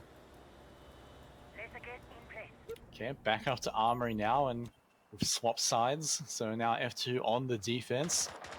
We'll see how well they play it out here. It's quite different operator lineups for them, and bringing the Bandit is probably the biggest change here.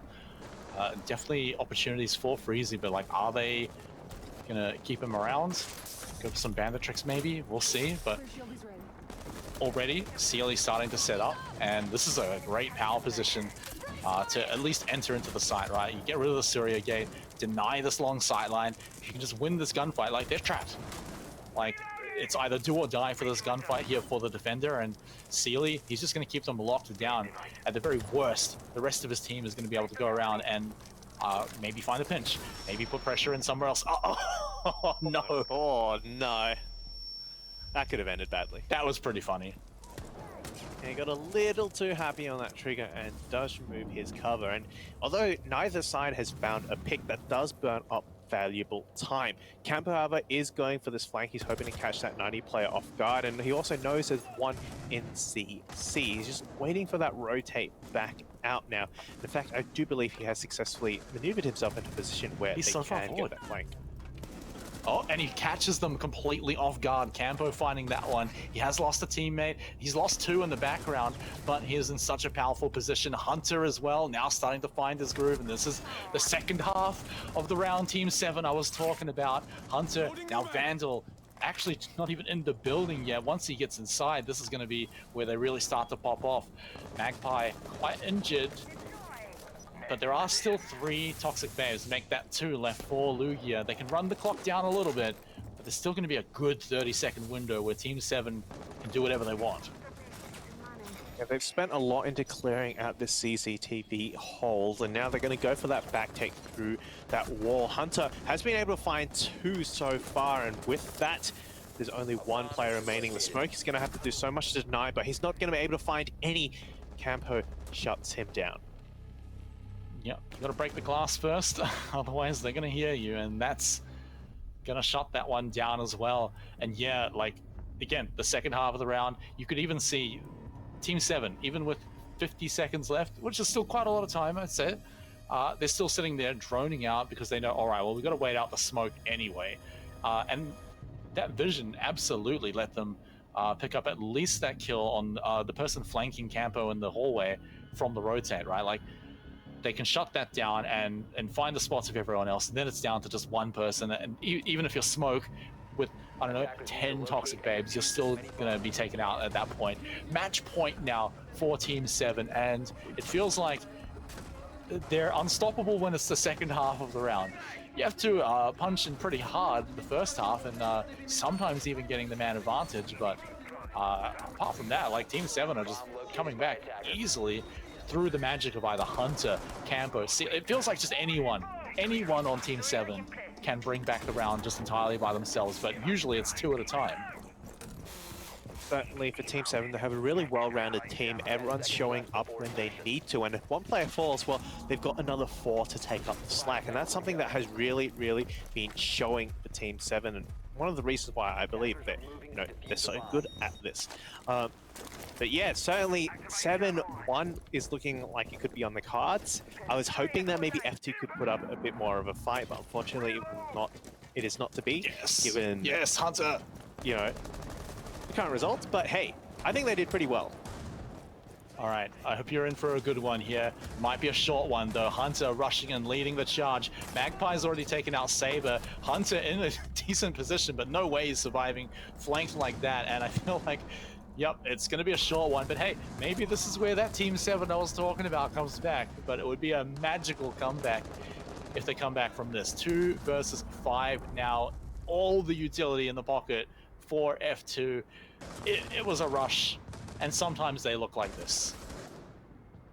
Well, I just can't help but think of the last time that somebody tried this. In fact, just like a little under an hour ago, that a team attempted this and then ended up losing. So I hope for Team 7's case, that is not the case, because that would be most embarrassing.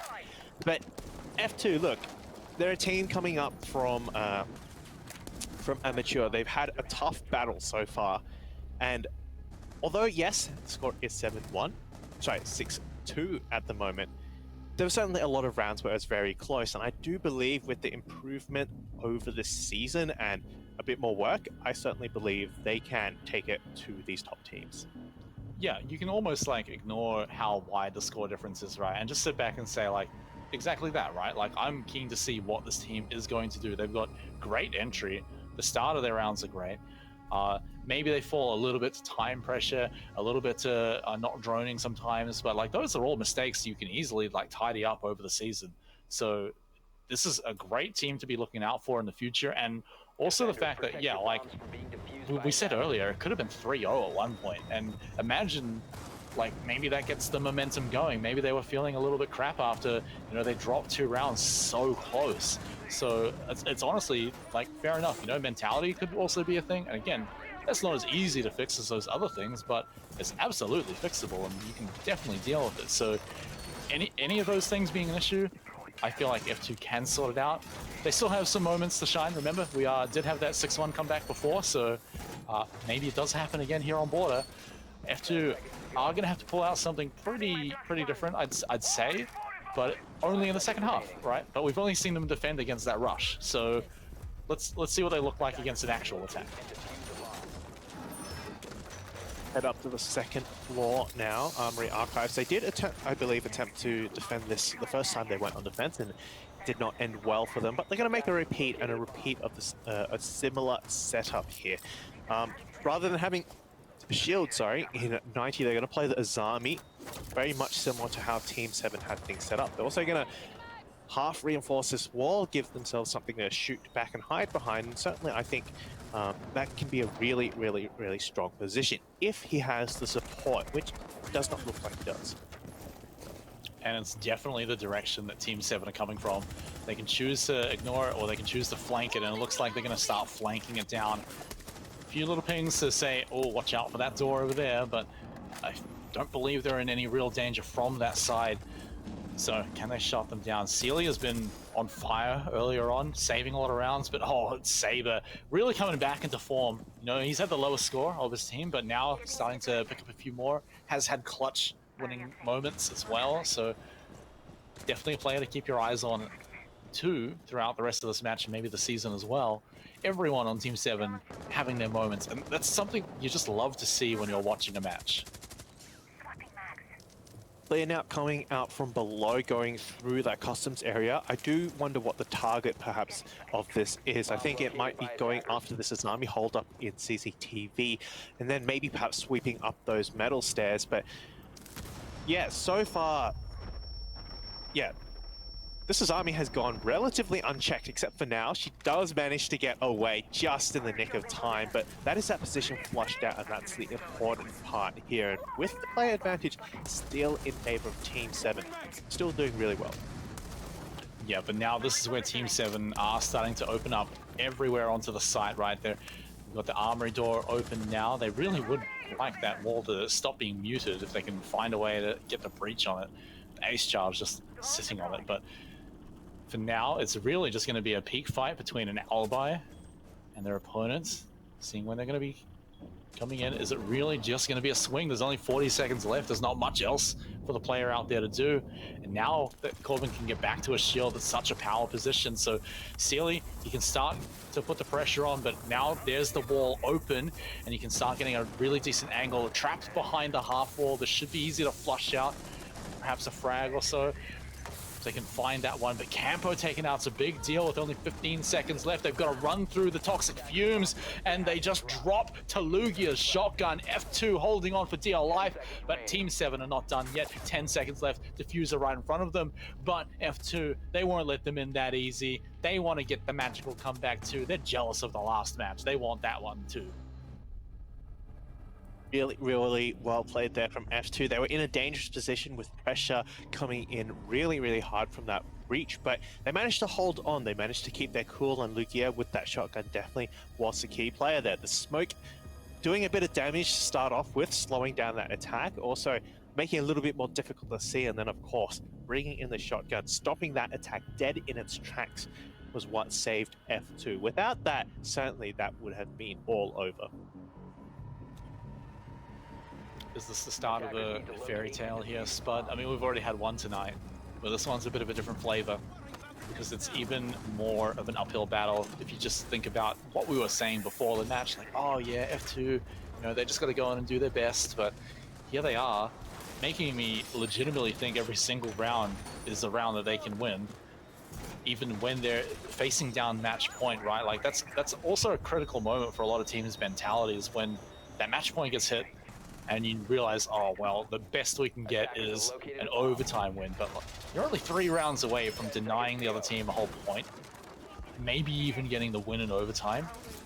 That's, you know, we've seen way bigger comebacks from that. So F2 totally still in this, and like I said, every round feels like a round that they can win. It's hard. It's very hard when players like Campo, Hunter, like literally everyone on the other team can just bring it back from the brink of death. Just, this is kind of the opposite of that, where Saber gets a kill right off the bat and shuts down Magpie. That's a little bit rough. Now they've got to pull it off 4v5. And again, facing down that match point, it never feels good. Yeah, already the cards are stacked in favor of Team 7 now. With that player advantage, of course, they can always just play for trades. It's about that conversion rate. So F2 definitely in a difficult position here. They need to make sure if they get an opportunity to take it, to even out that player count and then get away with that life. They do not want to be gifting any more kills to Team 7, but that drone information is coming in. That's Corvin, that's Freezy. It's a 2v5. Is this all over for F2? Yeah, we've talked about every round feeling winnable, but I'm not sure about this one anymore. 2 members remaining. That is going to be very hard to come back from. Plenty of time to make a miracle happen, but Team 7 are certainly not going to let that happen. They've got all 5 members. They've found Mez. He's going to go for glory, but Campo is going to find that glory and shut it down. Lugia, the last bar of health on the team in the match, and it's going to be Team 7 shutting F2 down for the win. Took a while, but they finally got there, and what a way to do it. A flawless round that was textbook perfect. The crossfires were all there, the information was all there. F2 didn't stand a chance, and it was so much more different from what we've seen earlier this match, in the beginning of the match, in the middle as well, when, you know, rounds could have gone both ways. It suddenly, you know, disappeared entirely, and Team 7 just went on a roll. Yeah, and that can happen a lot where, the favored team does get caught a little bit off guard early on and then they take a little bit to warm up. And I think that was still the case here. They were caught off guard a little bit, especially that first F2 run. But I mean, look at how close some of these rounds were, right? Coming right down to the last kill, right down to the last gunfight. But as time went on, Team 7 did get a better hold on the match. And the wins were coming in cleaner and cleaner, right? And yeah, they did the funny meme rush on their first round of attack, but apart from that, every other round was still in their hands, at the hands of one of their players. Just coming out a lot of times, it was straight up a double kill. I think there were several double kills, sometimes multiple from two different players in one round. So yeah, Team 7 smashed it out as the round went on, but I still feel like we had opportunities for F2. I never ever went into a round where I thought there's no way, Team 7 are crushing this one.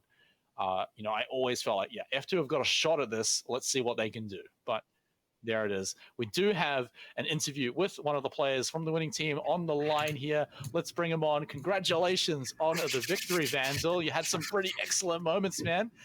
Let me ask you though, how did you feel after that round one? Were you maybe a little bit worried? Round one. Did we lose that? Yeah, you guys yes. did. Yeah, you lost it. Oh, no, I wasn't even stressing. Like, these guys, I don't know, they're kind of mid, but like, after one round, it was just unlucky, But they bought the better guns, but like, we're better, full stop. Yeah, so were there any changes in how you guys played, or did you just kind of stick to your game moving forward? Because obviously we saw a bit of a turnaround from the early stages of that match into the final round, of course, where it was a flawless round. Oh yeah, we got a little bit tilted, so we're just like, yeah, we gotta bring it home, And like, it's 6-1 up after that first round, we weren't really stressing. They said they were gonna win 7-5, and they didn't even get like close. Oh, so they said they were going to win 7-5. So, I mean, after that, do you have any words for them after that victory? No, I'd just say practice a bit more. Maybe you'll be able to beat us soon. All right, fair enough, man. We'll leave you with that, and congratulations on the victory. We'll see you next week. But Spud, that's all of our matches for tonight. We've had some really awesome ones, I've got to say. Even this one where we thought maybe it's going to be a bit one-sided, we still got a lot of action out of it. So, Spud, man, what are your thoughts on tonight's matches? What was your favorite one? Was it the magical comeback from before? Yeah, look, I'll have to say that was my favorite. I mean, everyone loves an underdog story like that, coming back from a 6-1. But yeah, look, overall, some really, really great matches. I've been surprised by a lot of these teams, a lot of these players, and how well they've played, and being able to fight through some of these odds. Well, at the end of the day, no matter how the matches went, points were awarded and a leaderboard has now formed. We can take a look at how the teams are all stacking up against each other. So let's take a look. Kraken up there with their 7-1 victory. They're going to be up there with Not Quite Sure and Team 7, all sitting on the same amount of points. Get a Grip, though, only getting their victory in overtime, puts them just below, but Circular Spheres will be sitting there, only a singular point, unfortunately, after losing in overtime. And then, of course, the three teams that did drop will be sitting at the bottom of the table, but plenty of time over the season for all of this to change. Any surprises there for you, Spud? Anything you think shouldn't be there? Again, that comeback from Get a Grip LFO is certainly not one that I expected. Certainly really, really well played from them. I did think Circular Spheres would do a little bit better in that regards, but hey, it's anyone's game. It really shows, I guess, the kind of the level of competition we have here. It is very, very close, and that means as we said, it's anyone's game. And of course, 1 point can make all the difference. We did see Get a Grip lose out on getting to the playoffs by a single point. So who knows? It may be that this week one, that match, that 1 point will be the thing that gets them over the line. Yeah, I've seen that happen multiple times. It even comes down to sometimes the tiebreakers where you're literally just winning the head-to-head, and that win in overtime could do exactly that. So, I mean, really good results for the teams that picked it up. A lot of expected victories, but that one that went an interesting way. It was pretty fun to watch. But let's take a look at what you guys are going to be seeing next week. First match is going to be F2 versus Not Quite Sure, another test for the newcomers. Then it's going to be Team 7 versus the Real Demons to see if they can continue their dominating streak. And then Underground Gaming versus Circular Spheres. That's going to be an interesting one to see if Circular Spheres can come back and get all 3 points. And then Kraken versus Get a Grip. And again, are Kraken going to fall to the magical comeback team? Well, I guess we'll have to find out. You got a favorite one there, Spud? Which one are you going to watch? I'm really looking forward to Kraken versus Get a Grip. Again, because we've seen Kraken perform really, really well, but also Get a Grip be able to clutch back a victory from the jaws of defeat. So that's certainly a game I'm going to be looking forward to. Underground versus Circular Spheres, I also think will be interesting. Circular Spheres definitely have a lot on the line, given the result this week. So I think they're going to be doing their best. They're certainly not going to be giving any more freebies away. And I want to see if they make any major changes between now and next week when they go against Underground, and whether they find the momentum to pick things back up. All right. Well, I'm excited for next week. I'll be watching, but I won't be on the show because next week you guys are going to be gifted back the glory that is Proto. He'll be sitting right where I am on his own camera, and he'll be with you, Spud. Thank you so much for having me on the show tonight. Big thank you to our sponsors, Rockhat and Biocode Lab. You guys are absolute legends. Couldn't do it without you. But to all you guys at home, you've been absolutely spectacular watching along with us, and we'll see all of you next week. Tango in my sights. Now it's time for New Belt Nitro single, and he fell for it. He's looking to give coverage for his teammate Rice. Can he lock it down? Yes, he can, but the swing's in. Has to find it. No time. Pun has to swing in. Geordie's pulled off.